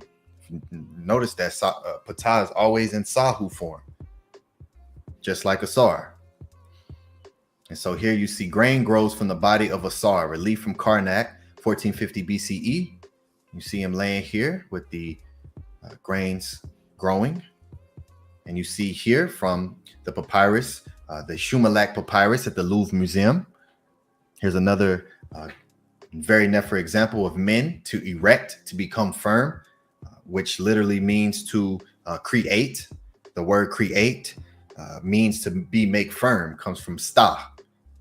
Literally means to make firm. And that's to create. That's creation, to make something firm. So when you have the foundation, which is firm, which is the base, which is pa, and you build on top of that, you can take the base and now you can place something for it to grow, which is the actual bread loaf.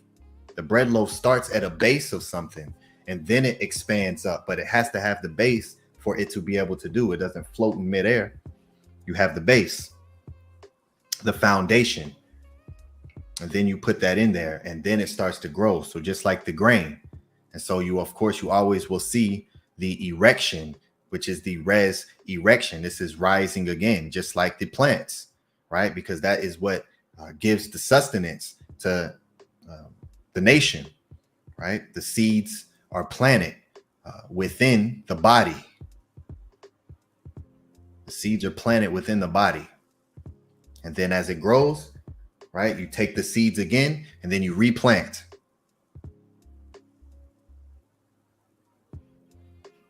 And this is why it's important to sieve, to filter out your own words whenever you're speaking. Because for one, just like the planting of the seeds, your words, your vibration comes from your Ebe, as PTAH teaches. And it's within you. And then it becomes erect outside of you. And then what comes out goes right back in you, literally. You hear yourself speaking. So it's a literal cycle of revolution consistently by speaking. And so what you produce goes right back into you. And so what goes right back into you determines what you will then produce again.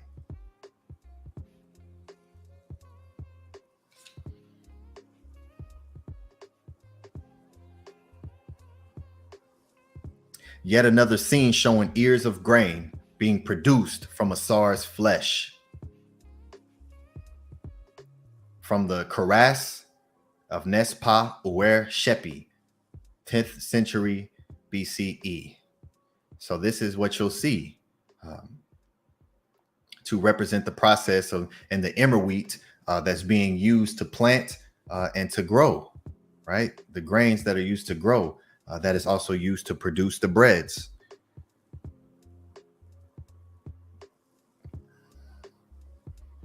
And so let me show you from the Perhe of Mehi Pere.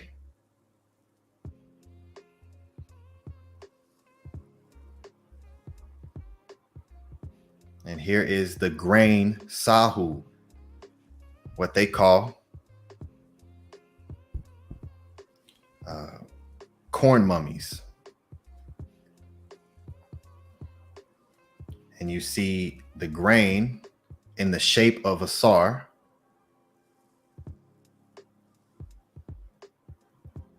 And this will be placed in the Perhe. And so, again, just another beautiful symbol of resurrection in a place where there's no light. This still grows. showing the symbol of rebirth, right? From what's known as death comes life again. So you see the grain sprout up, and these are sometimes 6-8 inches high, some higher. And so this is from the per head of Mehi Pare. Spell 330 of the coffin text. Becoming Nepher. I have entered into who? Offerings have gone forth, and it goes well with me. For my sister is in my presence. It is good for the flies and your father's snakes. My father, good offerings in the sky. O Orion, my father and my mother have been brought to me. I have gone forth from who? I have entered into who? I have gone forth from the great smiter. I have taken away their growth by day and in the evening because of the noise of the land when it quakes. You shall make to quiver those who are in the bonds of Shu, and Shu betakes himself to the inert ones. I live and I die. I am AUSAR. I have gone in and out by means of you. I have grown fat through you. I flourish through you. I have fallen through you. I have fallen on my side. The NTRU live on me. I live and grow as Nepher, whom the honored ones cherish, one whom Geb hides. I live and I die, for I am Emmer. So directly from the coffin text, we have AUSAR saying, I am Emmer, which is used to create the breads.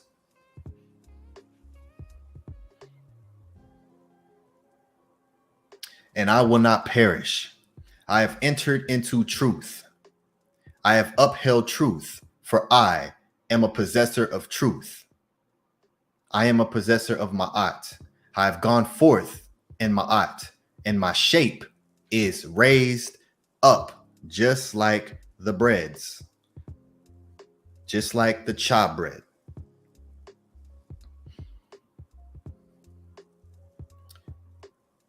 My shape is raised up. I am he who is preeminent in the Thanet shrine. I have entered into Ma'at. I have attained its limit. I am Ptah. My most joyful path is prepared. So you see it directly from the great ancestors. You see it directly. Becoming Nepher. I am Emmer. I am AUSAR. And I am Ptah. My most joyful path is prepared. I have gone in and out. I have cut off the winds upon earth 4 times.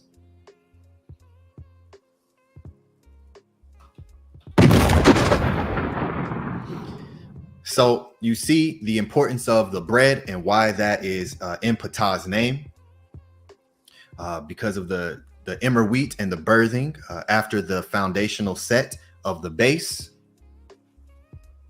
All right, so emmer is such a powerful thing. And here's another beautiful representation. This is called a germinating AUSAR brick. So this is on a smaller scale than what's in Mehi Pare. So here's a brick, same thing. You plant the seeds and grow the grain. Just as men is represented in the art. Here's the ascension number 20.2.30, 1100 BCE. And so now let me take you to the Berlin Papyrus 6616. Berlin Papyrus 6619. I put 6 here, but it's supposed to be 9. Let's rotate that. 6619. Right here. And the Berlin Papyrus, this is one of the earliest medical documents, one of the earliest mathematical documents as well. I'm gonna be speaking on the medical side, but there's also two mathematical equations on this papyrus that deal with and show knowledge of what people call the Pythagorean theorem. You know, they always give these. They always give this to the Greeks, but of course, we know here the masses don't. That's why we have to teach them that the Greeks came into the land of Tamari and they were our students. So what they call the Pythagorean theorem, the a squared plus b squared equals c squared. There is mathematical problems and equations on this papyrus to show reflection of knowledge of that. And this was 1100 BCE. So way before any Pythagoras was even thought of. So the rising of the loaf, which is made from emmer, was another symbol of immortality and birth. Grains were also used to determine pregnancy, creating the very first pregnancy test on the planet. How many of you all knew that? That pregnancy tests were originated in Tamare, in the land of the Nile, the Aterti of Kemet, the followers of Ma'at, created the very first pregnancy test. And it's actually on this papyrus here, Berlin Papyrus 6619.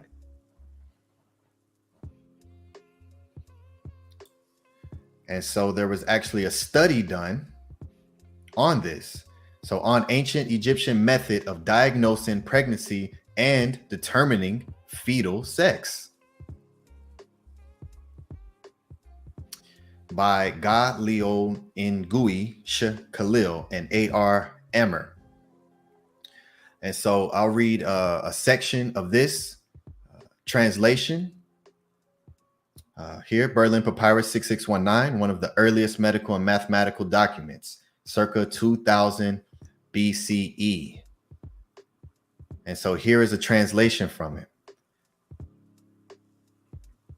Another test for a woman who will bear or a woman who will not bear. Wheat and spelt. Let the woman water them daily with her urine like dates and like sha'at seeds in 2 bags. Right? And remember, I showed that word sha'at, which is bread, and also the word for the top of the JED pillar. So let her daily urine on them, wheat and spelt, like dates and like sha'at seeds, and put them in 2 bags. If they both grow, she will bear. If the wheat grows, it will be a boy. If the spelt grows, it will be a girl. If neither grows, she will not bear. So there's your very first pregnancy test on the planet from the followers of Ma'at. That is on also a mathematical papyrus that shows knowledge of what people call the Pythagorean theorem. So this was 2000 BCE. Yeah, we do it again. So in this study, this is a great study. If anyone wants to research this and pull this up, it's very easy to find this. And so I'll show you the results. I won't go into detail with this study as time doesn't allow. Oops. As time doesn't allow.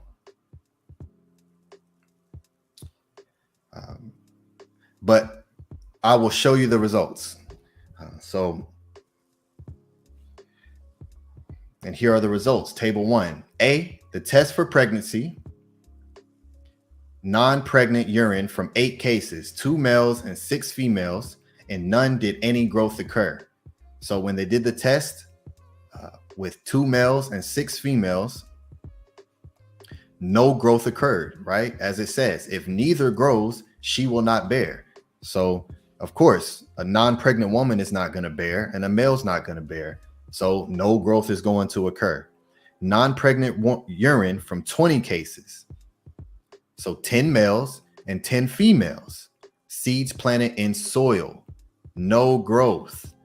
Just as it says, if neither grows, she will not bear. A non-pregnant woman will not bear. And then here's the third result. Pregnancy urine from 40 cases. No growth. There were 12 cases where there were no growth. Where there were some growth, poor growth, there were 5 cases. And growth approximating controls were 23 cases. So within the pregnancy urine, you see that there are cases where there are growth, and it's majority. So very powerful. If you're not pregnant, it's not going to grow at all. But if you are, there's a great chance that, and this is just on, one test. If there's just like sometimes today that, women have to take multiple tests. Sometimes you'll get false negatives. Sometimes you'll get false positives and test today.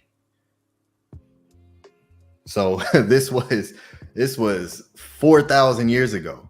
So of course, tests aren't 100% today. But even just within using the emmer and the seeds and the plants, we were able to determine pregnancy.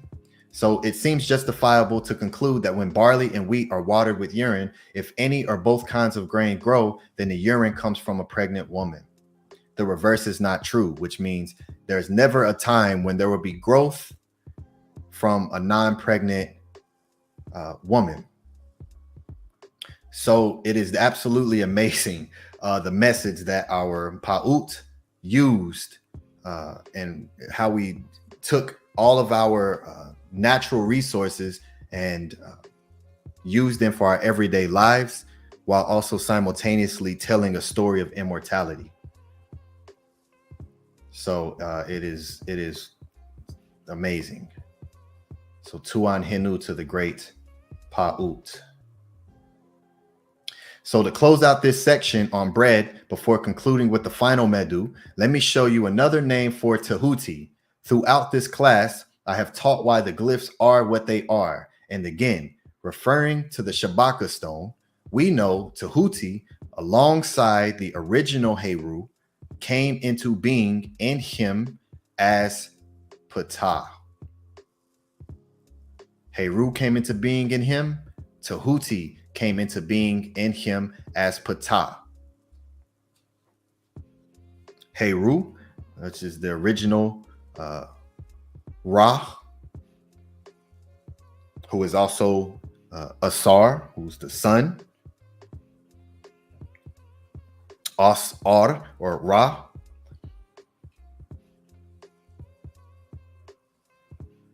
The bread loaf here is also Tehuti. And yes, the Hekau really works. So Tehuti is also the bread, just as Ptah, just as Asar. And it's actually his name in the dictionary is literally bread, loaf. Jehuti, who came into being in him as Ptah.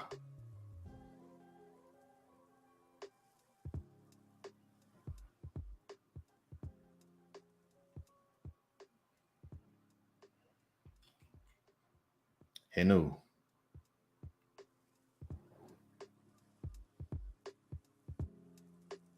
And here's a beautiful image.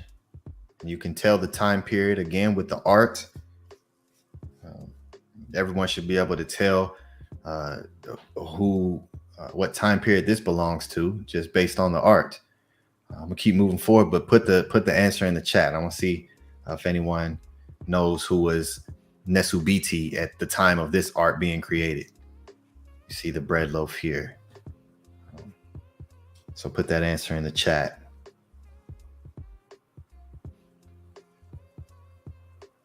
You see here, I made a nice ba bowl with my teachings. Okay, so now to conclude, let us take a look, and this will be a quick look into the very last MEDU, which is the HEH, the H, which is the wick, the V28 glyph. Let me see. There we go. Nukpu says Akhenaten. Absolutely. As Legay said, Rome. Rome. Yes, this is Akhenaten. This is most likely his hand right here. And one of his daughters.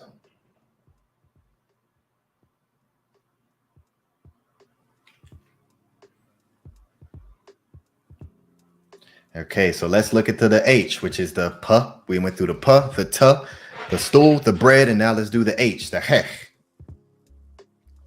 To everyone for sticking with me. I know this is a longer class. I didn't really plan for it to be this extensive, but Tuan Hinu for everyone who's still here with your full attention, taking in this very powerful information. Tuan Hinu to all the great Karu and Meru. And so, yes, here is the wick. This procedure shown here is ultimately easier, drawing a series of loops, one above the other, and it is closer to ancient examples. So this is why this is a great book, because it goes and it shows you, right, how to draw the glyphs if you need assistance with that. So it's a great way to practice your scribing. The uppermost loop is often larger than the others. The use of the twisted flax is well illustrated by an Old Kingdom lamp. And so you see here the lamp and the twisted flax in it, wick of twisted flax with a similar sign, hot. Wick, hence phonetic heh, as late determined once, and takah, which is candle, which is the bread loaf, and ka.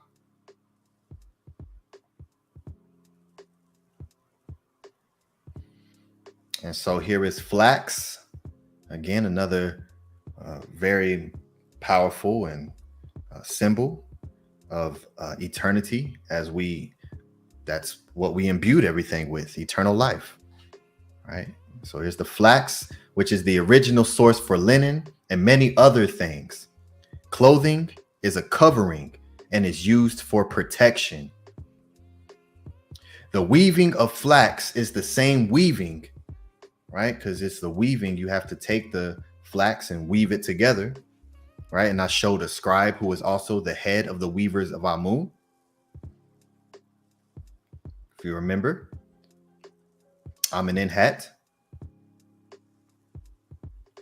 So the weaving is the same weaving that Ptah does as he creates, weaving frequency together, literally creating the symbol chosen for flax. This process is connected with eternal thought. Yeah, absolutely. Learning to weave,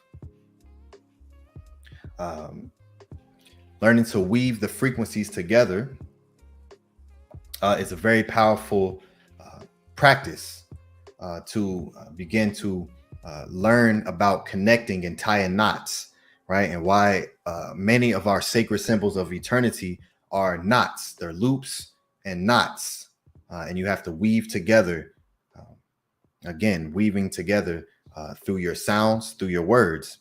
And so you can see this in many different ways. So the word for flax is mehi, in which it means to take thought and to ponder on.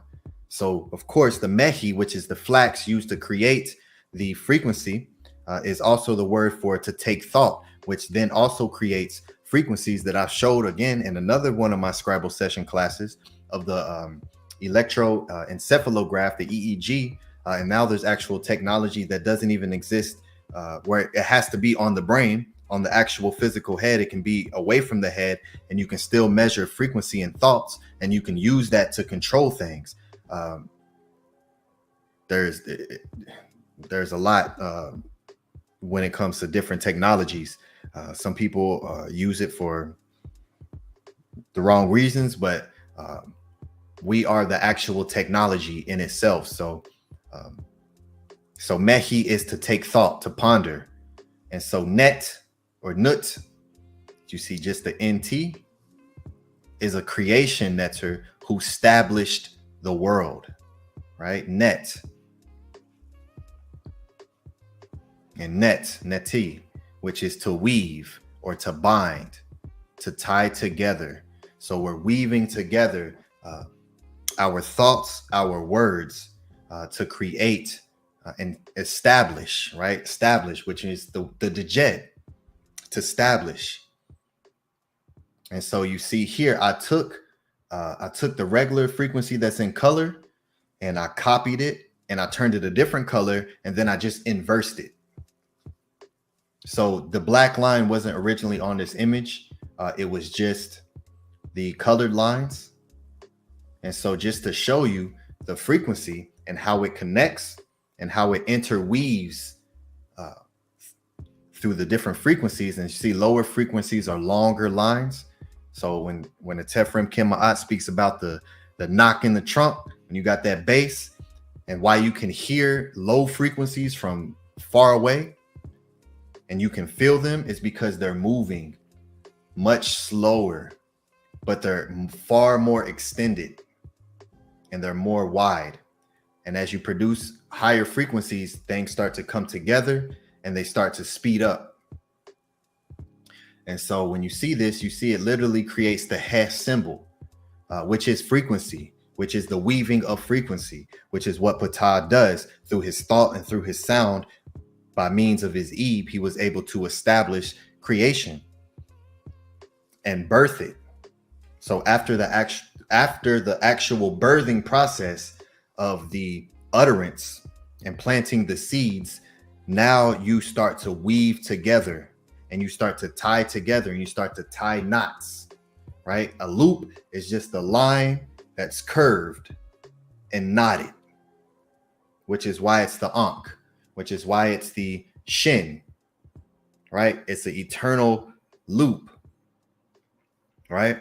But also the extension.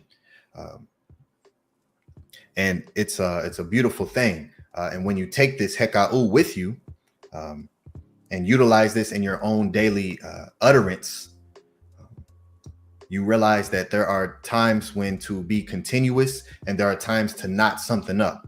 It's time to tie this knot. And with that, you're able to rejuvenate and renew over and over again. And so the frequency is what weaves. And so you have net or nut, which is also a natert as well. The weaver, right? Neith.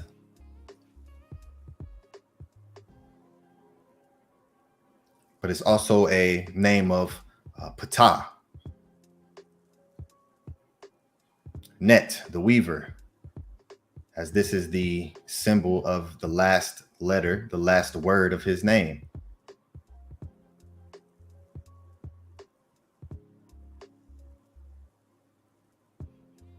Flax was used to create the wrappings, used to protect the sahu, which brings eternal life to the khat. One of the 9 aspects of eternal life itself, the sahu, which the khat is one as well. But here I'm speaking about the sahu and the wrappings. 9 aspects of eternal life itself. As we think, we speak. While utilizing both of these, right? The sitting and the standing. Verily, my forms are inverted.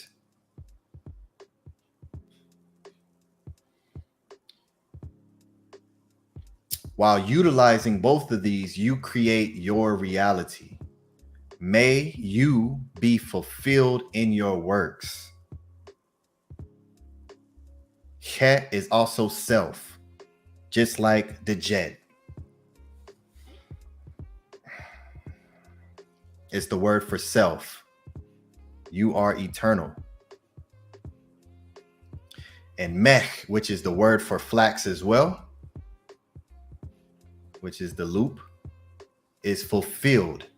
Fulfilled in your work. And he, which is a long indefinite period, endless or limitless. And you'll also see this bird here, or neheh, which you'll see the N waves in there. A lot of times for this word eternity, right? Netheh, or Taheh, city of eternity, the tomb, the Perheh, right? The house of eternity. And so this is the head, which is self. This is you. Be self-fulfilled in all your works for eternity. Know your works. Oh, and here, I'll put it in here. The Neheh with this bird here, eternity, forever. Everlasting work. Kat Neheh. Because kat is the word for work, just like kat is the word for body. So always at work. That which endures forever.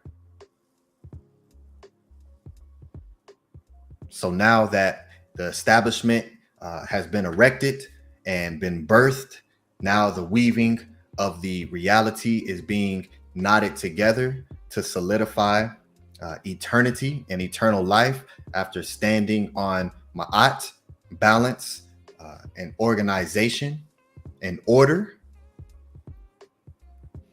You have Ptah. This is what makes up Ptah's name and why it is what it is.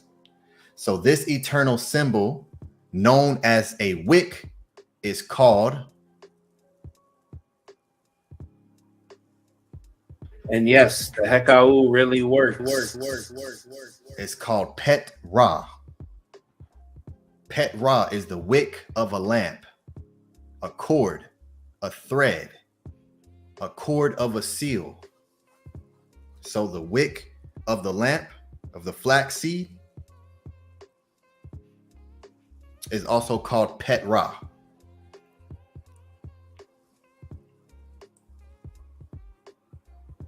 Which roots in pet with the mouth glyph Ra.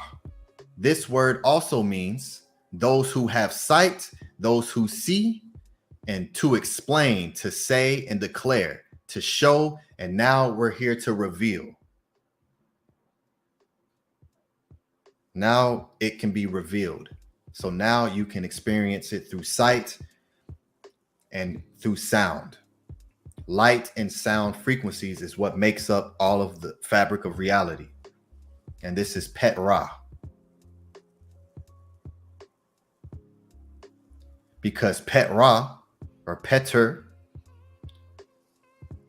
literally means to open the door. Pet, you see here, Pete, Pata, open Ra, the door. Pet Ra. Open the door, open the hatch, open the entrance.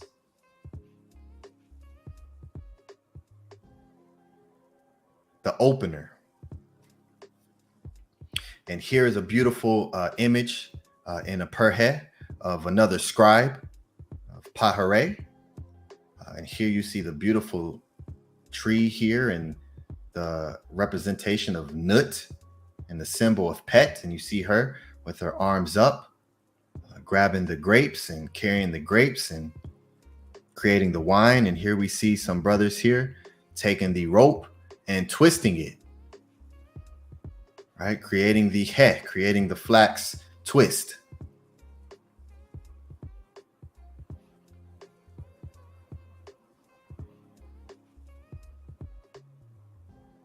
And you see the symmetry that's being demonstrated of the twisting. All the process, everything that we did was imbued within our way of life. So this is the scribe PAHARE. If you like to listen to his Sikkim writings, he left in his Perhe, search the prayers of PAHARE here on the HOA that the great brother Tefrim Kema'at read. So this was very powerful. I love this. I love this writing from the scribe here. I love in particular one thing where he says, I will answer your prayers. So being an ancestor and how the ancestors answer your prayers, how we pray to them by endowing them and providing the necessary sustenance. They too are able to assist and help you and answer your prayers. And that was in PAHARE. And here he is right here. Very Nefer, and you see the baboon under here of Tehuti, and you see the scribal palette right here. Welcome to Scribal Sessions.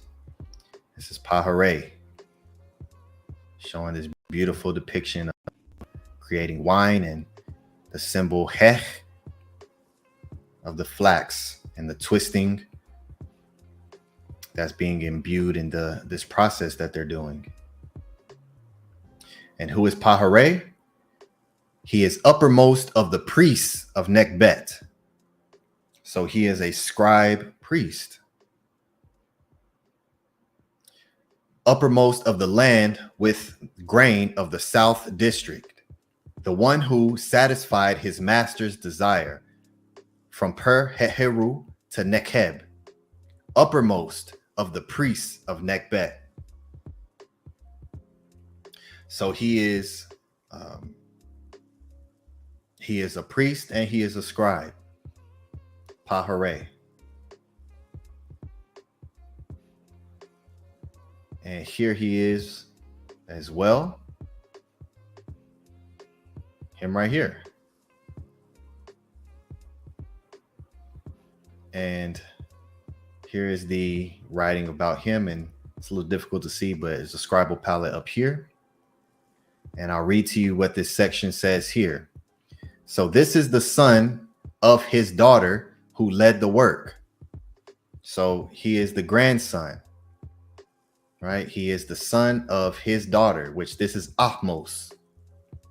This is Ahmos, and PAHARE is Ahmos' grandson. And he is the one who led the work in this tomb, in the Perhe of Ahmos, whilst making live the name of his mother's father, the draftsman, which is literally scribe of contours, PAHARE, justified, which is true of voice. So Henu to the great ancestor, the great Pot, Pa'ut, PAHARE, scribe and priest. Hotep Henu to PAHARE.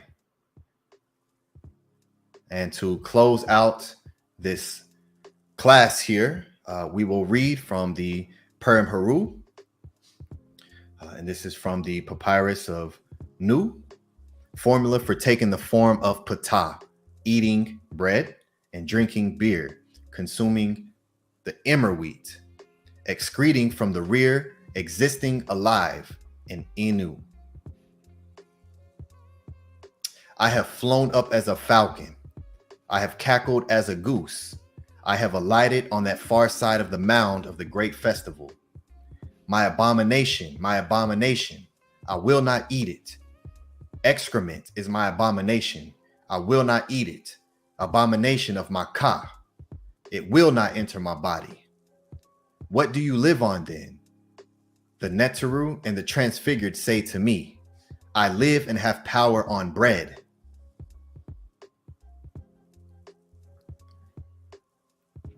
Do you really eat? The gods and the transfigured say to me, I have power. I eat it under the branches of the Ima tree of Hethor, my lady, who makes offerings, who makes bread and beer, brew and Inu. I wrap around me the kilt from the hand of Tait. I stand, I sit, at the place I wish to be.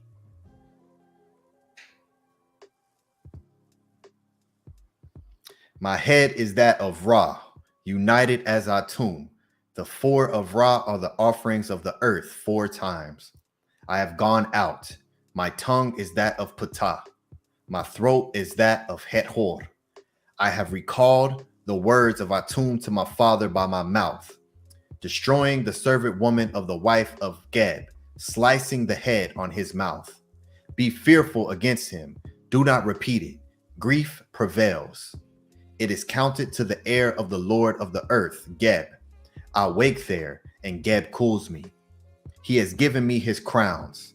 I have placed the gods who are in Inu upon them. I am their Neb. I am their Ka. I am mightier than those of the lords. I have sex. I have power over millions. Usir Ira Nebetiu Nek E Sekim E Imhehu.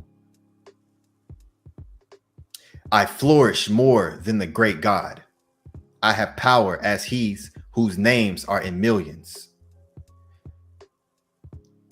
The one who is able to repel as he wishes, who has guardship over all people by ears and by his eyes.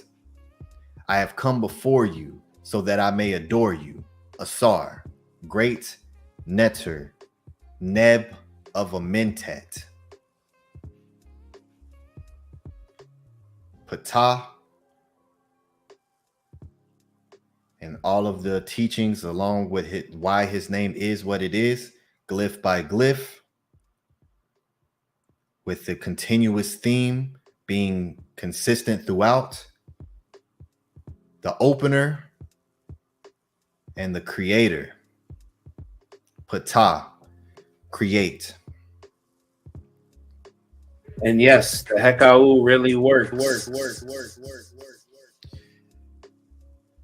Henu to the A'a to the Or Neter Ptah.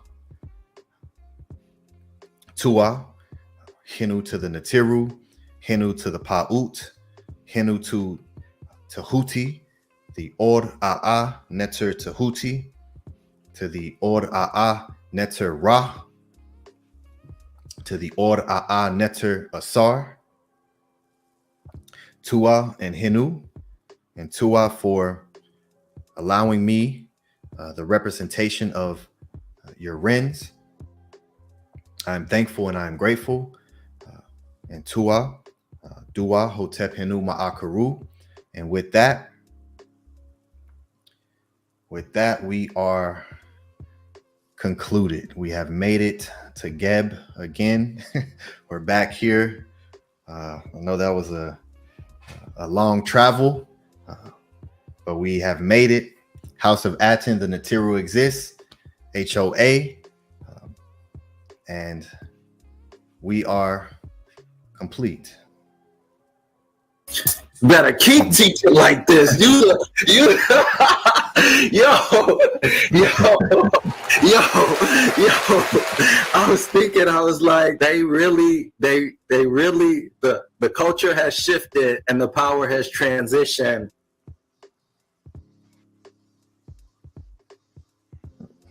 Hotep. Hotep. Peace and love, great brother. I told y'all we don't know what this brother gonna bring to the table. I told everybody, yo, listen. Let me tell you something, great brother. First of all, let me give you your adoration, because that was absolutely earth-shattering, groundbreaking. That is very, very high level. So let me give you your adoration and tell you how wonderful that was. I went into a zone, bro. Like, I didn't go to sleep, but I was like in a zone, like almost like a meditation. Like I can't even really explain it.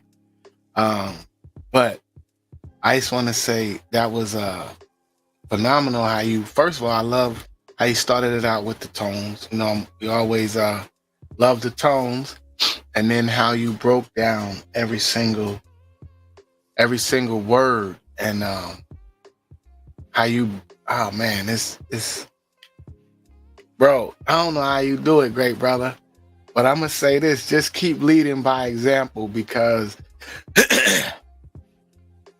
what you showed here was phenomenal, bro. It's phenomenal teachings, great brother. I'm honored to stand alongside you.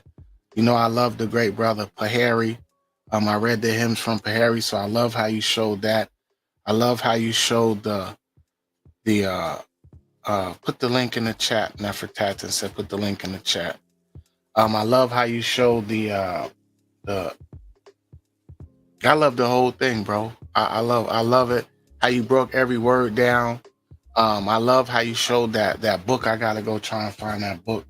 I think that's my new thing now, trying to find all the books that people show. I'll be going to the library, and they got an old historical library here, and I'll be trying to find old books, and then I gotta get that thing that you have where you scan in the actual book there, or else I'm just gonna take the book and they just gonna charge me for it at the library.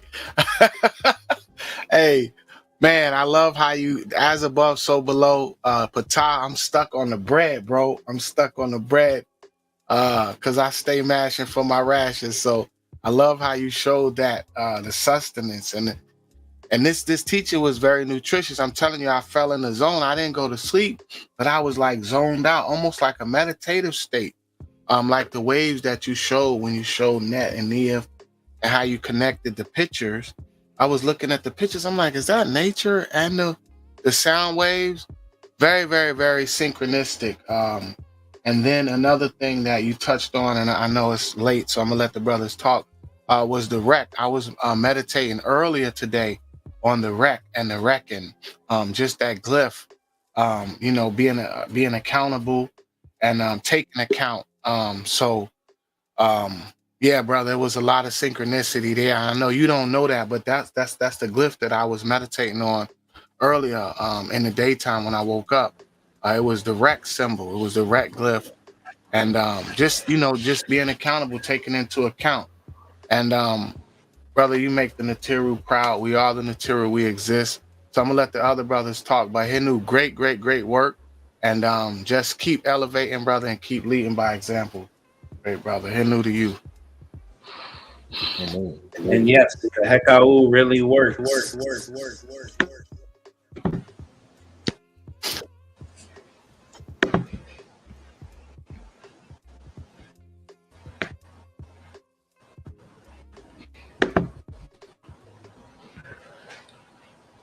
You're on mute, Primordial. All right, can I be heard? Yes. We good? All right, bet. All right.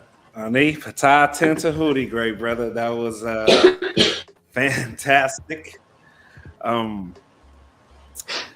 My favorite, what really blew me away, man, my favorite part is how you mentioned how the primordial, the primeval is always in existence. It was never really created. And then it created PTAH. And that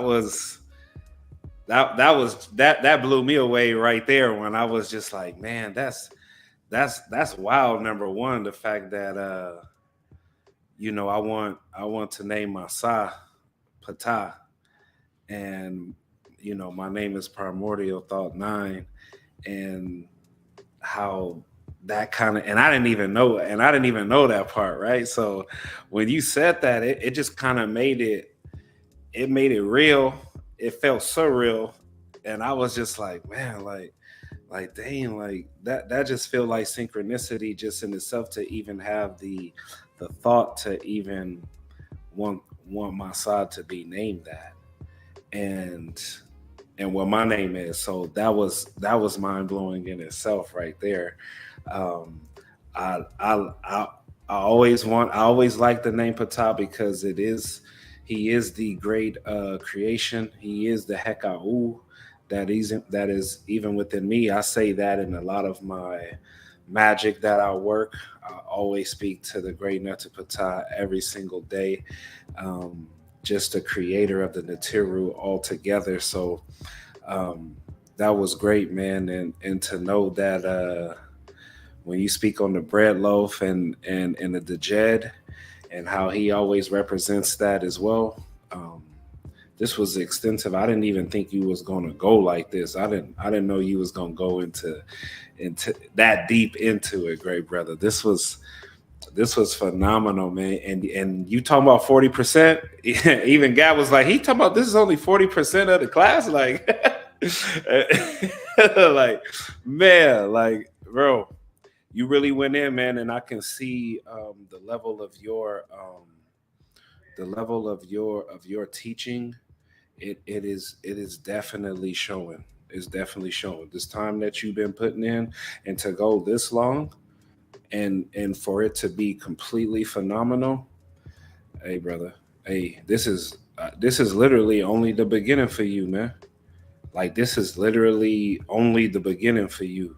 And if this is how you are in the beginning, I can only imagine what you 20 years from now, brother. Like, I can only imagine what you like once you reach Saba age. You know what I mean? Once you up there, man, I can only imagine. And all I can do is hope and pray that I'm still right there by your side. You know what I mean? Watching the growth, watching you do how you do. And I just want to say Tua for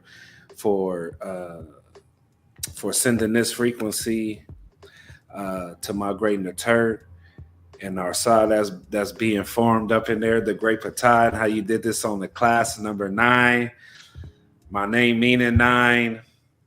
Oh man, you know I locked in, bro. So this is definitely my favorite class that I've seen you do, and I'm just completely grateful, great brother. So Tua to you, man. Dua to you. Dua. Yes, Hindu, great brother. Yeah, it's a beautiful thing. Tua for that, and yeah, it's a beautiful thing, you know, when you see the pa and the pa'ut and the pa-ta, and how it's just a wonderful thing. So, and that's what makes your logo so powerful, and what you utilize to represent. Literally is the bread and the waves. So yeah, Hindu to you, great brother, Tua for that. Hey, you got me again too, man, with them play of words. This whole time I was over there singing, caught up in the rapture like Anita Baker.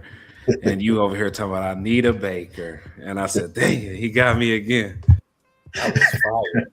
That was fire how you did that. Nefertari, please, would you like to share your Eve with us, what you thought? What's up? Peace, everyone. Mariani Pata is an extremely Nefert class, and I didn't realize it at the end. It was probably your intention, but this class is really special because it really felt like a dedication.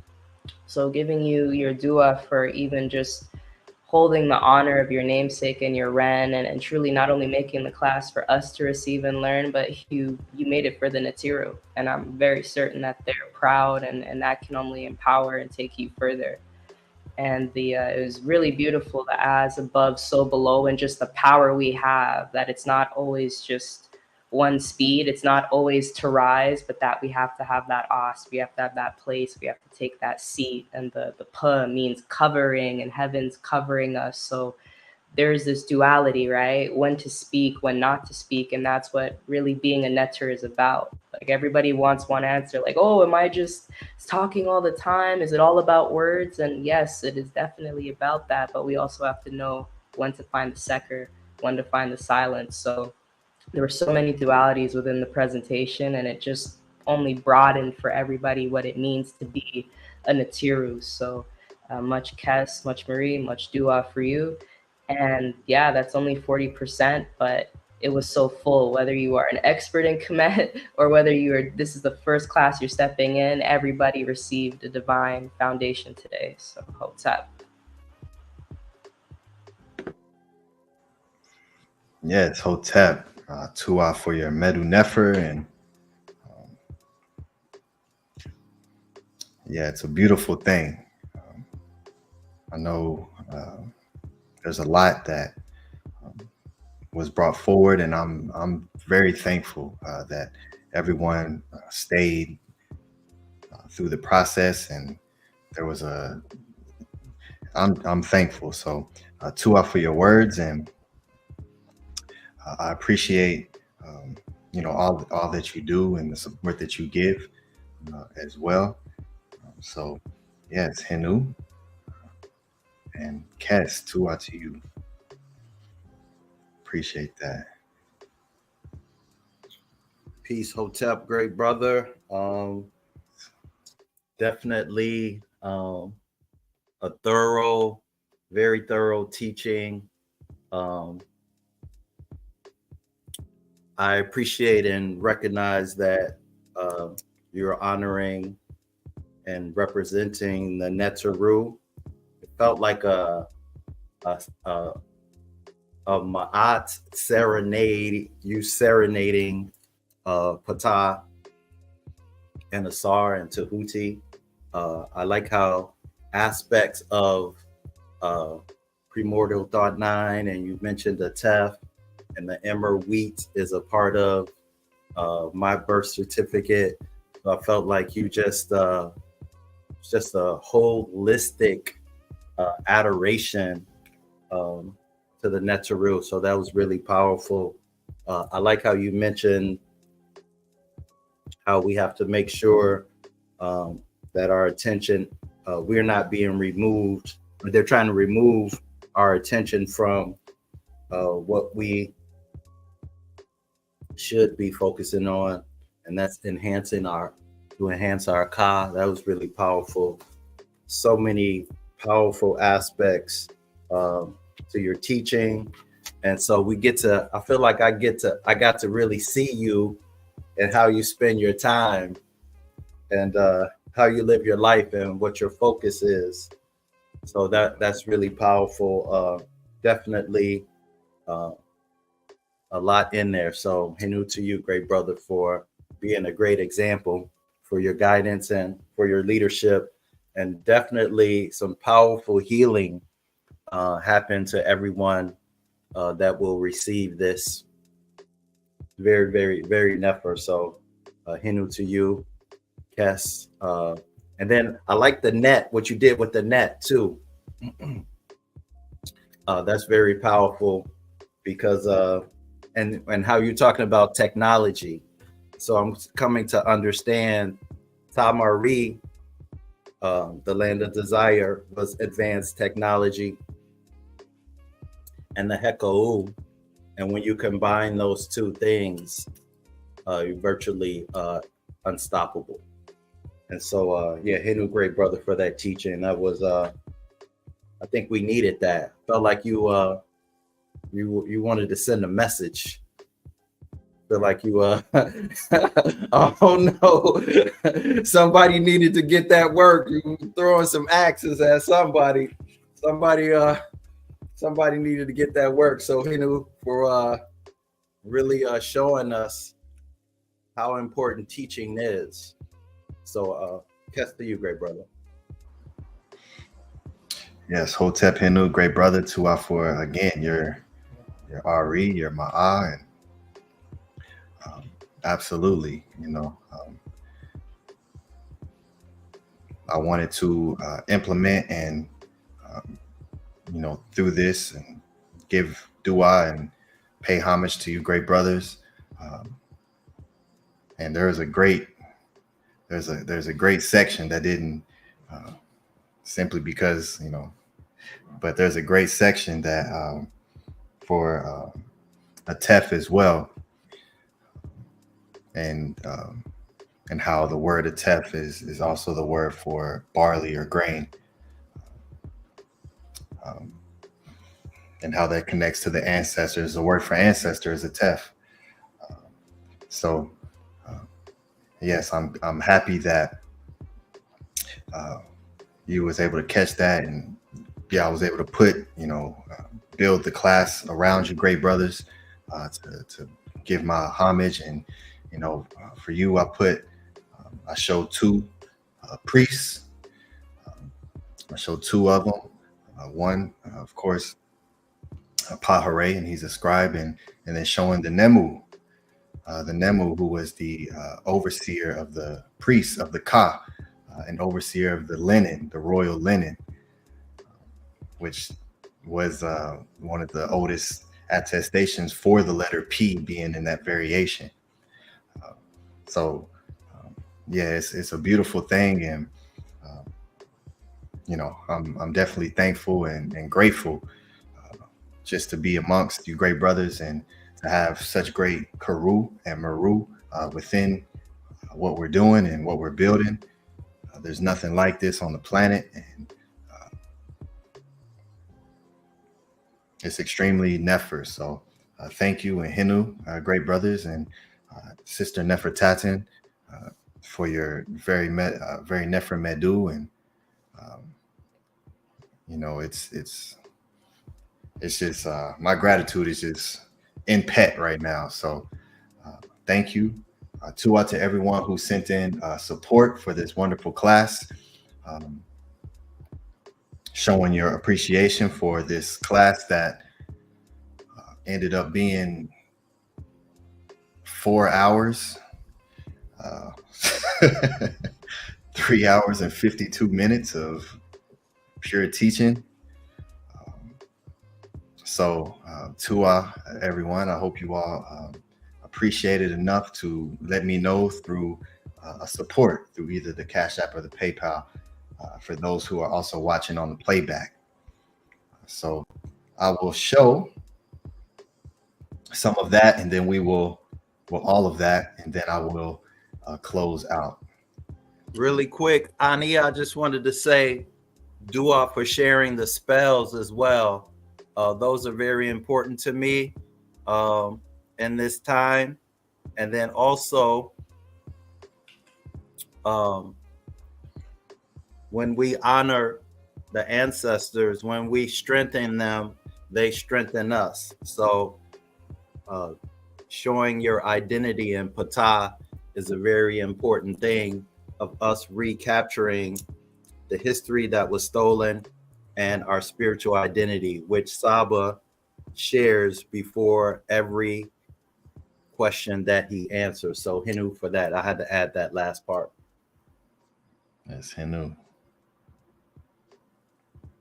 Hotep, peace and love. Nutpu, Nutpu. Hotep NTRU. Yeah, that was powerful teachings, man. I appreciate that. Definitely was well needed. Definitely appreciate the part where Ptah deals with the bread, how important the bread is, how you related that has to do with female, with the growth, and then you brought it back with Ptah. So it was real powerful. I can't believe we made it through this class. I feel half drunk with all that Ember talk he was talking, so it was real powerful too. Yes, Nini Ka, absolutely. Yeah, you know, we're getting drunk off bread and beer in the class. So Hinu to the Emmer, and Asar, who says I am Emmer. So I feel you. I feel the same way. Halfway delusional. So to our great brother Hinu for that. Yes. All right. Let us show the support, Hinu and Tua, to all the great Meru. And so we will start with the lovely Gabriela Lopez, who sent this support in earlier in the week.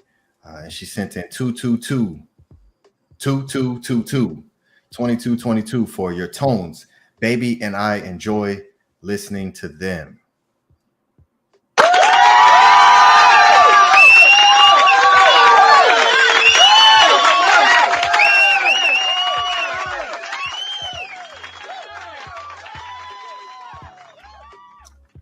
Yes, Hotep, Gabriela, Tua, that makes me happy to know that.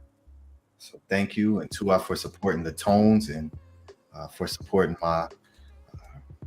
my creations, and it's a beautiful thing. I'm glad that you appreciate them.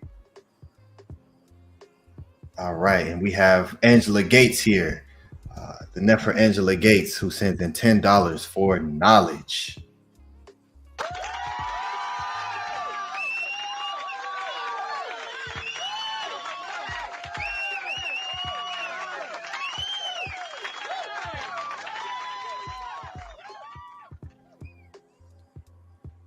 Tua to Angela Gates, always here.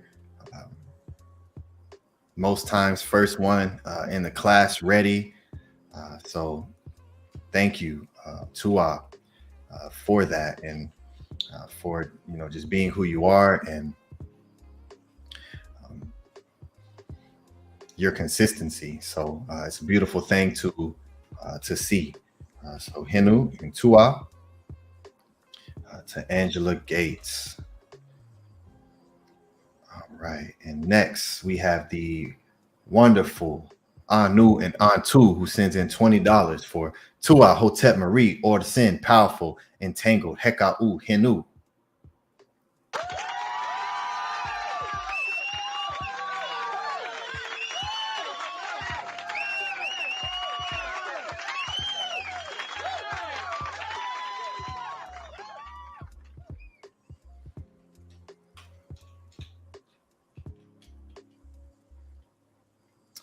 Yes, Hotep Henu to Anu and Antu, who do a lot for the House of Aten.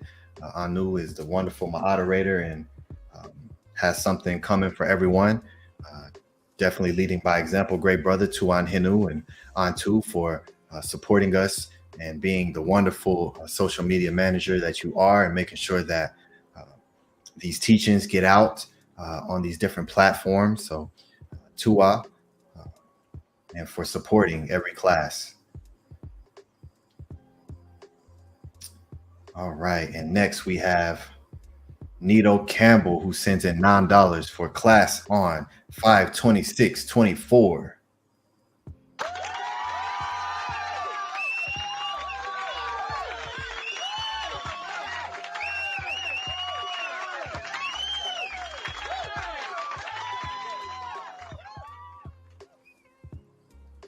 Yes, Henu to Nito Campbell, who supports every class. I know we're adding more classes. We're bringing forth more classes. So, but Tua for still dating these, and for supporting great brother, and always being consistent with that. So Tua to Nito Campbell, who is Squano in the chat. All right, next we have the great brother who's on the panel with us, who sent in 2 supports. And I will read this first one. He sends in 333 for Dua Netzer Patah, as above, so below, as within, so without. And he sends in another 333 for Henu Dua Netzer Patah, powerful presentation, Ma'at.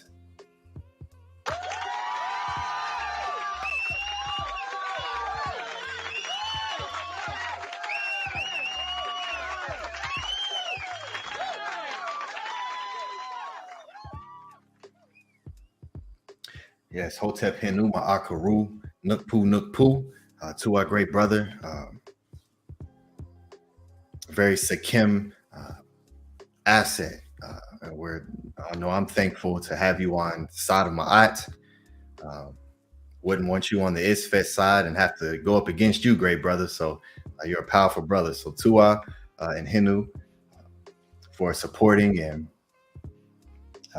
just being everything that you are within the HOA, great brother.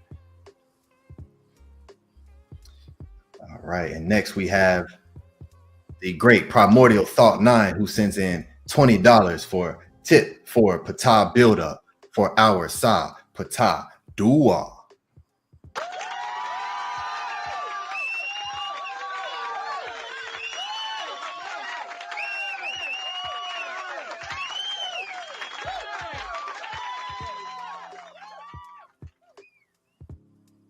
Yes, Hotep, great brother, Primordial Thought 9, you already know. Henu, Tua, just again for just supporting me, and you support the tones, and I know you appreciate them, and you support the classes, even with you still being here on the panel with us. So to our great brother for just leading by example and being a great reflection of Ma'at. So Henu and Tua, great brother.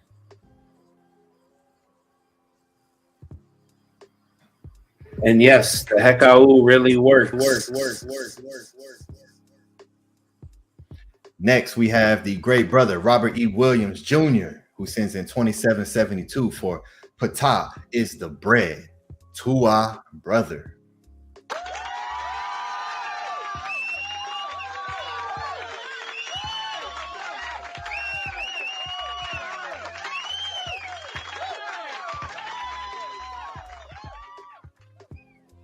Yes, Henu, Robert Williams, extremely consistent brother, always supports. You support every class as well. Tua and Henu, we definitely appreciate your presence in the chat. You say, I just want to learn, and that's a beautiful thing. So I know you say got a long road, but the greatest thing that we have is leading with the left, taking one step. And when you stay focused in that, next thing you know, you've traversed way further than you could even see last time you paid attention to that. So Henu to you, great brother, for just being exactly who you are and showing up and supporting and being a very Nefer Aku in the chat.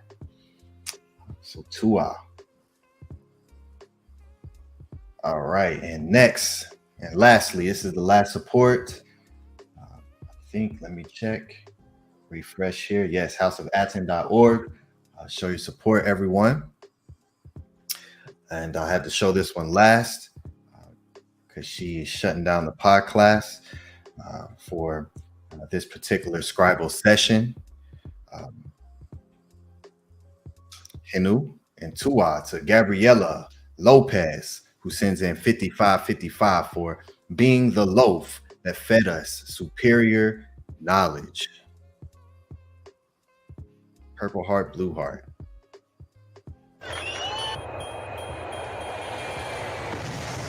Let's go. You gotta keep teaching like this. You.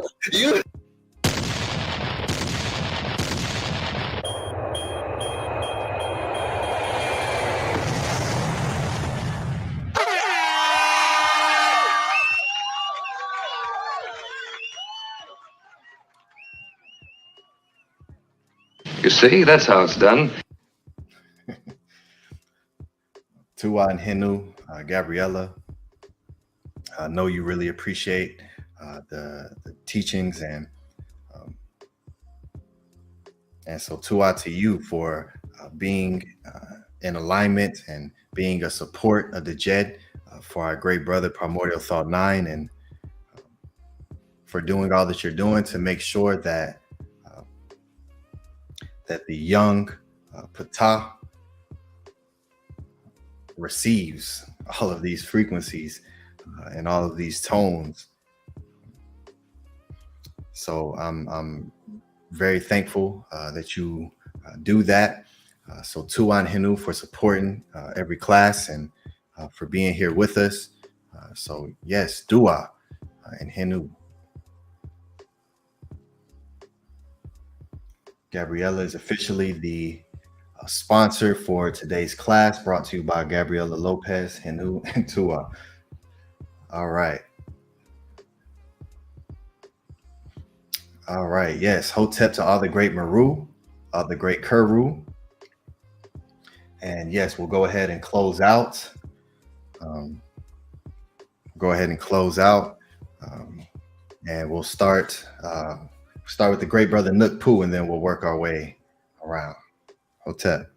I wanted to add one more thing, not to sound religious, but Jesus fed the multitude with one loaf of bread, which relates to this, lesson. So that's deep. Yeah, I appreciate this. We got you through a lot of information, a lot to absorb. It was real powerful, man. And don't stop, just keep flowing with it.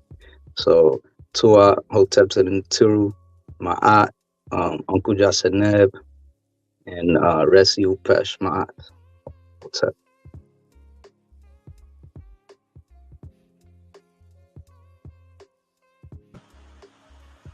Hotep, Nefer class really speaks to the abundance of Ma'at, that something that we say, the Ren that we say so often for Tom Mary, Kemet, Kemet, Kemet. So it's very beautiful and Nefer to find that Kemet also means the soul of Ptah.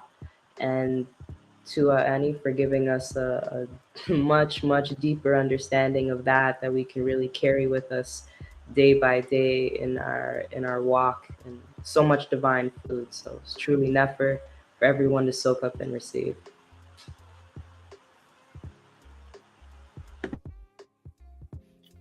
Hotep Henu. This was definitely allow me to reintroduce myself. My name is Ptah. My name is Scribe Ani Ptah Aten Tehuti, representative of the NTRU. Yo, the HEKAU and the digital. Yo, you definitely blessed us. You definitely showed us that you love us and you love the NTRU and you really one of them. So Henu and Kes, to you, have a Nefer Rezi Opesh. Yes, the NTRU are proud. And I will close with the adoration to Tehuti. Come to me, Tehuti, O noble Ibis. Come to me and give me counsel to make me skillful in your calling. He who masters it, like Ani Ptah, is found fit to hold office. Fate and fortune are to be found with you. Wealth, power, love, protection to all of you. Kes. Peace, peace. Hey, once again, dua to you, great brother, Ani Ptah Aten Tehuti. You are a wonderful brother. Definitely appreciate the love that you share for us. Dua to you, dua to everybody on the panel, dua to everybody in the chat. Dua to the great Sabu Tehuti Amun Hotep Ra, all of House of Aten. May Ra grant you and your family's health and prosperity. May your monument be established on the foundations of Ma'at, and may you all rise and come forth as conscious light, like the divine Ra, who rise and shine forevermore in Ma'at. Hotep Medi. Hotep, peace and love. Henu to you, great brother. Henu to everybody in the chat. Supreme adoration to you, great Ani Ptah Aten Tehuti. This was groundbreaking work. It's an honor to stand next to you. It's an honor to learn from you. Like the great brother Robert Williams says, I just want to learn. That's my favorite thing, because that's all I want to do is learn, and you're definitely teaching. So continue to teach and learn yourself, great brother, so you can continue to teach us and lead by example. And yeah, bro, definitely looking forward to some new tones. That was great. That live performance was absolutely phenomenal. I love it. I love to hear it, in real time. It's great to hear it on record, but it's good to experience it live, nothing like a live performance. So with that, we'll end with our, Henu to everybody in the chat, Henu to all the great supporters, houseofaten.org. Come join us, House of Aten, Ancient Tehuti and Teachings and the NTRU. Back to the source, we the original axemen. And we will end with our beautiful affirmation. I don't think Ani got to close. Ani Yeah. didn't get to I mean, close. you supposed to go before me, great brother. I done got my little thing lined up. Look, I'm still in the zone. You're supposed to go before me, bro. I got my drunk off that amber. Listen, I'm telling you, I was meditating. I was in the zone, bro. I was like, but I wasn't asleep. I was like, and then beautiful, bro. The magic is real, though. Definitely real, brother. Go ahead, good brother. Okay, Tua, great brother. So yes, Hotep Henu, everyone. Tua for your attention. Without your attention, this never exists. Tua for your support, and Tua for everyone who is doing your own individual studies and your own individual rituals and practices. So when you come within the you come as an advanced, enlightened being that we all are able to weave together and build something that can be reflective of what the great ancestors left behind. So Tua and Henu. And I'll close with this from the Perm Heru, the formula for opening the mouth. My mouth is opened by Ptah. The chains on my mouth have been untied by my city. Tehuti himself comes, filled, equipped with Hekau, to untie the chains of Set that are on my mouth. Atun gives me my hands that were forced into fetters. My mouth is given to me. My mouth is opened by Ptah. With this, his chisel of meteor metal, the one with which he opened the mouth of the NTRU. I am Seket Uachet. In my sitting on the starboard side of the pet. I am Sahit, a mist, the Ba'u of Inu. As for any Hekau, male or female, said against me, then the gods arise against them. My Peshjet, 9 NTRU in unison, and their 9 Neterts, their 9 Peshjet in unison. May they rise against them. May they protect me and everyone who is here with us receiving these tones.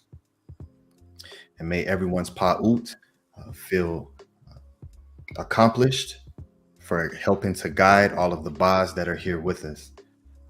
Tua Henu, Sakim M. Arit, Murder Ka'a, Semu Hatu Natiru, Pert Entetet. I obtain the power to do what pleases my Ka. May the hearts of the Natiru lead me. I come forth in Hotep. Peace. Hotep, peace and love. With that, we will end it as we begin with our beautiful affirmation.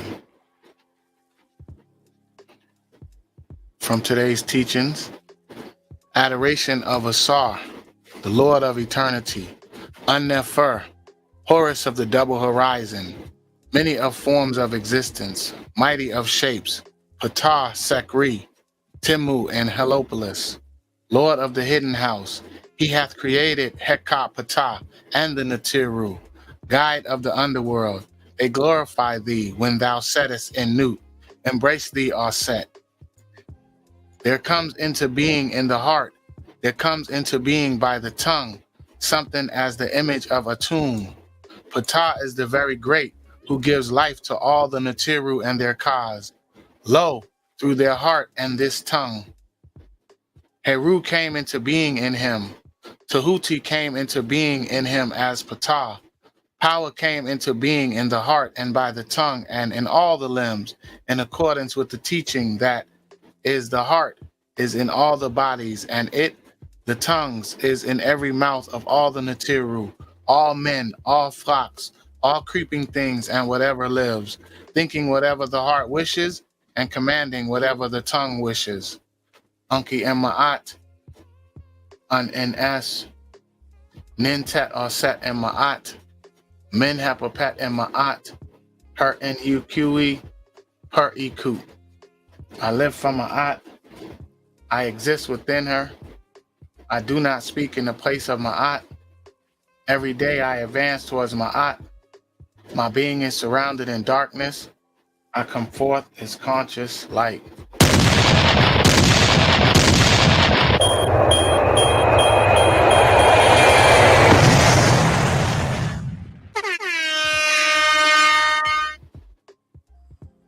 And yes, the Hekau really works.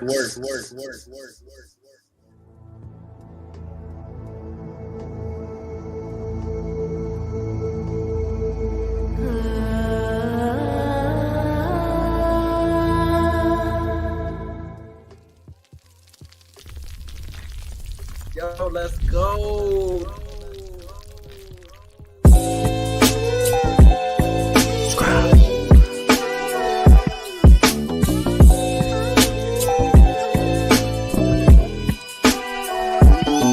Shed.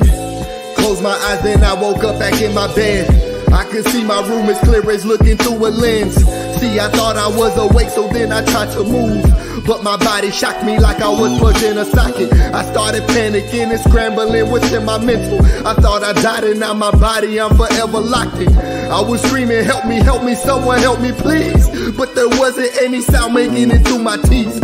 I could see movement in motion, shadows gather around me. How could I close my eyes already closed? Eating alkaline at this time, fasting reads so shocking. I was stuck in a paralysis, fear had me froze. It's time to shed. It's time to shed. I heard a voice in the back of my head. Rebirth, it's time to shed. It's time to shed. It's time to shed. I heard a voice in the back of my head. Rebirth, it's time to shed. I finally started waking up and coming back. I was in the opposite of states effect. That's relaxed, I grabbed my phone and started to do research. Knowledge of what happened, I was in a lack. Insidious, the movie came direct to mind. Every time I've seen this, it was connected to what's not divine. Demons crawling forcefully, holding the body down. Ain't no point in trying to scream, you will not make a sound. Deep within, I knew I made that a reality. The all is mine, I saw it, and so shall it be. I start replacing fear with knowing universe is mental. Talking to my subconscious to wake me up in dreams. Then one day my spirit guides came in so essential. Daylight's astral playing loud in my dream helped to set me free. I'm back in paralysis, laying on my couch. But this time I was calm, ready to exit out. It's time to shed. It's time to shed. I heard a voice in the back of my head. Rebirth, it's time to shed. It's time to shed. It's time to shed. I heard a voice in the back of my head. Rebirth, it's time to shed. From what I read, I need to move my arms in front of me. See a rope and pull it, separate and then release. Now I'm out, I see my house is gleaming, I accept it. Looking in the mirror, staring at my car's reflection. I was so ecstatic, flying in every direction. This was months of subconscious reprogramming and redirection. Place my thoughts in my body, wake up, that's what I did. I was reborn from that day so I could start to live. It's time to shed. It's time to shed. I heard a voice in the back of my head. Rebirth, it's time to shed.